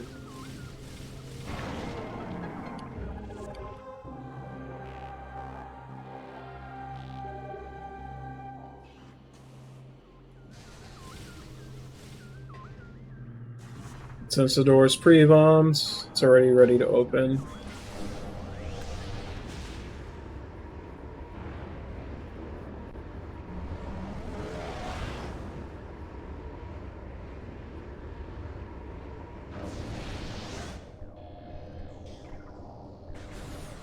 Now you're just gonna go back to calling chamber or Hall Combat Mastery. There's a little trick you can do here on this spider track. Just hold up and boost, and you can skip doing a bomb there. Come up here, take the shortcut. You get a free missile here.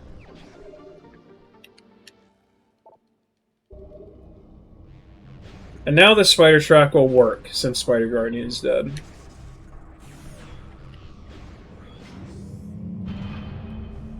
Oh, one more thing. I forgot to get a power bomb. You should get a power bomb there. Because we use one to get the Hive Dynamo key. Because we do need a power bomb for Hive Entrance.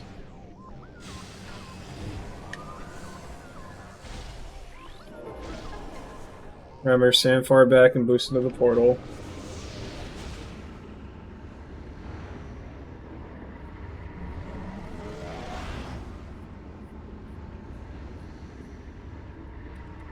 Now, if you forgot this power bomb, like I just did, you can just come over here and grab one.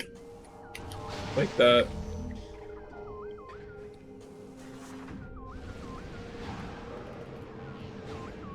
Roll shot this door, screw attack across.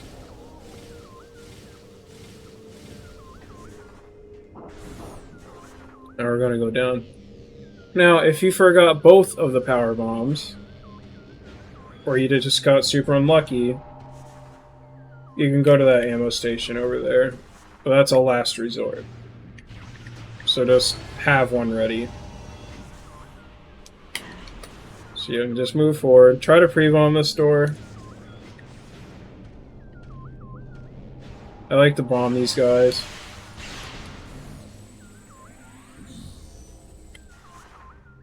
So I got two. Try to pre-bomb that one too.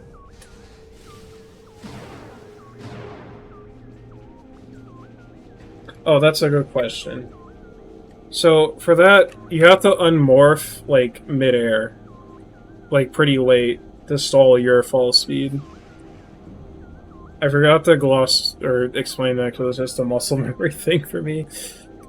So here, you can press Dark Visor before you go up if you want. And then you can shoot this incash, like while you're jumping, to be able to screw attack into it. And you can collect the key. Now, if you miss it, or just don't want to do it, you can just screw attack over and shoot it normally. But if you're doing it normally, have light beam to kill it faster. But yeah. This is the fast way.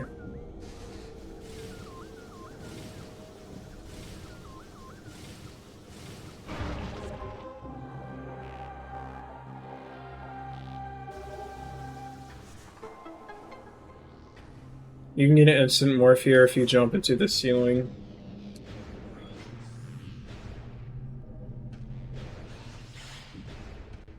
So I didn't get that pre-bomb. So I'll go over this since I forgot. So when you're boosting down here... Oh, power bomb. When you're boosting down here, you want to hold forward and unmorph right before you reach the ledge. So unmorph really late.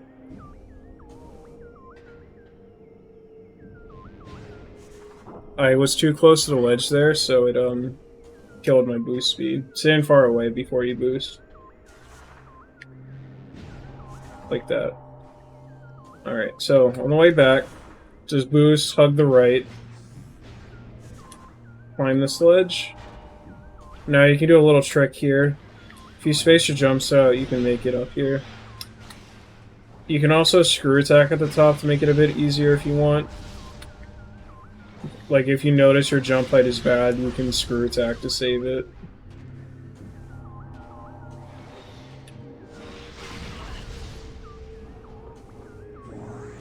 So yeah.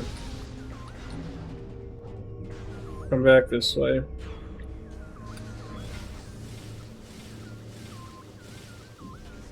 I'm going to switch to Light Beam since we're going to Agon.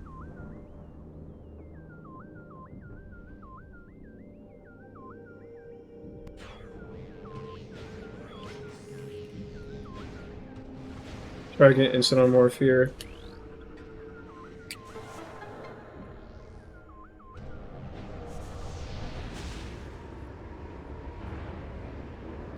The movement you hear doesn't.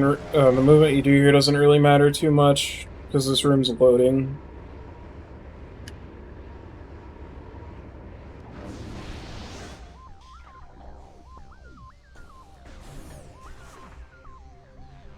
So you can kind of get here in any way you'd like. You can do casual movement too if you want.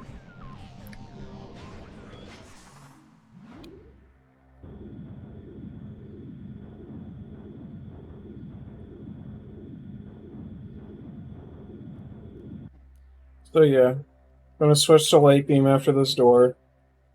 I'm gonna head back to main reactor. Go right.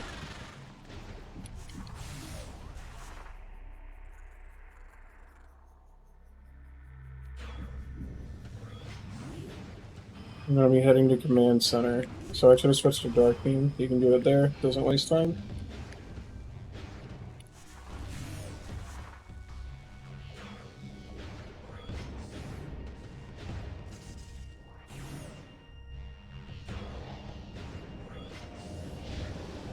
We'll shot the portal.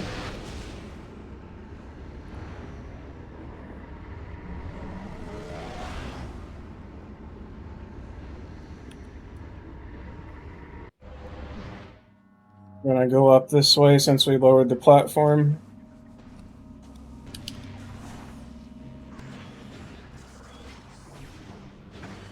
Now, I believe for this room,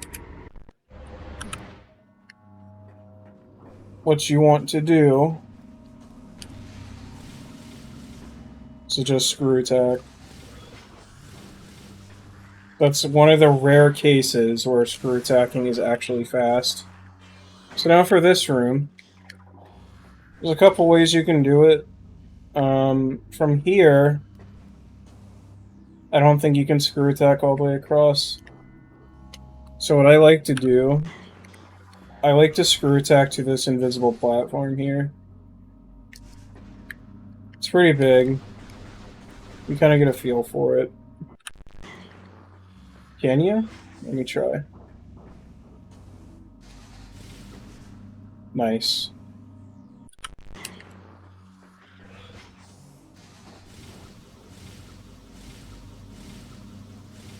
It looks possible. Alright, so I guess just yeah, that's definitely possible. Okay. My bad, I lied. Alright, so just shoot this in cache and screw attack all the way across. And have Light Beam ready to kill it.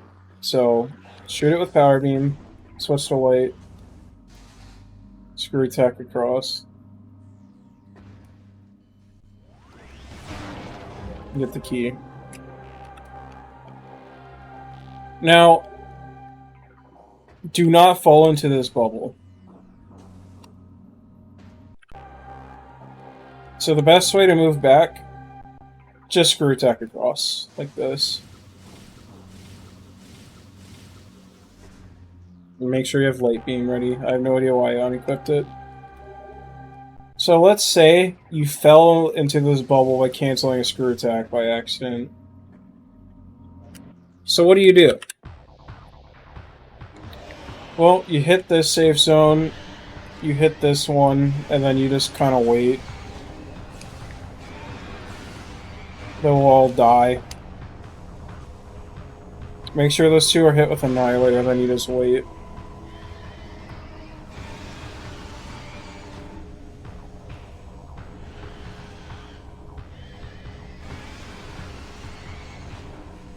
Oh, is it? Put that to the test. So yeah, shoot this with Annihilator, and they'll all go to it and die.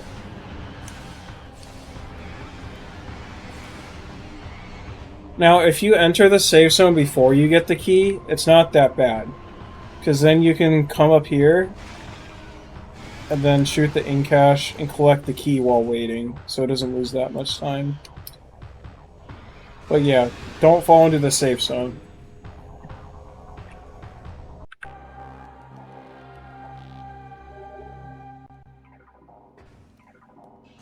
Screw attack across. And like before, the fastest way to go across here is a screw attack.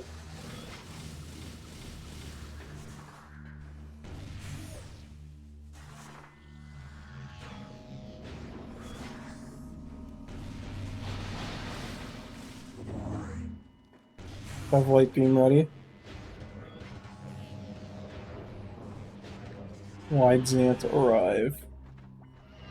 So if you remember, we blew up this wall at the start of the run. Because it's just more convenient. Grab this key. Now, there's a couple of different movement options you can do here. I'll show them both off. So from here, what you can do, the easy way, just kind of jump across and boost to the portal. That works. But the fast way, you can combat dash off this all the way to the portal, and that's a little bit faster.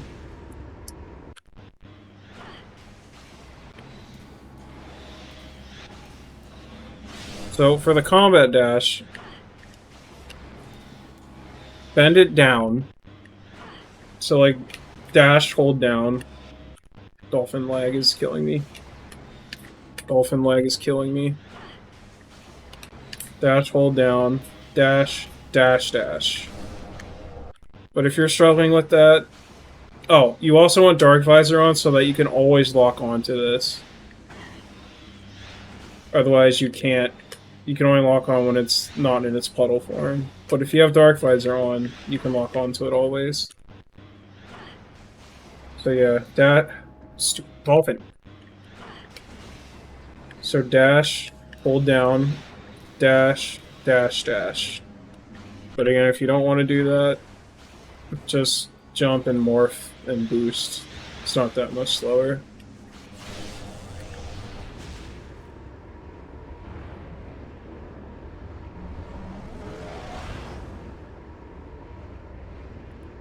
If you have Dark Visor on, don't morph as you're entering that portal. But if you don't, you're fine. Because the game can crash. Now, like earlier in the run, you want to boost off the sludge without holding the stick. I boosted too close to the ledge there, so my speed died.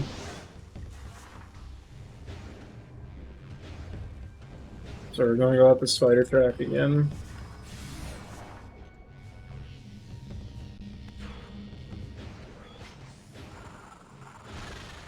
We're going to go to Agon Temple, or Agon Energy Controller to warp. Make sure you have Light Beam equipped here. I didn't equip it because I forgot, but, you know, have Light Beam. I just morph on that door.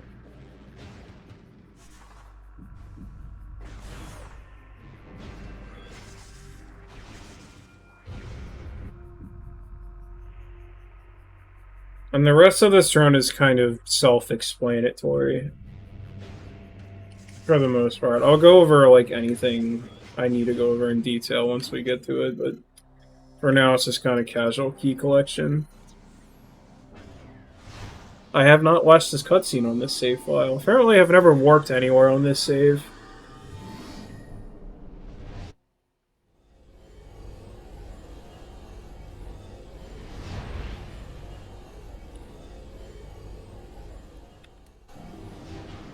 How have I not watched this one?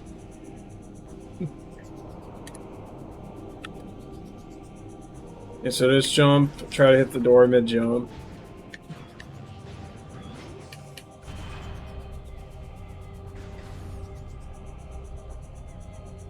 We're going to start off by going to the right. We're going to a Cursed Lake first.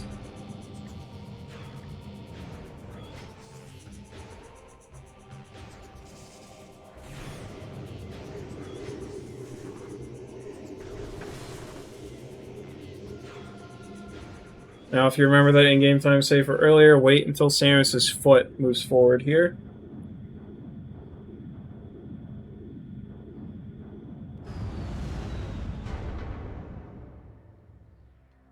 Have Dark Beam ready. And just boost this portal. Now, since we're going to hit a cutscene trigger here... Actually, no, we hit that earlier, I forgot. So yeah, I forgot to go over that. Let me re-get there. Something you can do there. Let me get back.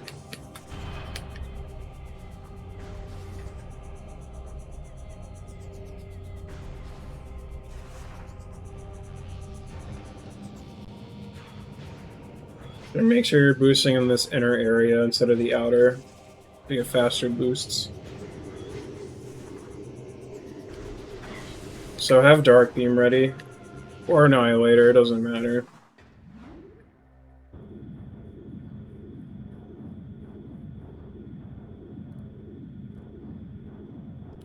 So wait till Samus's foot is here. Boost.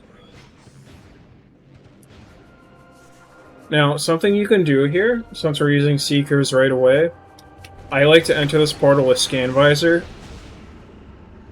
so that I can press A to start charging Seekers without wasting a missile. So since Scan Visor is on, I can just press A and start charging.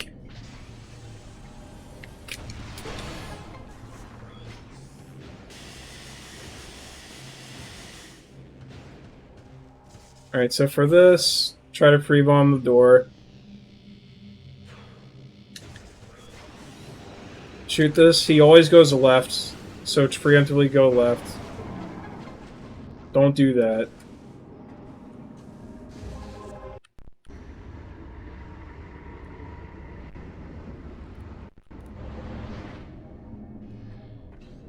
But yeah, have Scan Visor out so you don't waste a missile.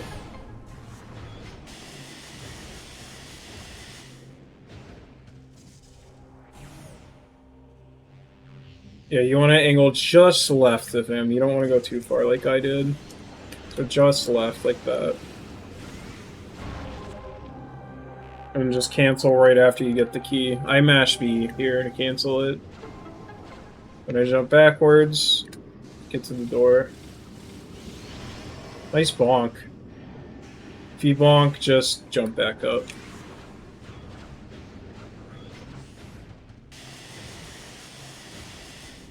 This room takes 500 years to load. I want to show something a little cool here.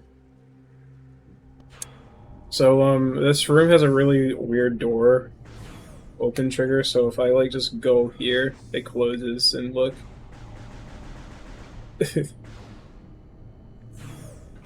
It's not useful or anything, but it's funny.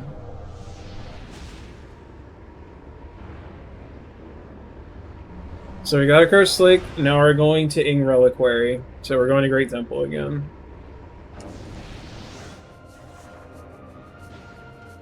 Climb up this rock.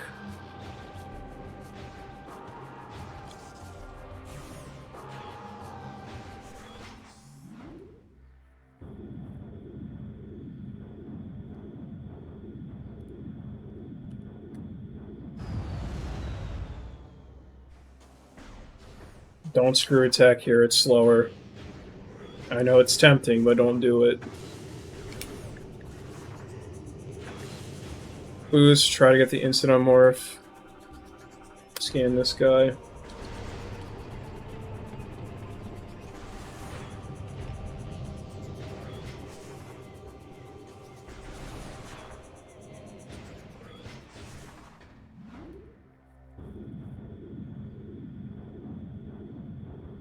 I like to wait until the port or elevator like lands before I skip, because this door sometimes doesn't open immediately. Like that. On Dolphin, it's a little different. On console, that'll work.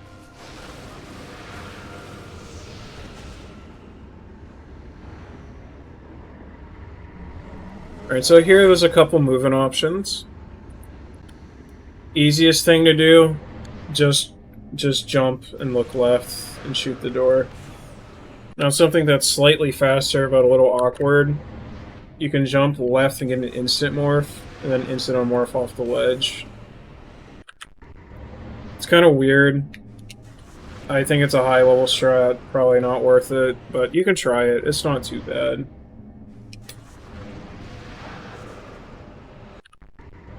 Yeah, I would just do this if you're struggling with it. Screw attack across. Now, if you want to be ultra swag here, you can get a roll jump here. And be ready to fire this.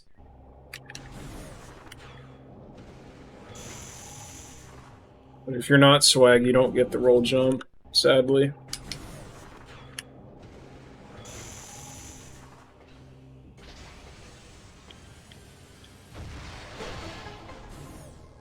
So yeah, you don't have to do this. You can just kind of boost and then unmorph.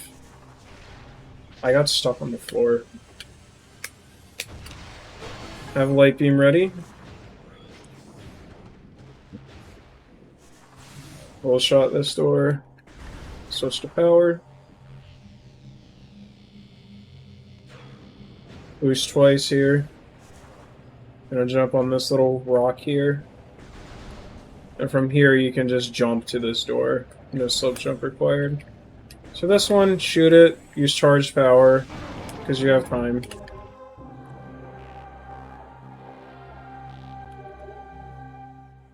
And you can just kind of jump here and open the door. Now, there's a guy here we like to call George. So he's not in the way this time. But sometimes the warrior Ing is in his way and in the way here. And his name is George.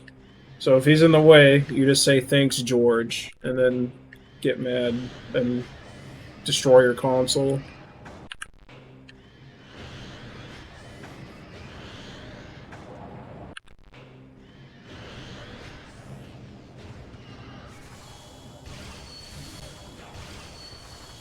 But yeah. So just go back to the portal now.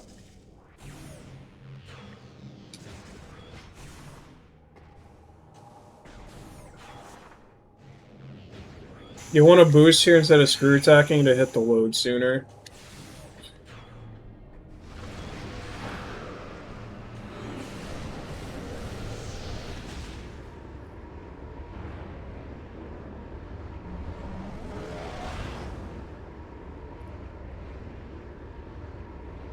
Alright, so this room, there's like 2 options I can recommend here.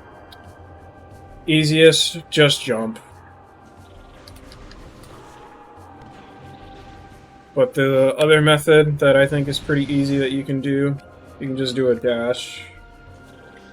I think I haven't covered releasing close range dashes, so I guess you could do it off. No, you can't do it off this one. Never mind. So you can just do a dash like this, and then just, yeah.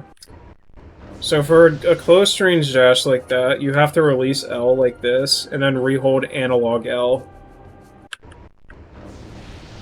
So dash, release digital, repress analog.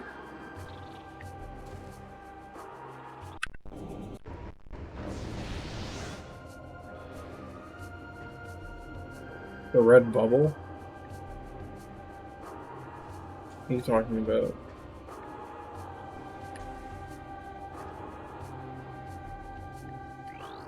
No, that's not out of range. But yeah, for dashes like this, just release and repress L. But make sure when you repress L, it's or analog L, not digital. So repress analog only, because if you press analog, you can't lock onto anything. But if you press digital, that's when you start scanning stuff.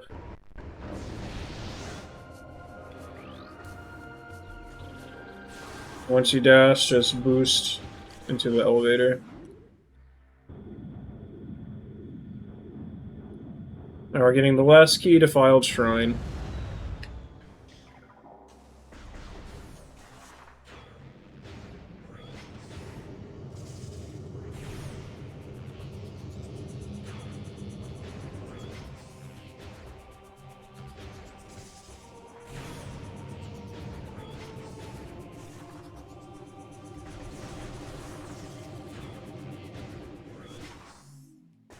Muscle memory. Don't know why I did that, but you can boost directly into the elevator. So same thing with this elevator, wait until it lands and then skip for consistency. I'm on Dolphin, so the loads are slightly slower.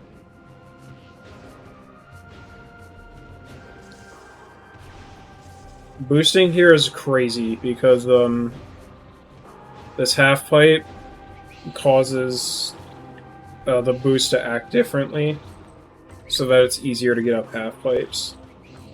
And you can abuse that by just boosting all the way down without killing speed, like, at all.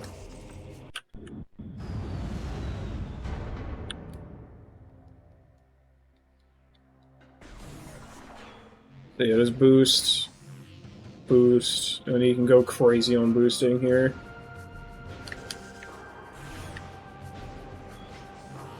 And use this portal again, slip jump off the wall.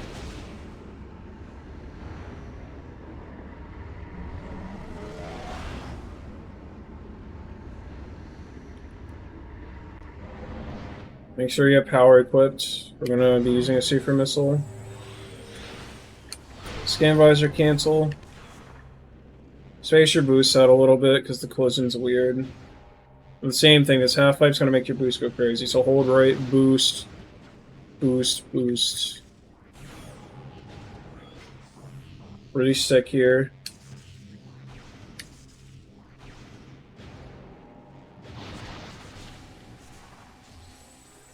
Now, open this door. Try to get some missile drops here. So, a rule of thumb, if you're entering Sky Temple with 25 missiles, you don't need to get a drop. But I recommend having at least 30 as a beginner. Just for safety. This route gets 45 or 50. It depends up to you. But, yeah. Just make sure you have 30 before entering Emperor. There's drops around the first room of Sky Temple that will always give you a double missile drop, so yeah. Anyways. Let me make a save state here. There's a couple ways you can do this room. Easiest is probably to just boost down and then kill it like this. That's not slow. Fastest way and more swag is to roll jump towards it. Though it's kind of hard. Especially with dolphin lag.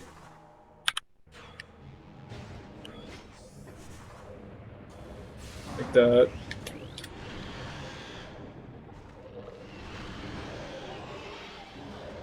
Interesting. But yeah, I recommend just boosting off, doing another boost, and then killing it like this. Now, you can also kill it with screw attack, but that's slower in this case.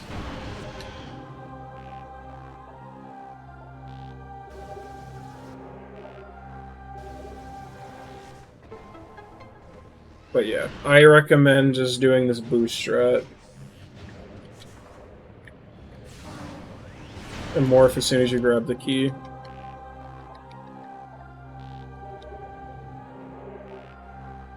And from here, you can kind of just boost to this block. You can open this door.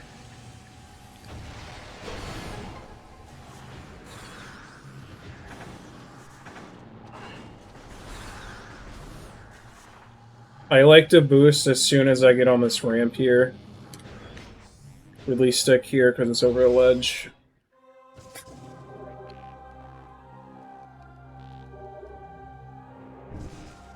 Just walk forwards here.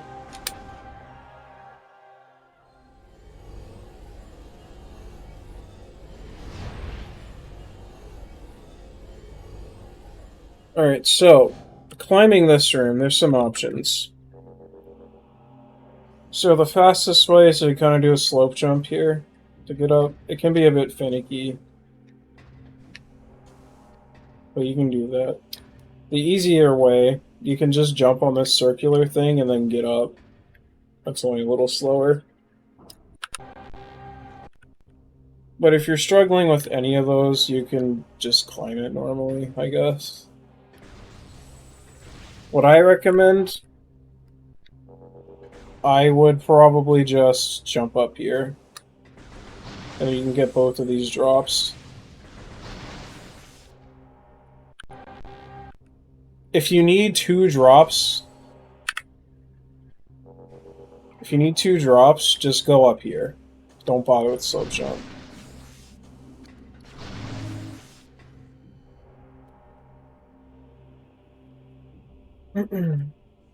Actually don't know how much you need for Emperor-ing. I mean, I'll go over both the Annihilator and Super Missile strat. So, yeah. If you don't need drops, the slope jump is a bit faster, but it can be a bit annoying to do. So I recommend just climbing this thing and then getting both of the drops here. You can use an Annihilator to get ammo too. Alright. So, fastest way to move here, shoot this door and screw attack directly into the room towards the screw attack wall. And you can use all 5 and still screw attack off the wall. It doesn't really matter. So yeah, just jump, and then screw attack directly into the room.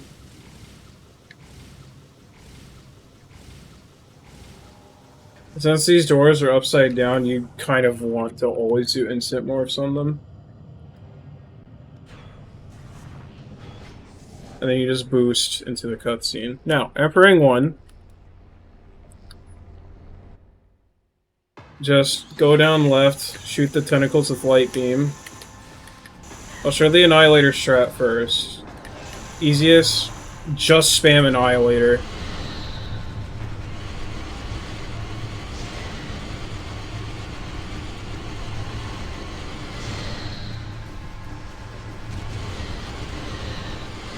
You can one-cycle it.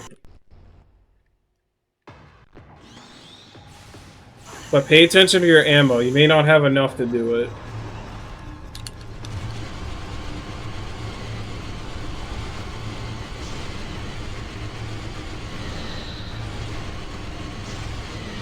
Like, I barely have enough here to do it. You want to have 25.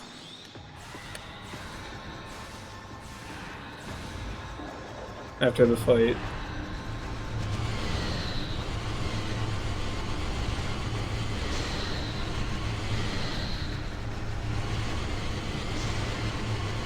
Just make sure you're like always centered with the opening.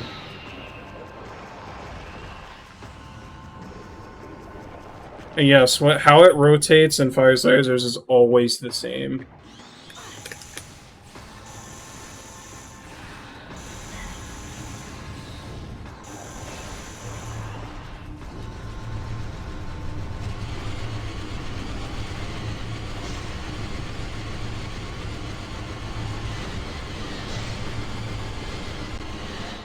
Now, if you don't have enough ammo for that, you can also use super missiles to one cycle. So for super missiles, you get one ready, and then you fire it right away. And you kind of just dash around. You can super missile cancel these as well to save some time, but it can be a bit awkward to do, so I recommend just firing them all normally, like that. It's important that you dodge the lasers, by the way, because they have a lot of hit stun. So, like, for example, I'm doing the super missiles. I got hit. Look at how long it takes for me to be able to start charging again.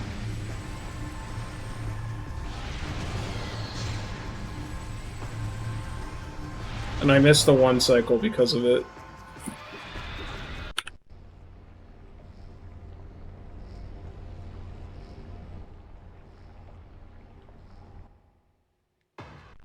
So yeah, if you have enough light ammo, use Annihilator.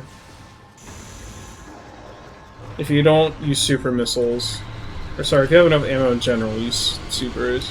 Or don't use supers.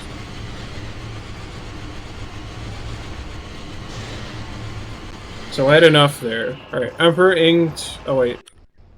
So let me... If you fail the one cycle... So let's say I'm failing the one cycle.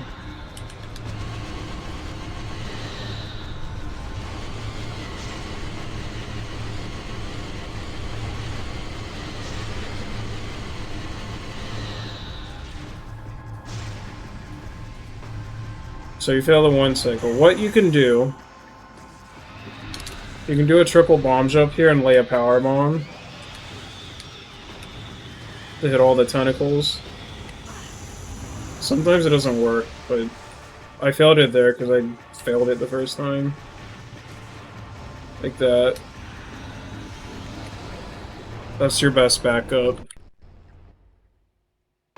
But if you want to save your power bombs for Emperor too, then just shoot them all with Light Beam again.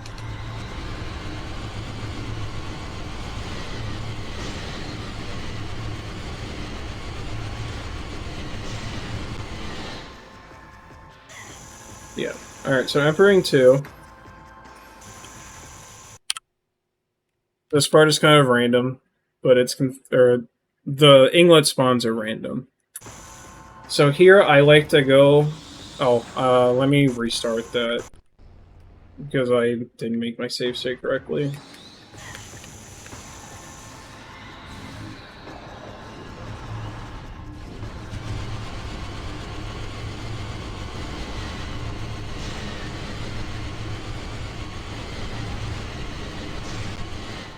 Okay. So save state.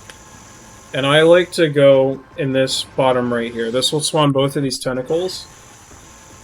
And as soon as you see them spawn, move right and then delay a power bomb and go to the bottom right of this one. And this will spawn both of these. So, down right, move, power bomb, down right, and these both die. Now for the second one, you want to wait a bit before you move. So the power bomb cooldown wears off. Same thing, down right, move, down right. Pay attention to inglets too. Like, yeah, I got trolled there. So go to the bottom left of this one. Same thing, delay, roll, and move, and it kills all of them. So back to the second one. Pay attention to the inglets.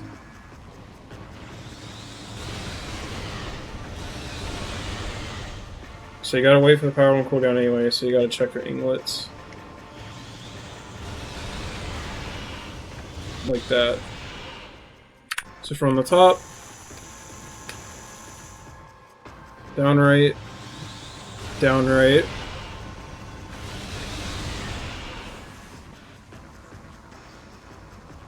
Down right, down right. I'm surprised that works, I got hit by the inglet. This one's down left, and then you just go on top of this one.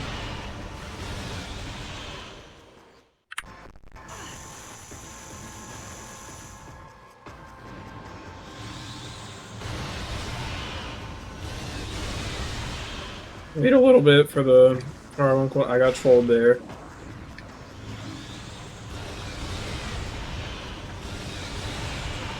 So you can kind of get trolled in this fight a little bit.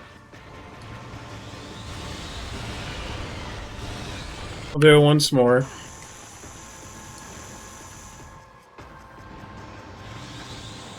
I got trolled, so now this is going to fail, probably. Yep. So if it fails, just lay 3 bombs on each of these so you don't waste a power bomb. And then just proceed as normal.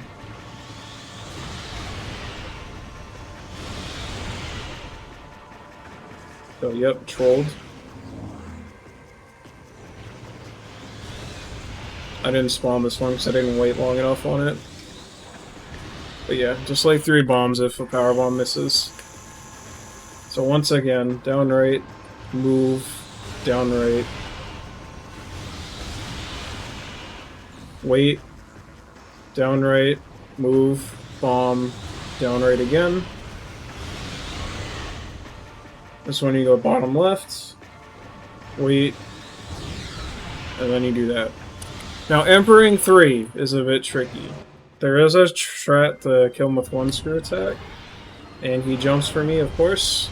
I don't know how to do the kill with 1 screw attack when he's jumping. So if he doesn't jump, you dash to the right.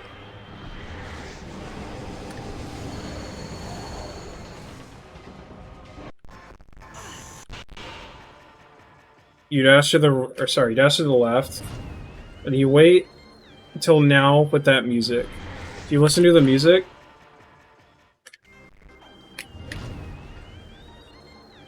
now, Spacer jumps out so your screw attack's as slow as possible.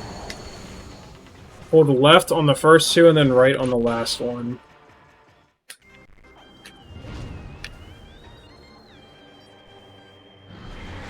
Sometimes it doesn't work. If it doesn't work, just be patient. So I didn't get it. Wait to see what he does. So he jumps, so I just went for a screw attack. So just wait to see what he does before you attempt screw attacking again.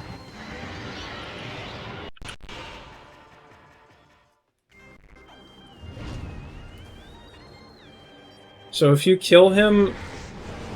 If you kill Emperor Aang during this attack specifically, the game will crash. That's why we use a music cue, so that the attack is over by the time he dies. Whoops. Yeah, also jump in place.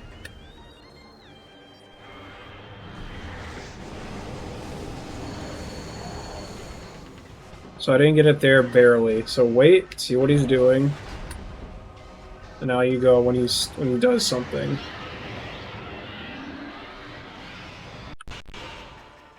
So once again,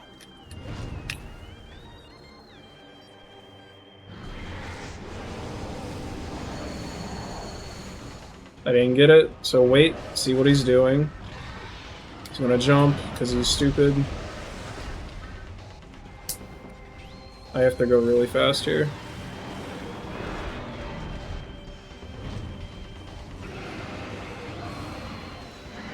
So that was pretty bad.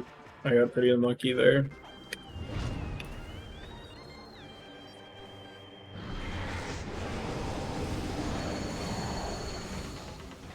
Now, I'll show you what happens if you kill him too early.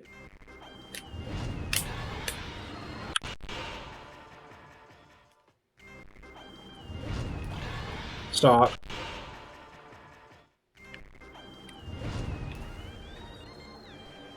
But I'm starting this really early now.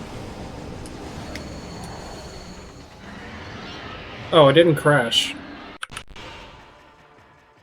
Sometimes that will crash. I thought it would crash.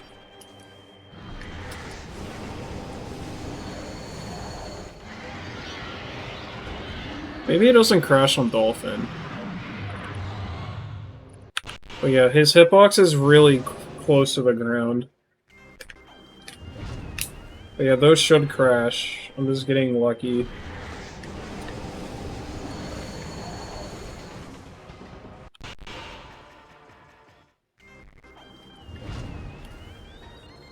So, like, starting this early should crash, but it's just not, for some reason.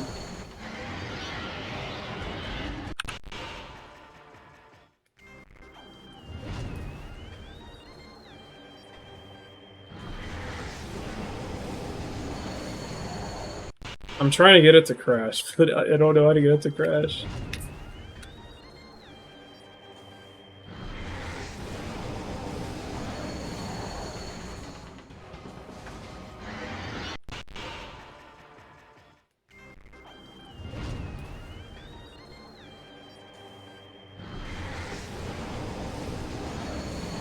Alright, well, it can crash, just know that. Just wait until the music cue. Now.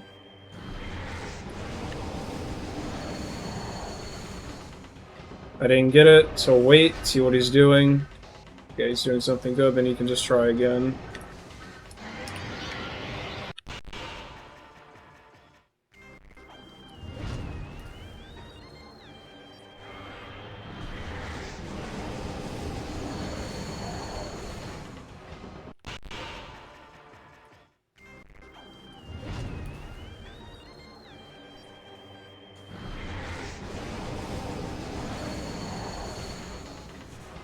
I barely missed it, so you wait. You don't want to rush the screw attacks if you miss, because it becomes really hard to hit him. So if he jumps... Okay, I actually want him to jump now. So if he jumps, then you kind of just have to hope something works, and you wait again. I mean, there is a strat to kill him with one screw attack if you get that, but I don't know how it works.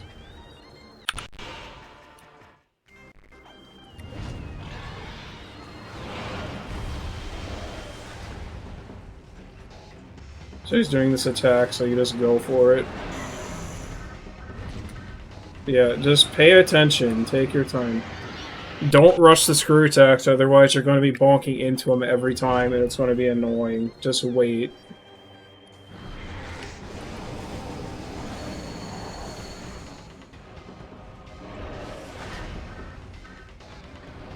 Like, wait until he does this or the charge attack. Don't do it while he's moving around, otherwise it's really annoying.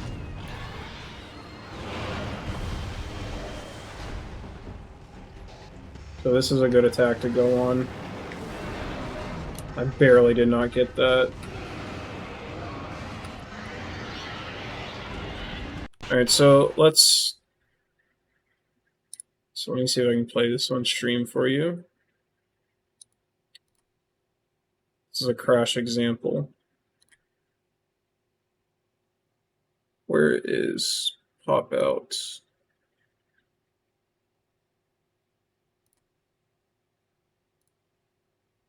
I don't think I can pop this out. I'll just screen share the window. So let me...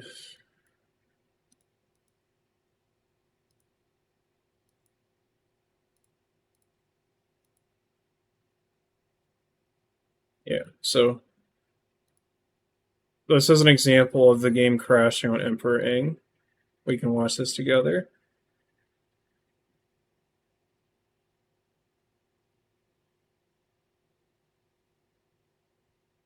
Yep.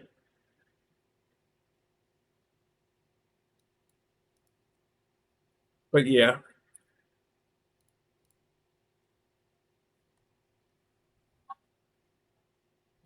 Just make sure you're going late and you'll be fine. But yeah.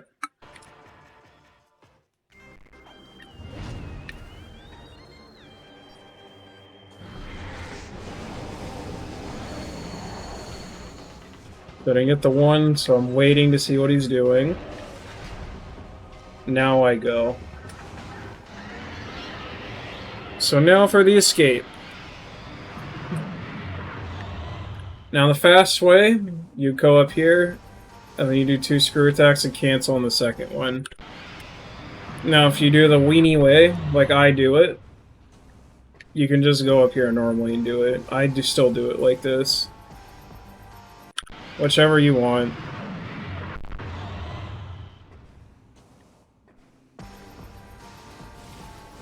This one's kind of scary.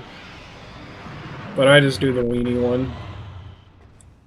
So single jump, space jump, and then you do your screw attacks. Try to get Cinemorph here. Just boost down. So if you are using Annihilator for this, I like to waste my ammo until my ammo is a multiple of 25. So here it's actually perfect, so I can just waste until I have 25. The reason I do that is because you want to hit Dark Samus 25 times with Annihilator. And having it a multiple of 25 just makes it really easy to keep track of. You don't have to really think about doing math. So yeah.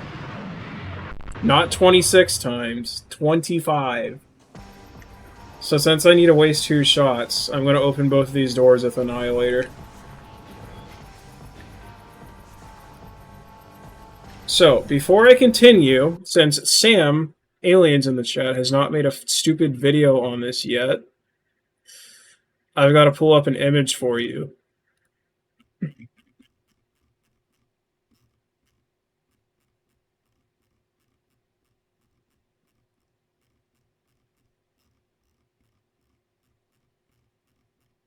I don't know where you put it. Can you send me the image? I don't know where you put it.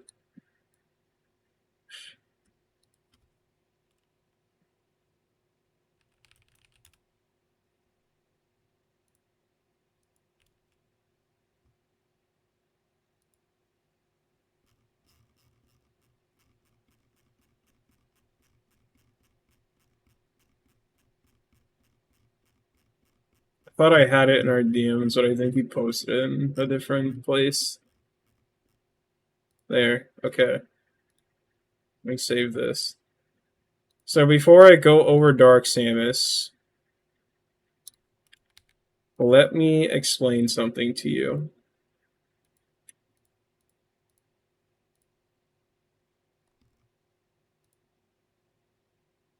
So where did this save?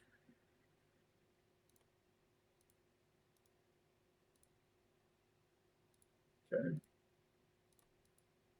So there's a helpful diagram here.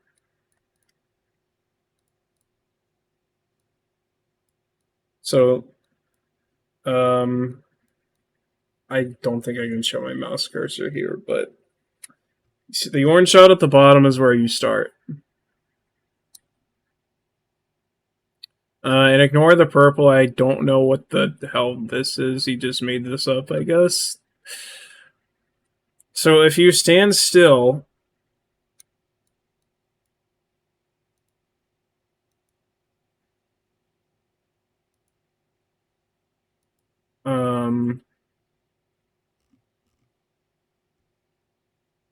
Dark Samus will always move into one of these 5 positions. They all work fine, but position 3 is the hardest. But yeah, so you'll notice that every green dot is a position Dark Samus can go in. The orange positions is where you should be. So for example, if Dark Samus is in position 3, you are going to be on that red line there where that R is. Now what that R or L means, that means that's the direction you want to screw attack in. So I think it'd be better to show by example here, but keep that image in the back of your mind.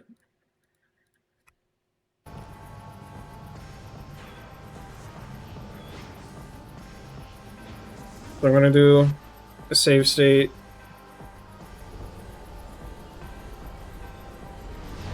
Here.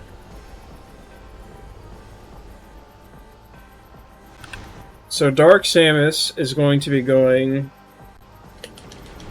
to position 3. So let's reference the image.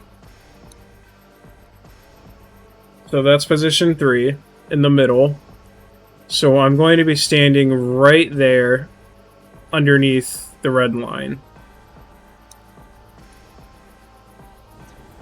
So I'm going to move here. And then I'm going to target her, and I'm not going to release until she starts firing. So I'm going to make another save state. Okay, so she either does 2 or 3 lasers. You want to get close to her, and as soon as she lands, you're going to do a jump and a space jump quickly and start screw attack as soon as you can. And you want to be holding just slightly up on the control stick. The reason you do that is because your screw attack won't go anywhere if you do that, basically. And that's what you want. But make sure you're not moving sideways until she stops. So let me reference that image again. So you see how it says R on the orange dot? That means I need a screw attack towards her right side. So I'm going to move to her right after she's done and do a very soft screw attack. And she'll be to the left here. And then you can screw attack her again. Now, to screw attack her again, you see how I'm using missiles to put up her shield? What you do is you make her put up her shield, you run into it, and then you screw attack her side again.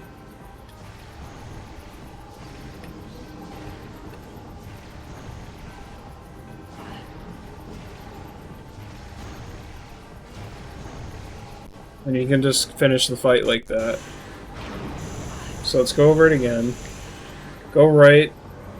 Slightly screw attack. Use missiles to put up her shield. Run into it, screw attack her side. If you do this really well, you only need 2 screw attacks.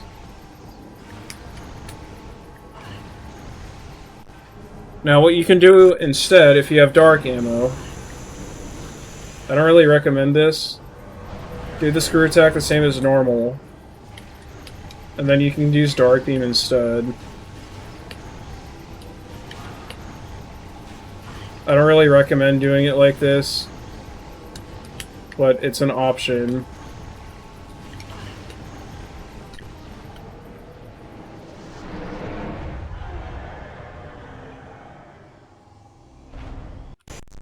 So again,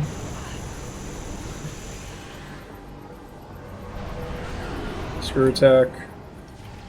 Just put up the missile as soon as you can. And then there you go, that's a 2 screw attack.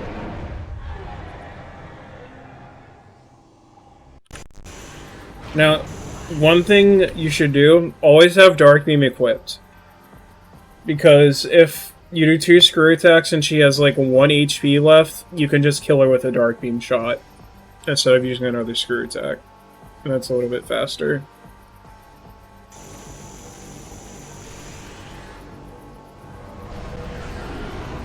So good damage is like if the health bar goes towards the K. So I didn't do a very good screw attack there. Ah, so it looks like we're getting centered.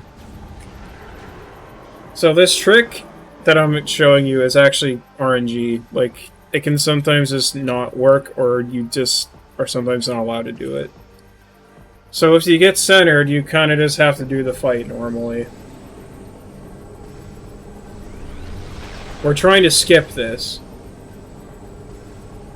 because it's bad.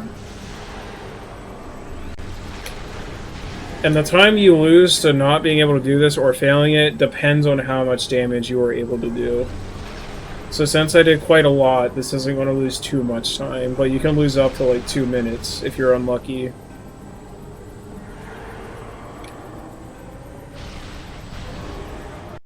And use Super Missile to get back up.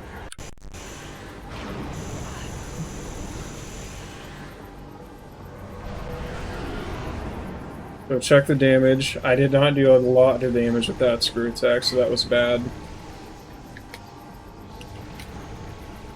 I don't think I even touched her with that one. You don't want to land on her or bonk either, because that'll like cut your damage out. Just try to always screw attack at her sides.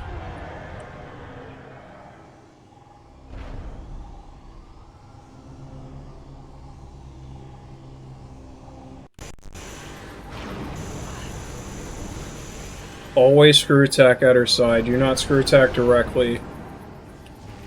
So I did a lot of damage on that screw attack. That one was really good. So let me try to get a different position here. So this looks like position 2. So let's reference the image. So position 2, she is right there in that circular area. So you stand, like, there's like a dot. I'll show it. Hold on. So I like to stand, like, here on this dot. And once again, target her. Don't untarget until she's done or starts shooting. Move forward. This time you go to her left. Missile right away.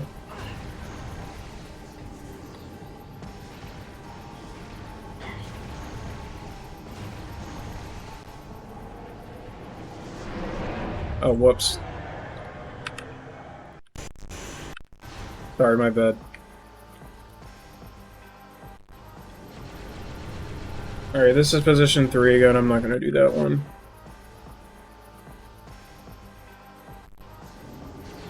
Position 3.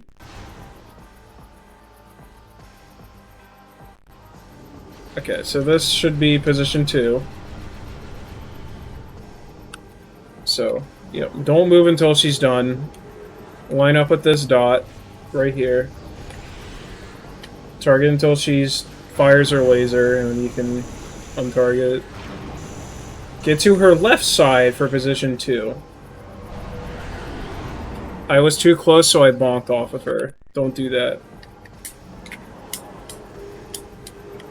So yeah, stand on this little dot here.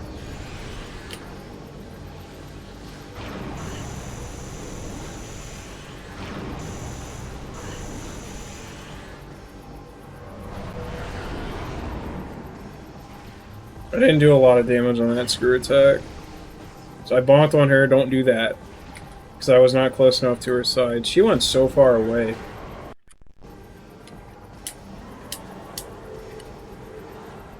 They're gonna stand here.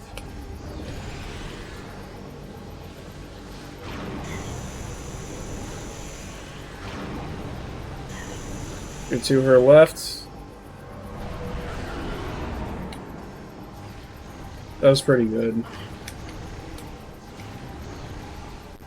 Nice.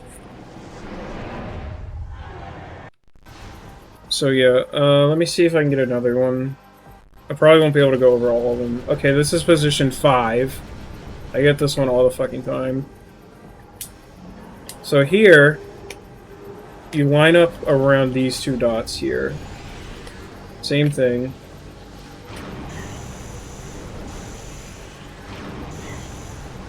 And then this time you get to her right. But which direction she goes is random, so pay attention to your audio. Follow her with your audio. So this is a case where I can just use Dark Beam to kill her, like that.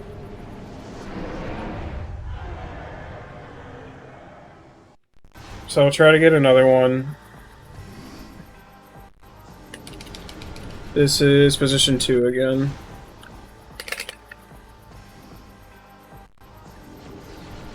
Okay, this is position 4.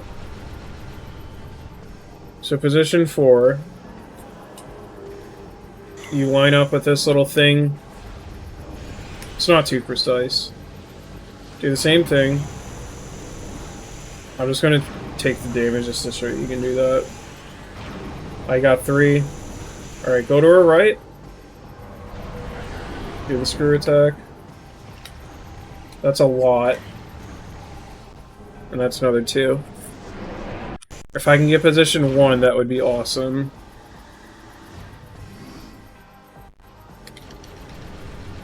It's position 3.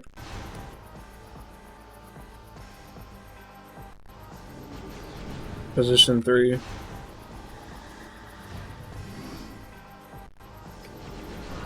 Okay, position 1. This one is, like, very generous. You just kind of stand in the middle, like behind this here. It's not very precise. And this one, you screw attack to her left.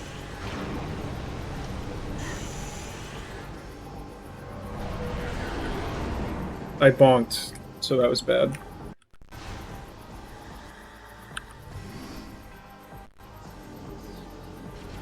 That's position 2.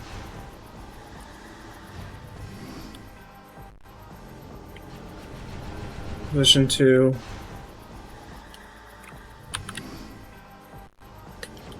Position 1, okay. So position 1, wait till she stops. And I just kind of go behind here in the middle, somewhat.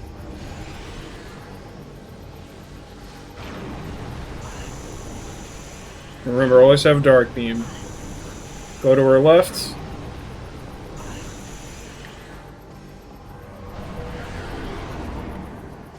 Follow her with audio.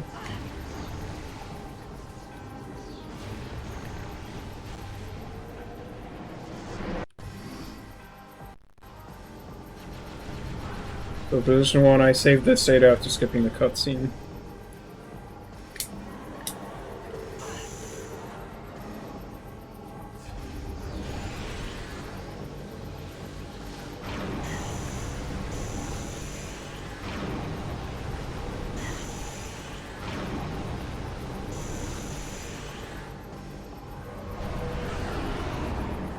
Follow her. There you go. Now let's say you got unlucky and you get centered. What do you do?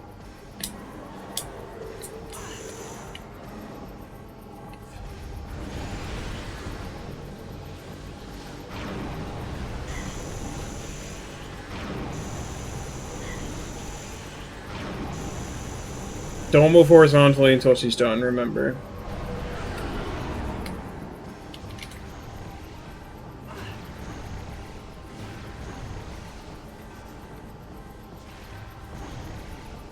So this is not quite enough for Dark Beam. I was also supposed to get centered there intentionally. Alright, so let me just center myself.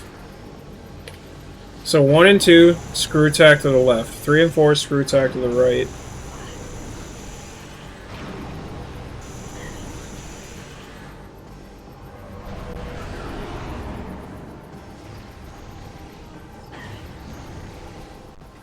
I keep accidentally killing her.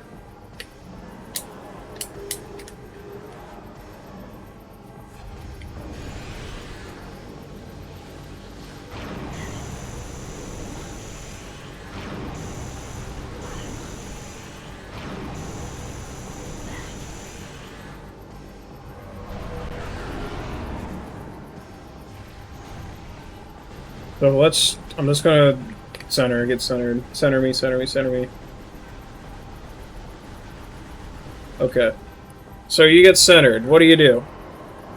Well, you kind of just aim up and lock your view with L. You can dodge the missiles by just walking. The reason you want to do it like this is because locking onto Dark Samus while collecting the Phazon particles is very unreliable, so it's better to just lock your view up to make it consistent.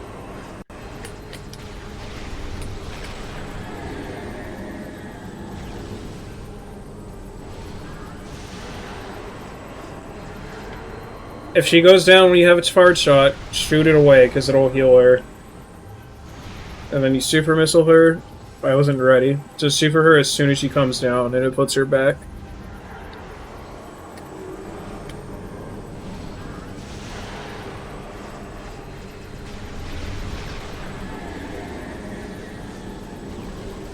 If she's really low in health, to where only one of these is needed to kill her, she will not come down out of her shield. So she's gonna be up here until you kill her now. So that's how you deal with getting centered. Just don't lock on and you'll be fine.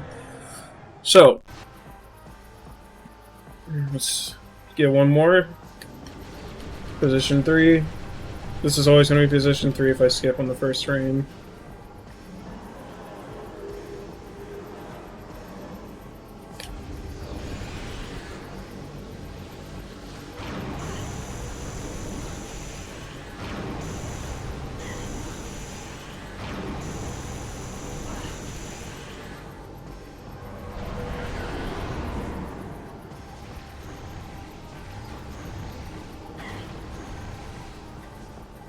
Damn, that wasn't enough.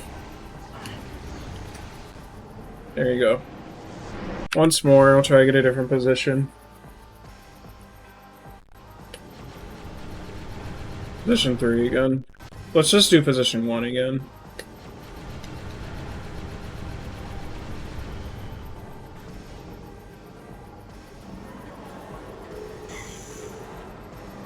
So it's just kind of in the middle, it's not precise.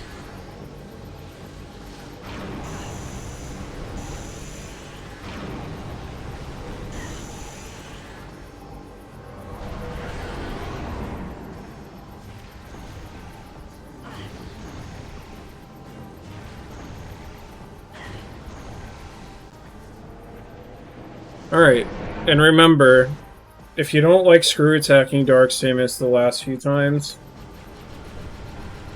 position 4. You can always just use Dark Beam if you have the ammo.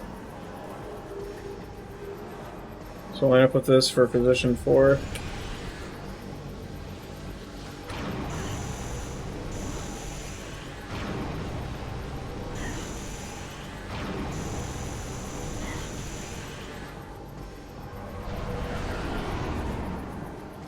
So yeah, you can still just do this.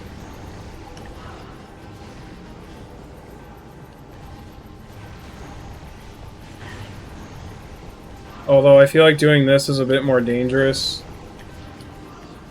There's more chances for her to center you, so I honestly would not recommend it. But yeah, that's an option. So let me try to get one more 2-screw attack.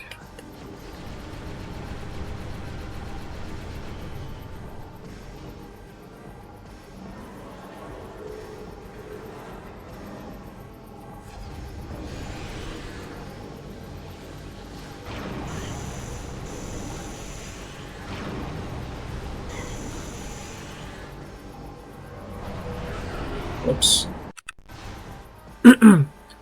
Also, if you do not have enough Annihilator ammo, I'll go over that after I do this one.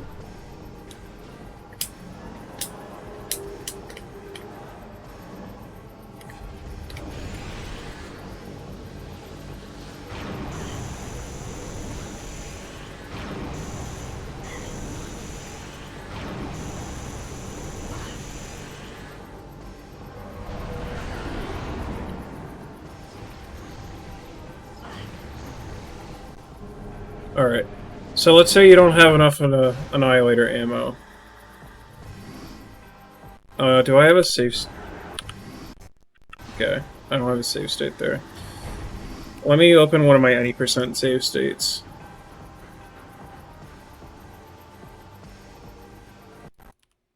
Okay, so this is one of my any percent save states. If you don't have enough Annihilator Beam, just do 2 missiles and a super missile. It's not quite as much damage, but it's the easiest way to do damage if you don't have enough Annihilator. And I guess if you only have 5 missiles, just only do a super missile shot.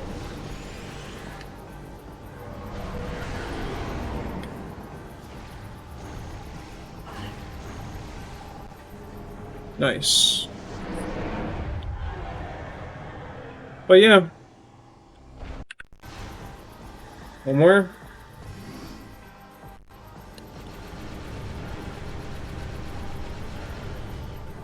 Remember, 25 Annihilator only. You can do a 1 uncharged power as well, but don't do more than that. So stand about here for position 1. Don't move horizontally until she's done.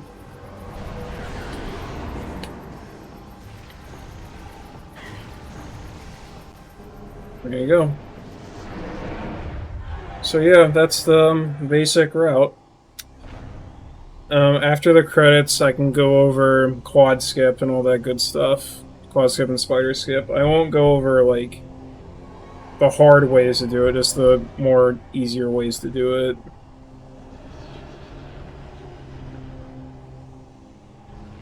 And once I cover quad skip and spider skip, I will do a demonstration run.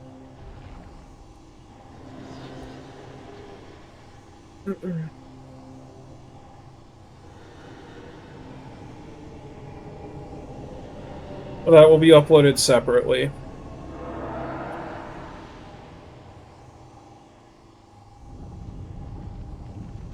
And Sam should make a video on his Dark Samus Shrine, and if he does not make a video on it, then he's a coward.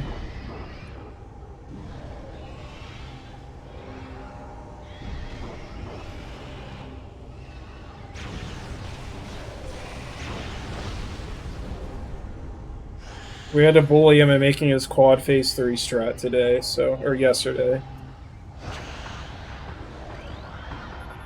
But yeah.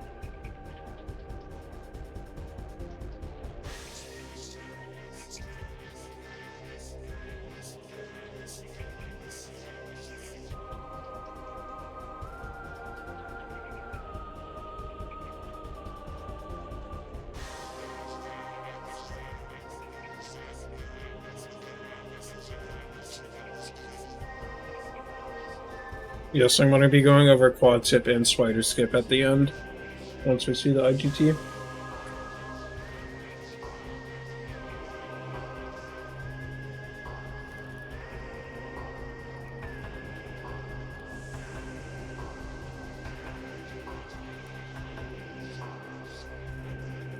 Yeah, it's definitely a 46.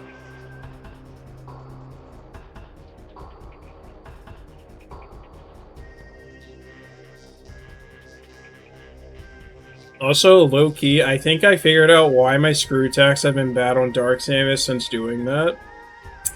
And I think I figured it out. I wasn't releasing the stick on my screw attack, so they were going too far away from her, so they weren't getting juiced enough.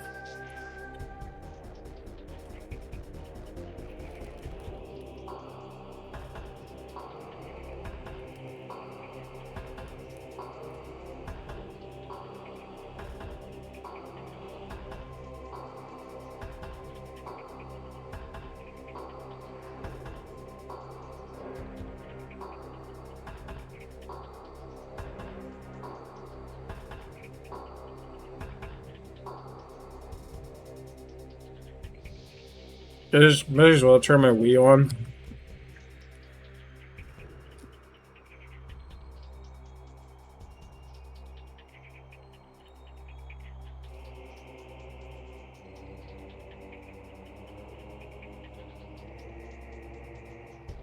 No, Quad Skip doesn't affect key routing at all.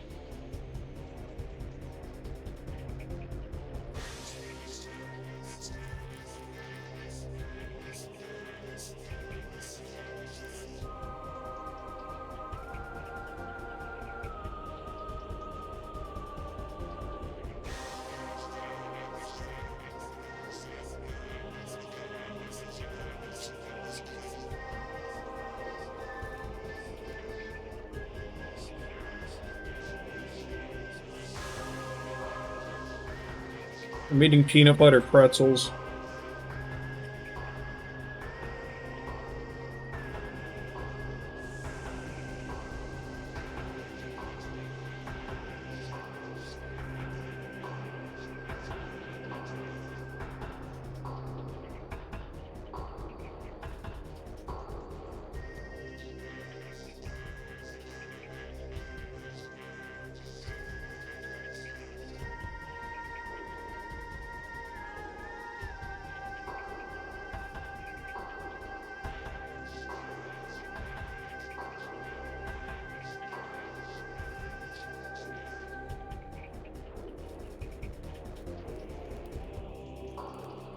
For a quad skip and spider skip, I'm going to be assuming you have a kind of understanding of out of bounds and aether jumping.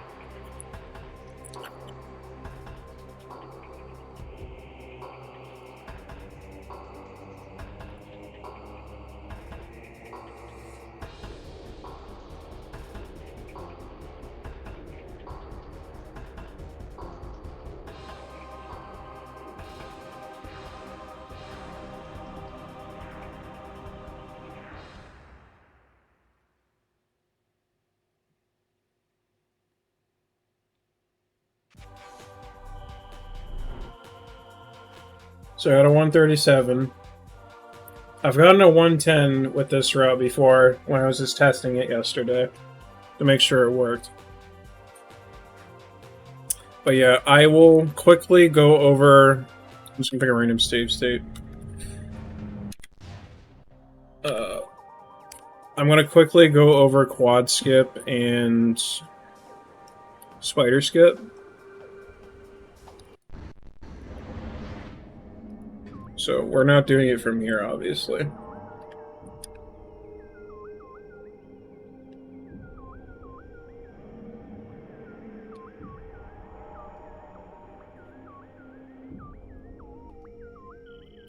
So for quad skip, we're pretty much going to be doing the same thing we did to get the quad. Except we're going all the way to the energy controller. So I won't go over how to do this BSJ again, or the first two parts. Well, I'll explain as I'm doing it, but yeah, just remember, 2 BSJ, get on this lip, jump on top of this gate, get stuck, just kind of wiggle. Transition with the wall trick. Whoops. And then get on top of this door. Now, when you transition this room, you're going to jump down left. And keep holding down left. Now, I'm in this room's aether box. So, I'm going to pull up PWE again for the first time in a while. So this is Hive Temple access. So there's no load triggers we have to worry about here. I'm just showing you this room's box.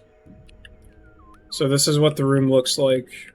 It's pretty easy to identify the box. So, yeah, just make sure you're this high.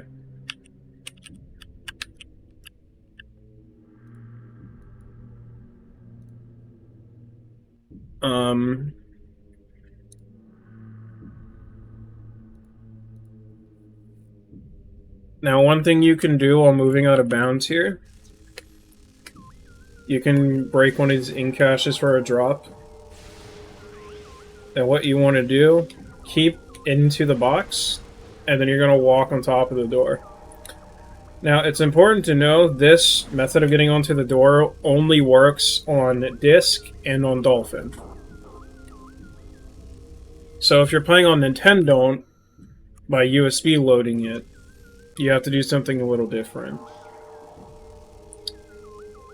If you're playing on Nintendo, this room will already be loaded. So I'm going to wait for the room to load. So if the room is loaded, you can tell because of the purple particles over there. You kind of have to aether jump over here to get to the door. That's another thing I want to mention. you have to be very confident in your Aether Jumps to do this. If you have 6 tanks, you can kind of mess up a lot and still make it. But if you have 3 or less, 3 or 2, you have to be confident in your Aether Jumps to make this. But since we have 6 tanks in this route, it's pretty lenient. So once again, if you're playing on Disc or Dolphin, go this way. Stay inside of the box.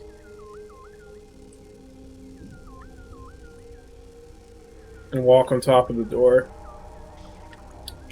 Now, once you see the purple particles, that means the room's loaded. And then what you're going to do, you're going to jump towards the room and go backwards to get back into this box. Now you have to Aether Jump to the top of the room. You have to be very confident in these to be able to do this trick. And now what I like to do here, I line up with this Annihilator door down here. And I walk until I pass this red line here. And then I morph. Oh, well, I got the bounce. Should probably go a little more forwards than that. So yeah, go down right, Aether Jump to the top.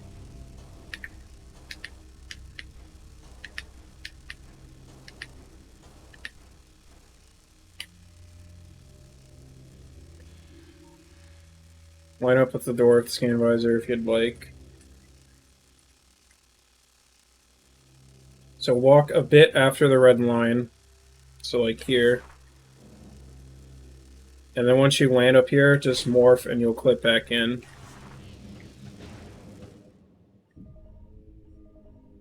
So, let's say you don't get the ceiling warp.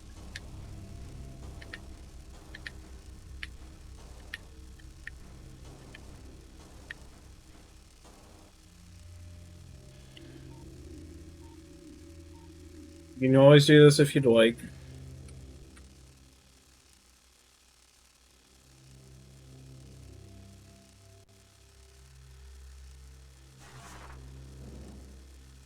So say you don't get the ceiling warp.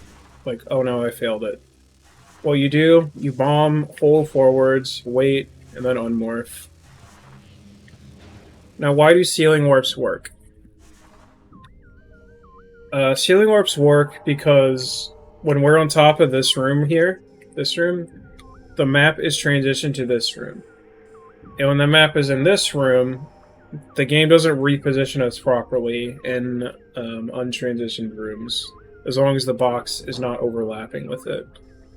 So this room, Hive Temple,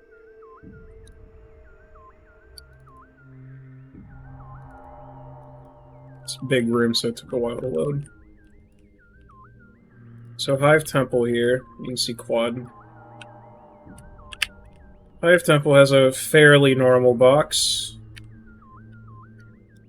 So as you can see as I'm going around it, no overlap is here. So it's very easy to ceiling warp into this room.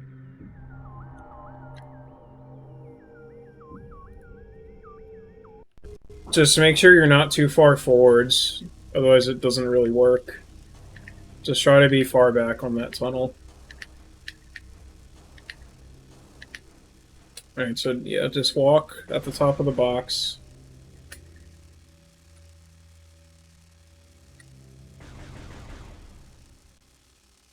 Walk forwards until you see Samus dip down a little bit, like that. Morph. Sometimes you get the bounce and you just get screwed. If you get the bounce, you can recover it by Aether Jumping. So with 6 tanks, it's very easy to recover stuff, and you can just do the ceiling warp again, like this.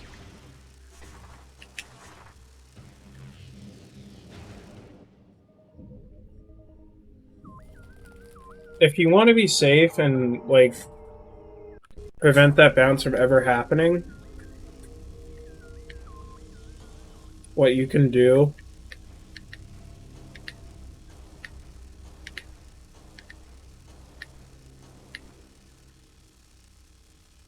so we're gonna do the same strat. Walk over to this door.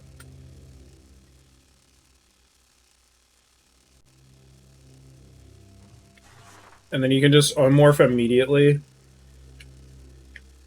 to just fall, and then you won't get bounced. Then you kind of move back a little bit, and you can ceiling warp. That's the safe way. But it does cost a lot of health, so weigh your options. If you're low in health, don't go for it. But yeah. So let me, I need to get the save state again. So let me warp back to Hive Dynamo access.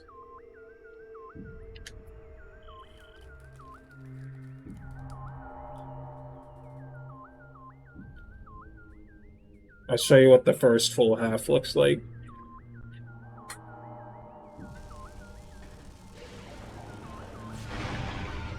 Let me refill my health.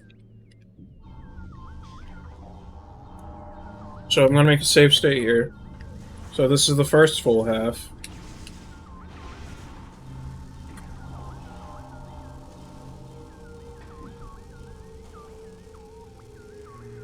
Oops.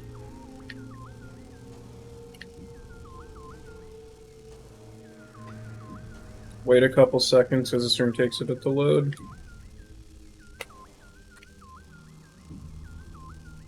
Get a drop here if you want.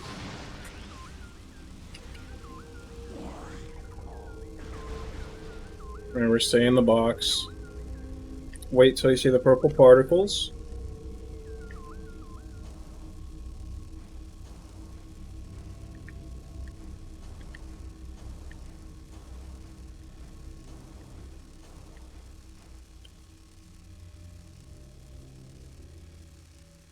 And holding L here helps a lot. You move a lot faster when you hold L.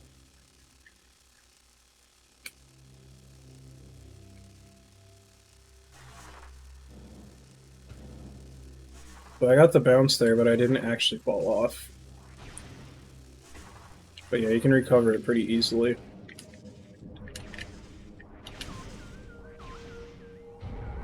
So like the light world, wait until it's about to end, so here.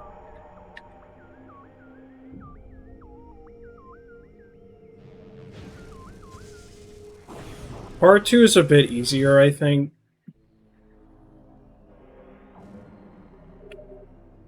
So let me make some save states. So, Screw Attack is kind of broken. This corner here is, like, shallow enough to clip. So if you stand a bit far back, and then Screw Attack like this, do a Screw Attack, cancel into this corner, you just kind of clip out. It's really funny. That's the only reason why Quad Tip is possible. So yeah, just kind of aim at the corner. It's not too precise. Just be far back. And once you're out, hold L, tap up. Sometimes that happens. If you're not far enough away, you won't clip out at all. So yeah, L, tap up. Now for demonstration's sake, I'm going to make myself invincible. So yeah, this Screw Attack, cancel, L, tap up. Now for this case, this area right here is very big. Like, you shouldn't be afraid of falling off here. It's very big. If it like goes all the way like before the door, basically. You see it ends at the door. So yeah, this room has very big collision. So let's where's Hive Energy Controller?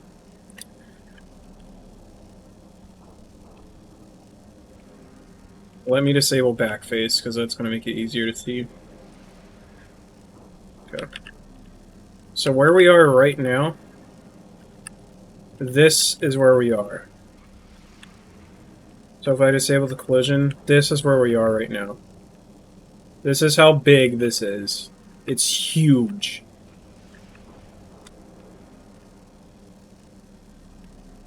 It is huge. And you can see, like I said, it ends like right at the door. So if I can just show you. Like, this spot is gigantic.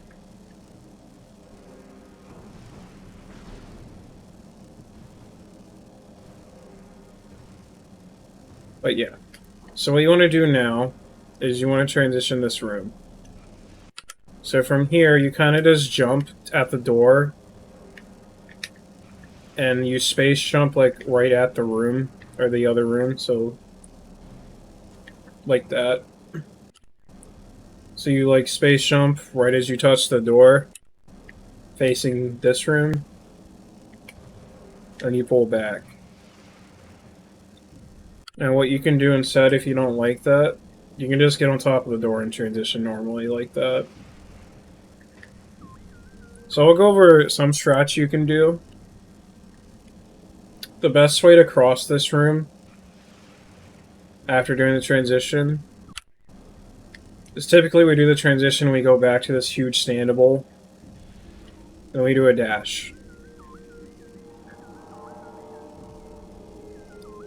So for this dash, you want to bend it down. So L, tap B, down R, like that. And you'll land in this Aether, and then you can go hide under here. This room takes a little bit to load. So if you do this fast, there's a good audio cue for when to start moving again. So just wait here. Right here is when you start going.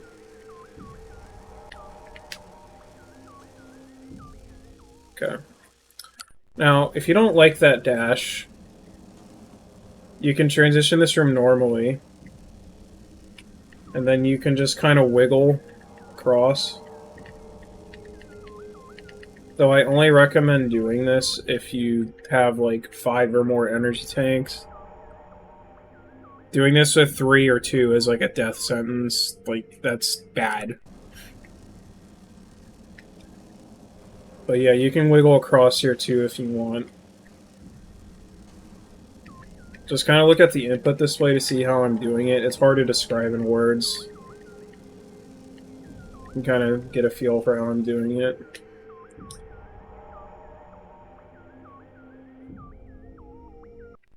But yeah, I recommend...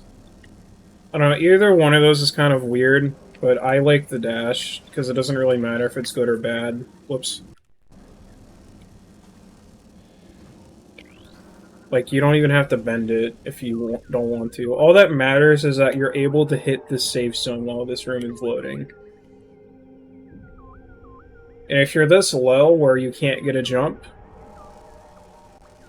you just Aether jump to recover it. It's not a big deal.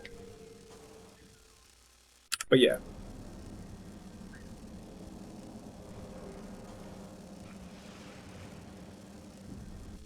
Yeah, it does unload. If you fall down like that, you're just screwed. It's over. But yeah. I like to do this dash, so transition, dash, bend down. Don't do that like an idiot. And then I like to walk until I fall down and then enter the safe zone. And this is height, or good height to just jump like this. No Aether jumping needed. If you don't like that, I'll show it again. You can wiggle across the room.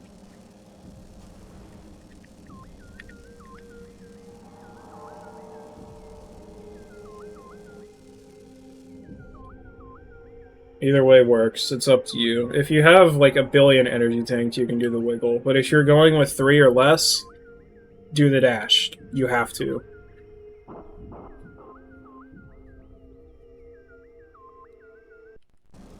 Or you don't have to, but it makes it substantially easier. So yeah, I'll go with the dash here.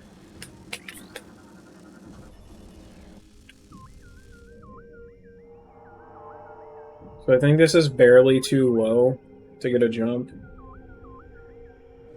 So I'm gonna do like 1 Aether jump to get on top of the door. From here, you jump towards Hive Temple, like this, to transition it. jump backwards, and on space jump, go down right to land in the Aether. Walk backwards. I turn around about here. And just remember, I like to look at the map for a reference. So you see where my guy is on the left on the map? You see how I'm beside the door there? That means I'm still in the room's box. So I can keep walking forwards here. And from here, you can just kind of fall on top of the door. And then there's two options here. So let me make another save state. What I recommend doing, go over here, and then just do 2 Aether jumps. I have to do 3 because I fell down a little bit. But yeah, just do Aether jumps till you get to the top and walk over here. And then you kind of want to line up around here-ish. Not too precise. Just don't be too close to the door. And you can fall back in bounds there. You don't want to be too close to the door, otherwise you get stuck in collision, so you want to be, like, far out. Now, if you want to be safe about that, what you can do, and it doesn't cost any time, I was just showing you can do it without morphing. You can walk here, and then right before you get to the door, you can morph the fall to be on level with this door, and it's a lot safer. You don't have to morph as soon as I did, but yeah. Also, on Nintendo, doing it like this isn't possible. So if you're playing on Nintendo, I'll show you what you have to do. So on Nintendo, you have to do this strat on top to get on top of the room.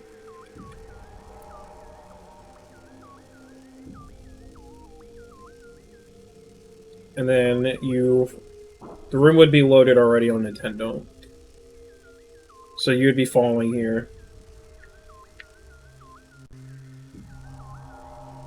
So you would transition the room like this, and then just fall off towards the right. So just jump and fall to the right. Like that. And you'll be back in bounds.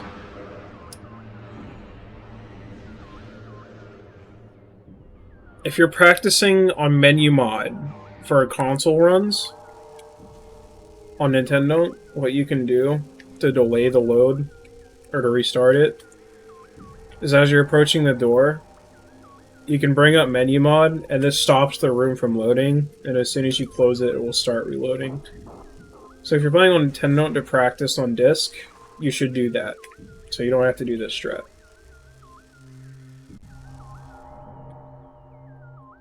But yeah. Now option 2, I don't recommend this until high level. Just jump off the door. Don't space jump and walk towards this room. And you'll be able to get a jump really soon. So line up with the door. And then space jump as high as you can. I like to wiggle the stick here, because sometimes if you're like barely on level or barely higher than the door, it'll just clip you through the floor unless you're moving. So just wiggle the control stick for safety there. So yeah, just jump and then fall to the bottom of this box. But yeah, this is a high level strat. Don't do it. I'm just showing it to show that you can do it like this. Now, if you don't get enough height, you have to quickly do an Aether jump or you're screwed.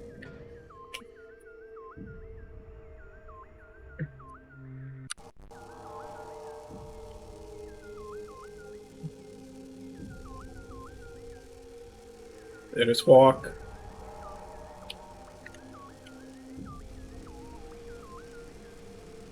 So, like, oh, I'm not high enough. You gotta do an Aether jump. If you don't do it fast enough, you're owned. So yeah, the strat I recommend, do this. It's safer. When you're top of the box, walk to the door. This only loses a couple seconds. Morph around here. It's not too precise. And there you go. So let's do a full run of second half. So yeah, just be around here, screw attack into the corner, cancel it, tap up. Oh, I wasn't, my angle was bad there, so it didn't work. You want to be kind of perpendicular, or parallel with it, basically. So tap up. I want to show the wiggle strat again, just to show you how much health it costs.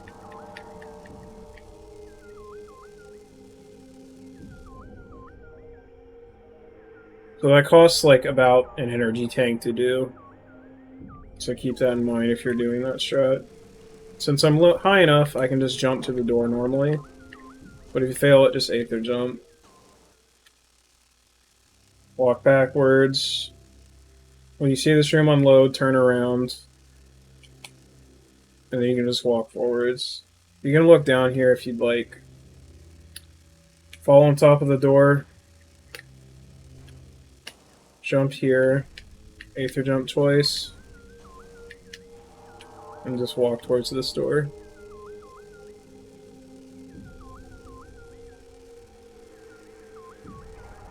You can also look down here too to make it easier to line up for this morph. So yeah, that was good enough for 3 tanks barely.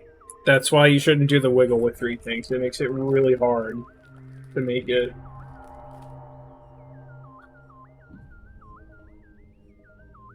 So I'm going to do the dash this time.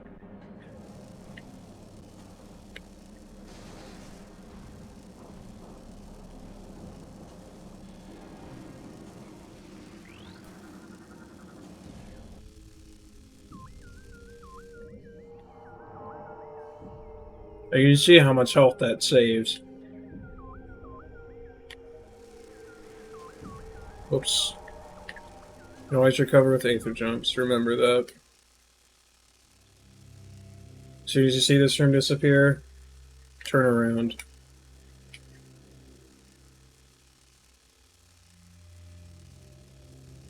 Look down, walk towards the door.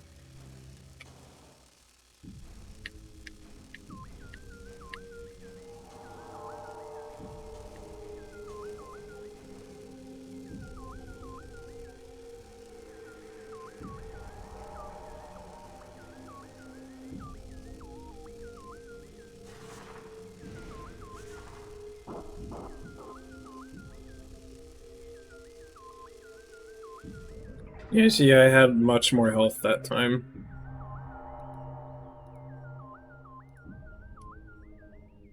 So, I'm going to do a full demonstration of it now.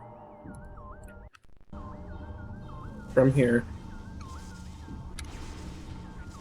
Nice dolphin lag.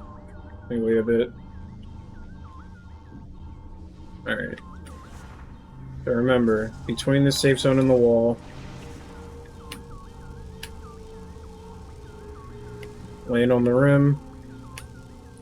Another thing, it's useful to have Rumble on, because it lets you know when you've landed on something out of bounds. It's very useful, in case you cannot hear landing on something. Because sometimes collision doesn't make sound when you land on it.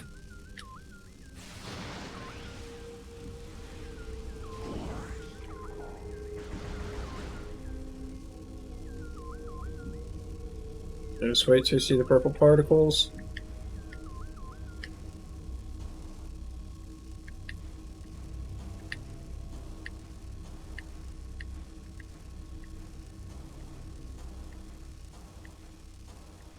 I'll do the safe strat here, where you unmorph early.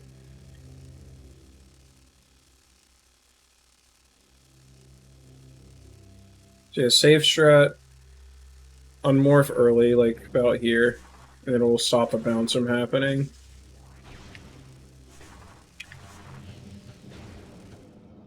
So that wasn't quite fast enough for 3 tanks, but...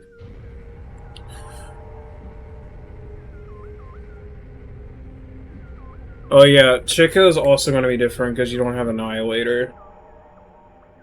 So in place of Annihilator, you just use Dark Beam.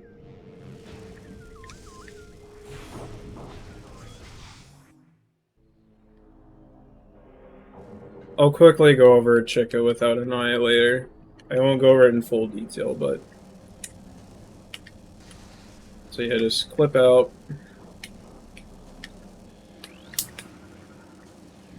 Remember, I'm doing this, like, pretty fast, since I've done this, like, thousands of times. You're gonna be a lot slower at this at first. I'm just kind of showing off what a decent one looks like.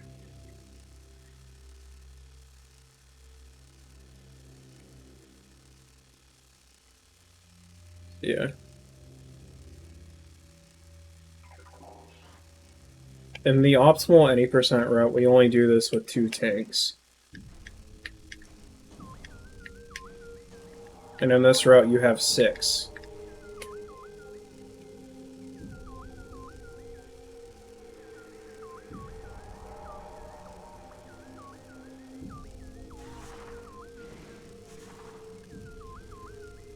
So this was almost good enough for a 3 tank.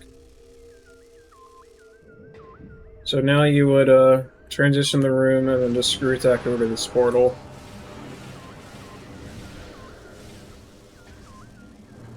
I don't think I have the bomb slot on this portal.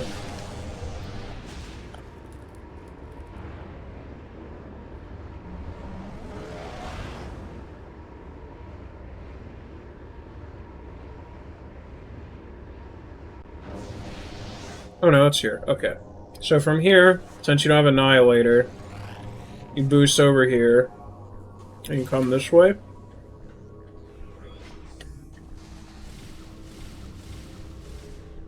Whoops, that doesn't matter. I have the procs load already. And then you're going to scan this. So this Quad fight, I have a pretty good strat for this that I found 8 months ago. So you boost, and you try to boost as soon as you touch this. Go to this part on the ground here, lay a bomb, and then power bomb at the top. So that's how you take care of that guy. So let me go over it again. Let me unmorph to show you more clearly. So you want to roll to this spot, like right here. And once you're there, you bomb jump, and you place a bomb at the peak of your jump. Or a power bomb at the peak of your jump. And that will always kill a quad if you do it fast enough. So boost over this wall. If you don't get the boost, or if you don't get over the wall, what you can do, just bomb jump over. It's not a big deal.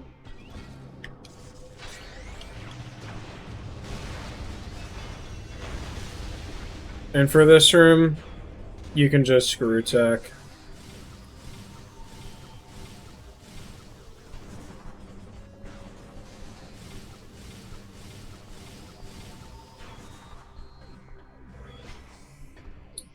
So, and then you return the energy. You come back. Do the same movement. You're going to come back this way. Now on the return trip, there's different enemies here. So I'm going to make a save state. There's going to be res bits here now. So one strat you can do if you're cool, you can jump off a shield and screw attack over. It's kind of hard to do, but it's something you can do. So freeze them, jump on them, and then, yeah, I messed it up, but... Now if you don't want to do that, just kill the res bits. And I'll go over a couple different ways. So, a way you can get up here, you can slope jump barely off of this little thing here. I really don't like this strat. And then you can barely screw attack over with a cancel. I don't really like it, but yeah, it's an option. Another thing you can do a 2 BSJ here and screw attack over. And the final option, you can BSJ over here. I think this one's a 3. Oh, I hit the fence. Make sure you move forwards here.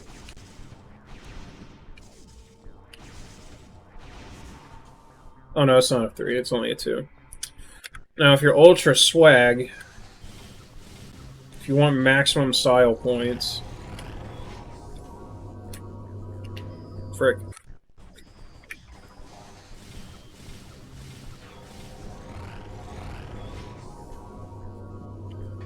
Can't do it.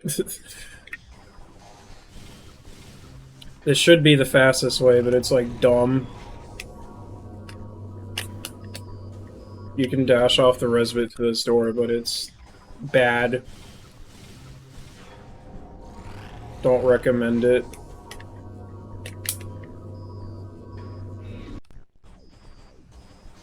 I've only done this trick like twice ever, so I don't have much practice in it. You have to be fast.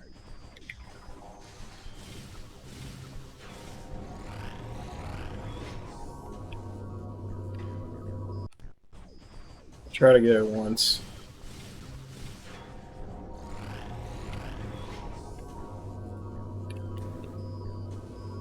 I keep hitting the wall, but you get the idea. You can dash all the way there. It's bad. You can just jump on his shield and then screw attack over, though. That's what I recommend. So you can jump on the shield and then just screw attack.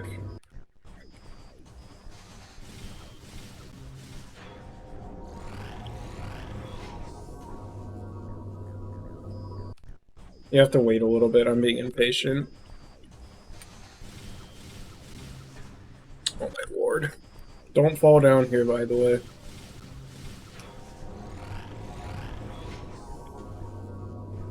You can just screw attack.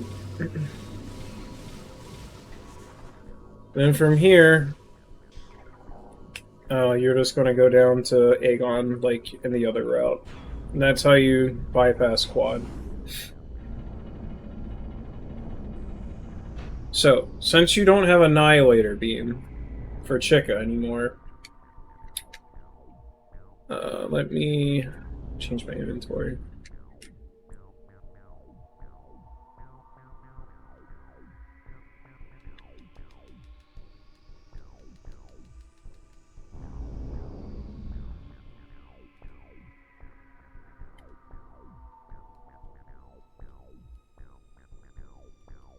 Also, another thing, if you're doing this, you don't have to grab... Oh, no, never mind. You do have to grab Cobalt if you're still not doing Spider Skip. If you're doing Spider Skip, you do not need to grab Cobalt. So yeah, let me show Chykka without...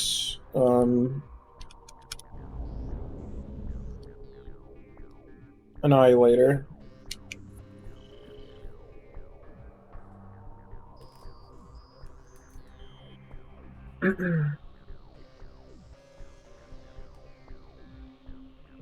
So you're pretty much going to be doing the same thing at the start of the fight. Do the same thing. And once again, living circuitries, Chykka doc will be in the description. So start scanning. Finish scanning. So that's 2. If he does 3 and enters the water, you ignore it. Yeah, so ignore that. Pay attention to the radar. He's going left. He jumped towards the right, so he's going to spawn towards the right.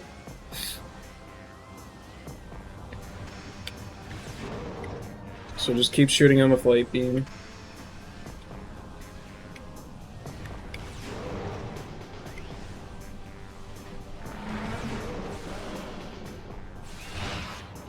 Alright, get a charged light shot ready. And then just start spamming Dark Beam. I'm going to make it a quick save state here. So, you can just use Dark Beam if you'd like. That's fine. But you can maximize your DPS a little bit by alternating in missiles. So I like to 1-2 missile, 1-2 missile, 1-2 missile, 1-2, 2. That does a bit more damage. So you see where his health is just at the H. Let me do it with just Dark Beam. So you see how I did just a tiny bit more damage? So I recommend trying to weave in missiles with your shots.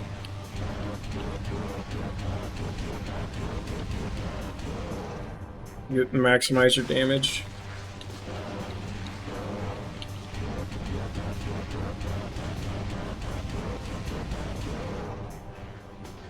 And he always goes 180 after that cycle. And you just finish it off with Light Beam.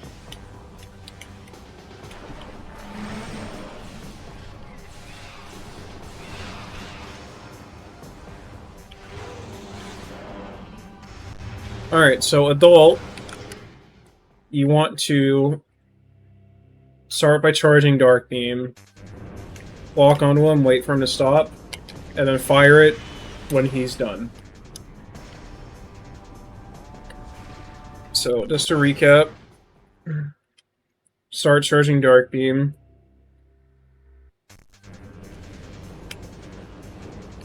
wait until he stops, and then you can shoot him to stun him. And we apply the same strategies as before.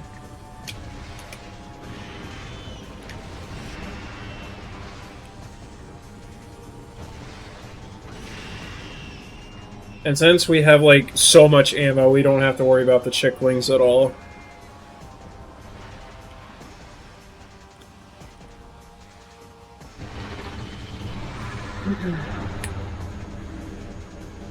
So once again, charge light, uncharge, charge light, uncharge, charge light.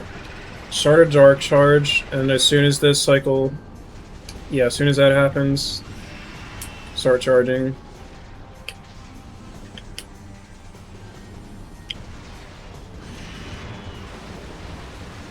I missed the charge shot, but if you miss, just spam uncharged shots until he's stunned.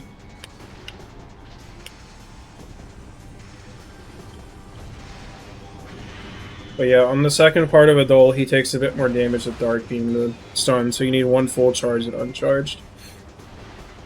So that's Chykka. Once again, there will be a doc in the description for Larva. I'm not going to go over all that because it's complicated. But you get the idea. If you miss any of your charged arc shots on this fight, just start spamming uncharged shots. Don't use charged arc shots. Alright, so now we're going to go over Spider Skip.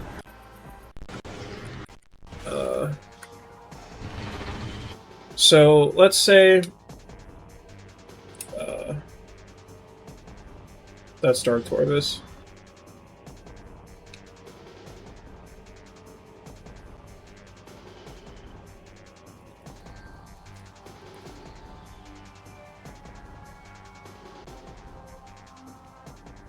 So you got all the keys from Lower Torvus, right?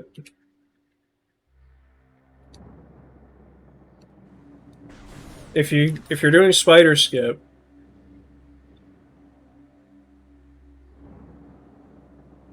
alright, the bear's gonna be here, isn't it?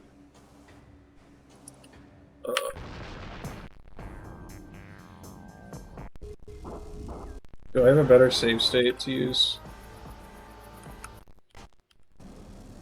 Let me just load an 80% save state.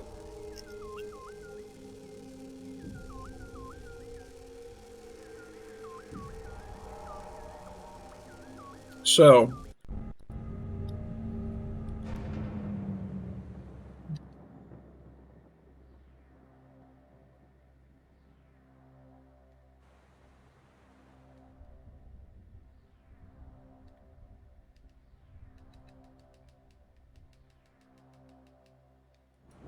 So if you're doing Spider Skip after getting the dungeon key, you're gonna come this way.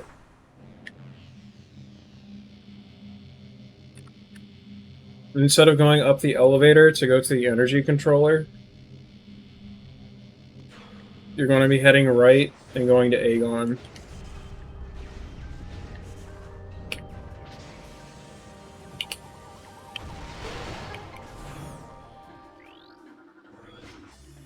Switch to Dark Beam here.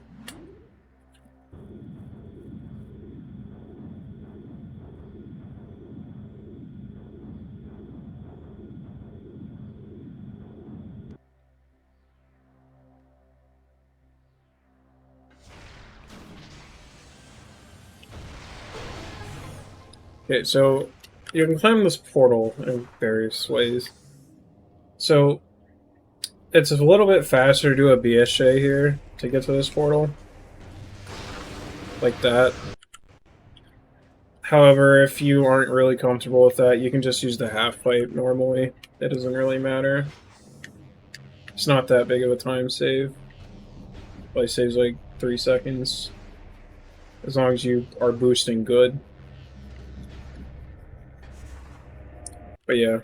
Either do the BSJ or use the half pipe. I like to go around here to do the BSJ. Because it sets the camera up like this. And you see I always get an instant morph like this, no matter where I am. So you can do a 2 BSJ and get up there like that. Now if you fail the BSJ like that, just use the half pipe. Not a big deal.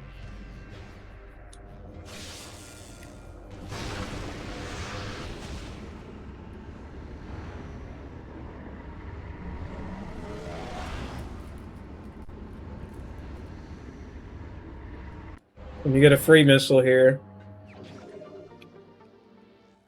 So now you're going to drop off to the left. And you're just going to wait. Because the cutscene trigger here, where you first enter the Dark World, is gigantic. So this is the cutscene where you're first introduced to the Dark World. And Samus is like taking damage in the Dark World. And it just extends to that room for some reason. It's just really big.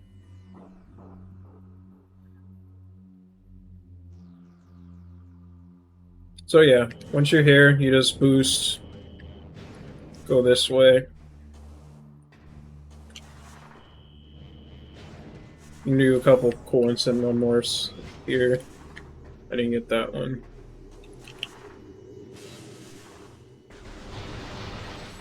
You can try to get a missile here, it doesn't waste time. Now for this room, you kind of want to bonk your head on the ceiling here. You don't have to. You can always go out and just do a normal screw attack. But screw attack is a bit interesting, because screw attack's height starts where you started your space jump. So like if I bonk my head, like this, and just start falling. Oh, these blade pods are in the way. So if I bonk my head and start falling, you can see screw attack started up much higher, because that's where my space jump was. So you can kind of abuse that here by just bonking your head, and then you can screw attack up to this ledge. It's a bit faster. You don't have to do it, but it's a bit faster. And you can just go up here. Make sure you have 10 missiles here. Boost, and you can start charging your beam for this door early. Now, this room, there's like 3 different ways you can get... There's like a billion different ways to get this key. I'll show the way I recommend, which is my strat. So you can just boost to this blade pod here. And you can jump up to here. It's pretty forgiving. And then from here, you can just jump and hit this key, and then you can kill it with screw attack. Now, another strat you can do, I think this is a LC strat. I don't actually remember how it goes. You slope jump on top of this blade, or in-claw. You jump up here, and then you can screw attack into this guy. So thank you for the raid, Phantom, and thank you for the luck, Stavros.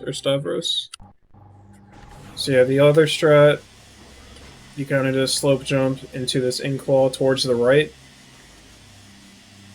I don't really like it. Not my favorite strat, but it's a strat. And then you can screw attack into this guy. Now the other strat, which I dub the impossible strat, because it's bad, you land on this in-claw, slope jump, and then try to get up. This strat is bad. Don't do this one. I hate this strat. It's so bad. You can do it without doing that screw attack, but it's really hard. So I recommend just doing my blade pod strat. It's pretty easy. Nothing complicated about it. And all the strats are about the same speed, so you can just pick whatever you'd like. But I recommend this one, personally. Pretty easy to do.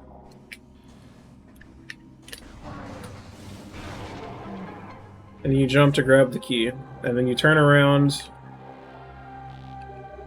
and you screw attack over to double path.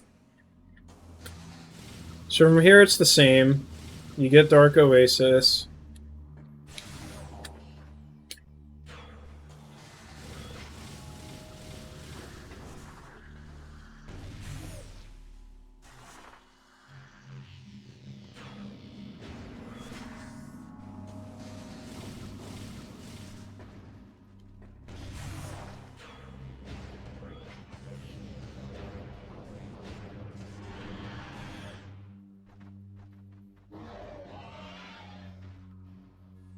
So you just grab Dark Oasis.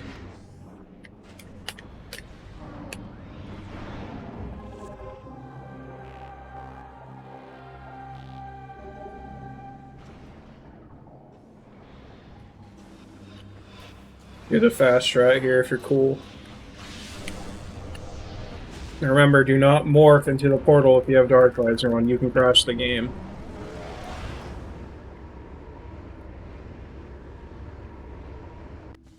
And then instead of going to the energy controller, you're going to just go to Sanctuary directly.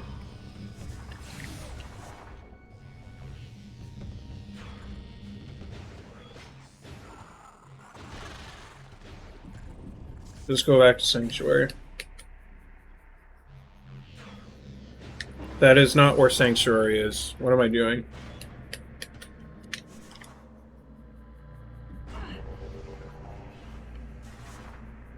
Let me just do that entire thing over. So yeah, just... I recommend this strat. It's easy, very consistent, nothing complicated.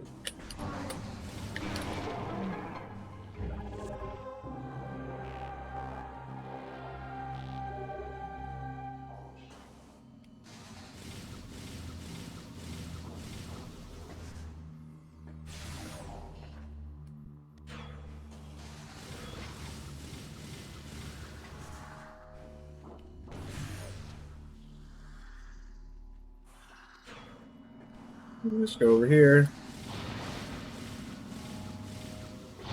Get Dark Oasis.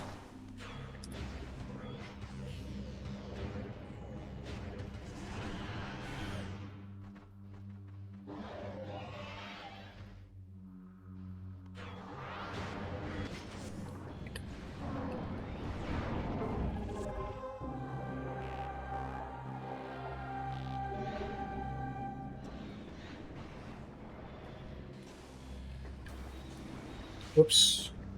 I wasn't prepared to do that. I was not prepared to do that again. Yeah, you can fail this pretty easily, so do it at your own risk. You have to be confident. I'm saying too far forward, so it's not working.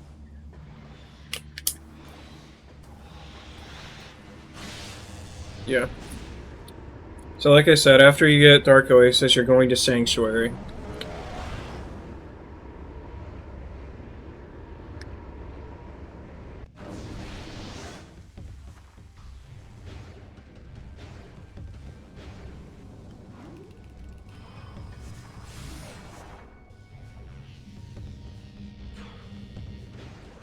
To go to Sank.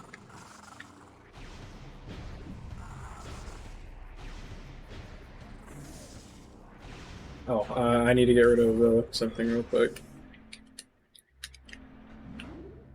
Okay.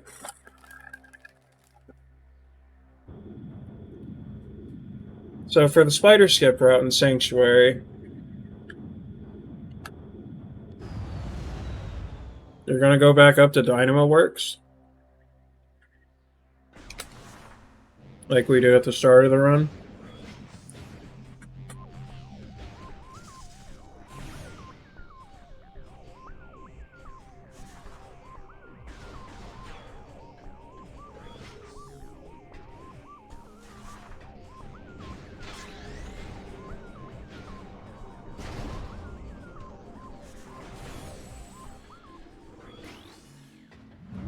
You would boost there, don't do what I just did. And you'll be doing another, like, screw attack clip out of bounds trick. So, for this trick, this works because of this guy right here. This dead guy, that's why we can clip out of bounds here. So what you do, you break those boxes, and then you just screw attack into this corner, and I'm out. So I just tap forward a little bit. Yeah, I don't think I got it, but tap forward a little bit, and then you can jump at some point. I don't remember when exactly. Like that. But yeah, just move upright a bit until you see Samus move like that. And you just jump and land on this pipe here. So screw attack into this corner. Move upright. Now, falling down is not the end of the world. I'll show you how to recover that. So tap upright just a little bit. Like that. And then just jump and hold upright at the same time. And you'll land on the pipe. Now, if you fall down, like say you move too much, like, oh no, I failed it. What do I do? Well, this is all floor, so you don't really have anything to worry about. So you can just line up with this door here. Wait for the game to give you a jump.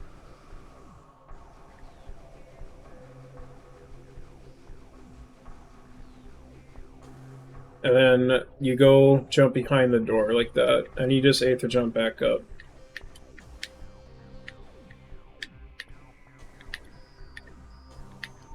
So that's the recovery.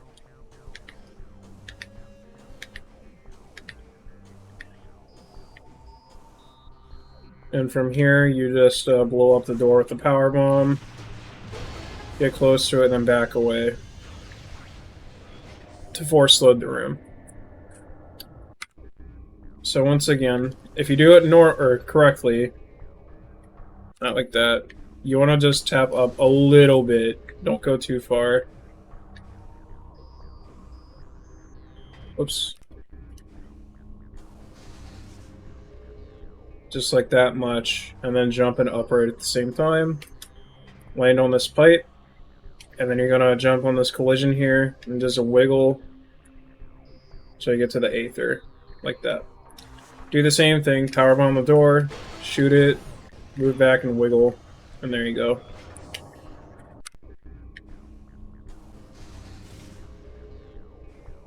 So once again, get on the pipe, wiggle,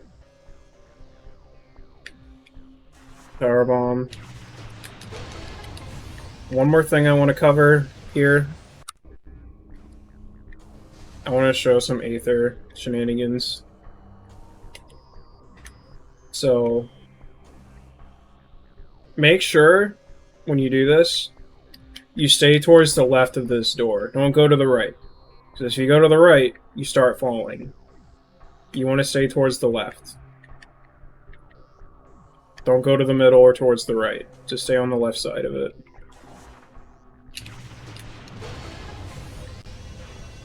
There you go.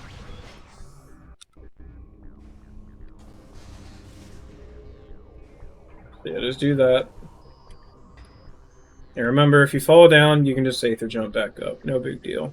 You'll lose like 30 seconds, but it'll be fine.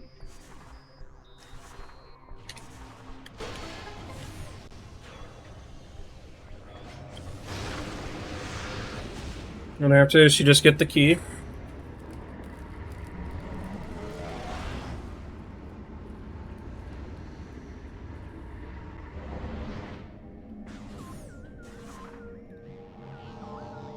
Try to get a pre-bomb.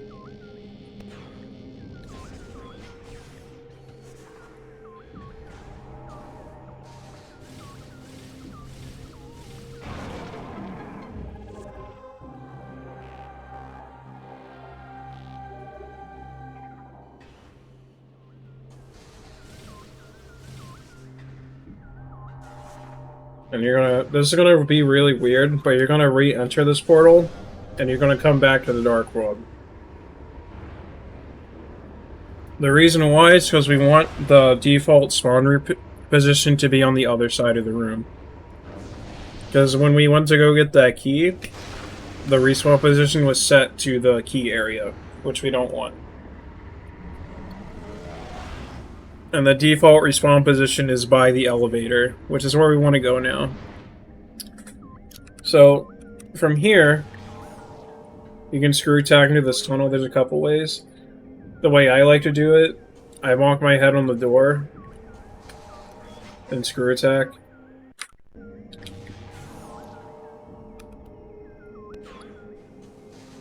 You kind of delayed a little bit. I went a little early there. And you can just clip in. You can also do it like this. I don't really like this method, but it works. Not a fan of it, personally.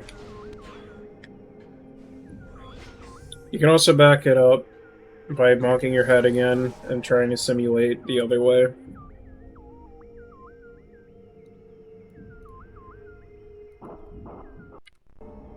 You can also do it like this. Whoops, too fast. That was a little too fast. That also works. Generally speaking, if you can screw attack cancel, that makes like every out of bounds clip easier. So, once you're in the tunnel, you have two options. The easy way, just walk forward until about here. See these two lines here? Or those two squares, rather. You're going to walk forwards until they're gone, and then just hold right and jump until you fall out. And then you're back on this side. Now, if you jump in place, tap right. Once you like hit the top, you can land on the side of the pipe and then just jump out. This is a tiny bit faster.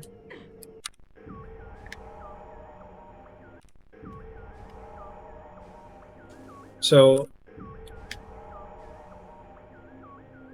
yeah.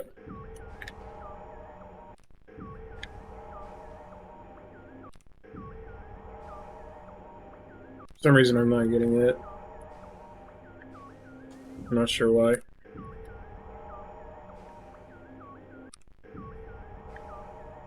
Yeah, so then you just jump towards this wall, and then you hit terminal fall. Now, if you do what I've been doing, and you move a little bit, but don't clip out, just do the standard thing, like that. You can save it with a screw attack, but I think in this case, yeah, it's a soft block in that case. So I didn't clip, so we'll just walk forward.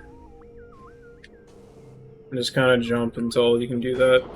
But yeah, the safe way, which I recommend doing, just walk forward until here, tap right, jump, and hold right. That's the easy way, and it's very safe.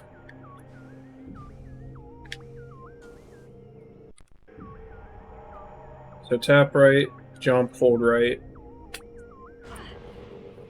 Yeah, if you fall down, you can recover it just like the light world.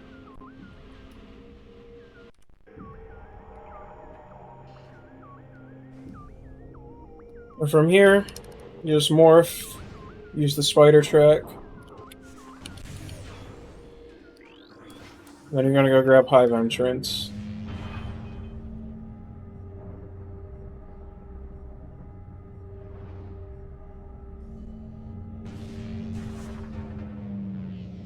So just go this way.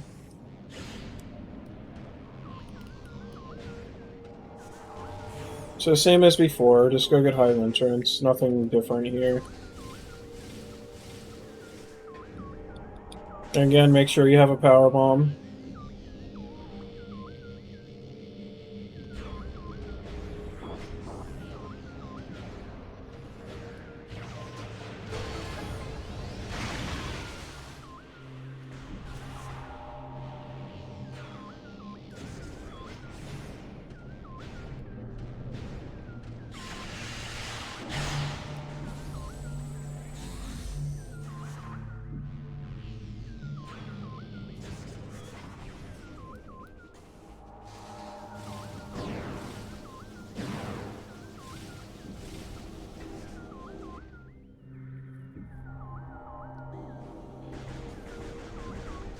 I missed it, so you just do the backup.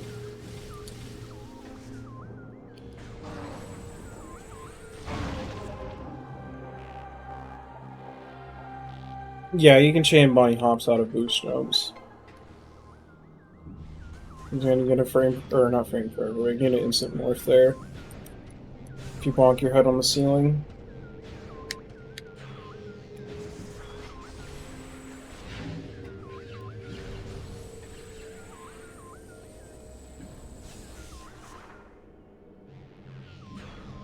So my layer's different here because it's on an old save state. Just climb the room.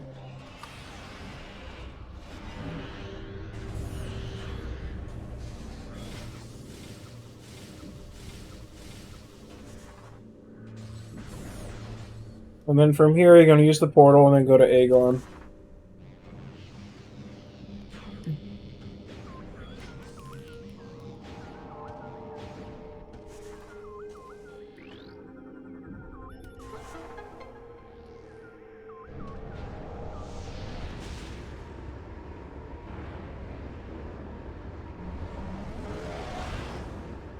And then once you're in Agon, you go to the energy controller and warp to Great Temple.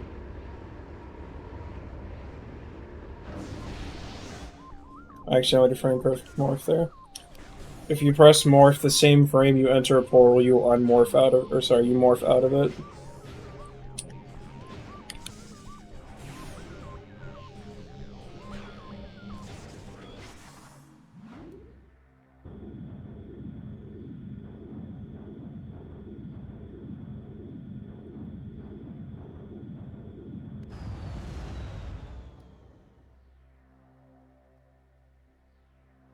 Go here, switch to light beam. Go left. Then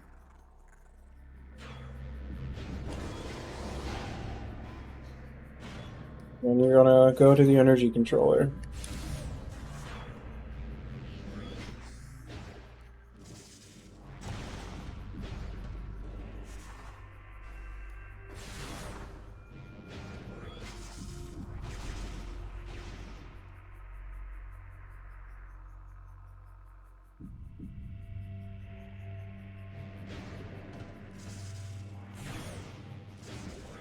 And then from here, you just go up to Great Temple, and then the key collection route is exactly the same. So to paraphrase, if you're doing Spider Skip, you do the lower, or you do the Torvus key cleanup as normal. After dungeon, you go to Agon, you get Battleground, Dark Oasis, and then you go to Sanctuary, you do the Spider Skip trick to get Hive Dynamo works, then you go to get Hive Entrance, you go to Agon to Warp here, and then the key collection route is the same. So yeah, that should cover pretty much everything you'd want to know about the beginner route. If you have any more questions, you can leave a comment in the description or join the Echoes Discord and post stuff in the help channel. Everyone is glad to help.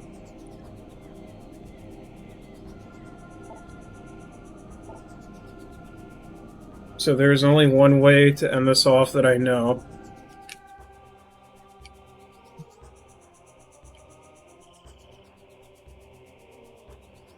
Actually, no, we're going to go to Phazon site.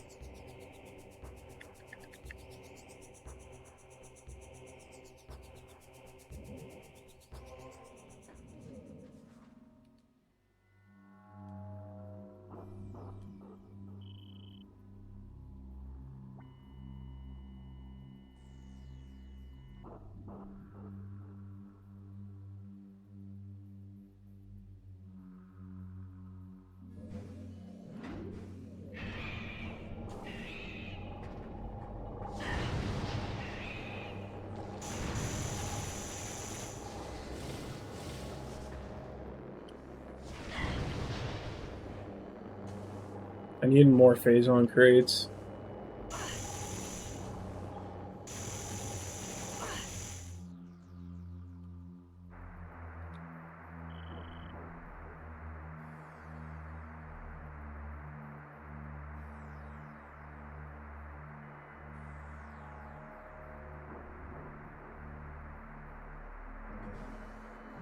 Oh no, they're gone forever. What's up, Adamja?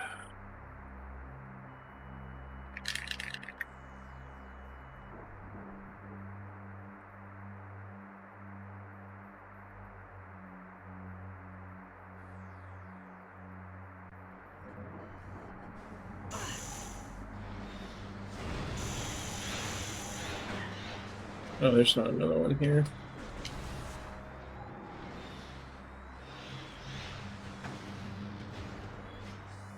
Also, I have a sound glitch because I warped away with menu mod while in Phazon.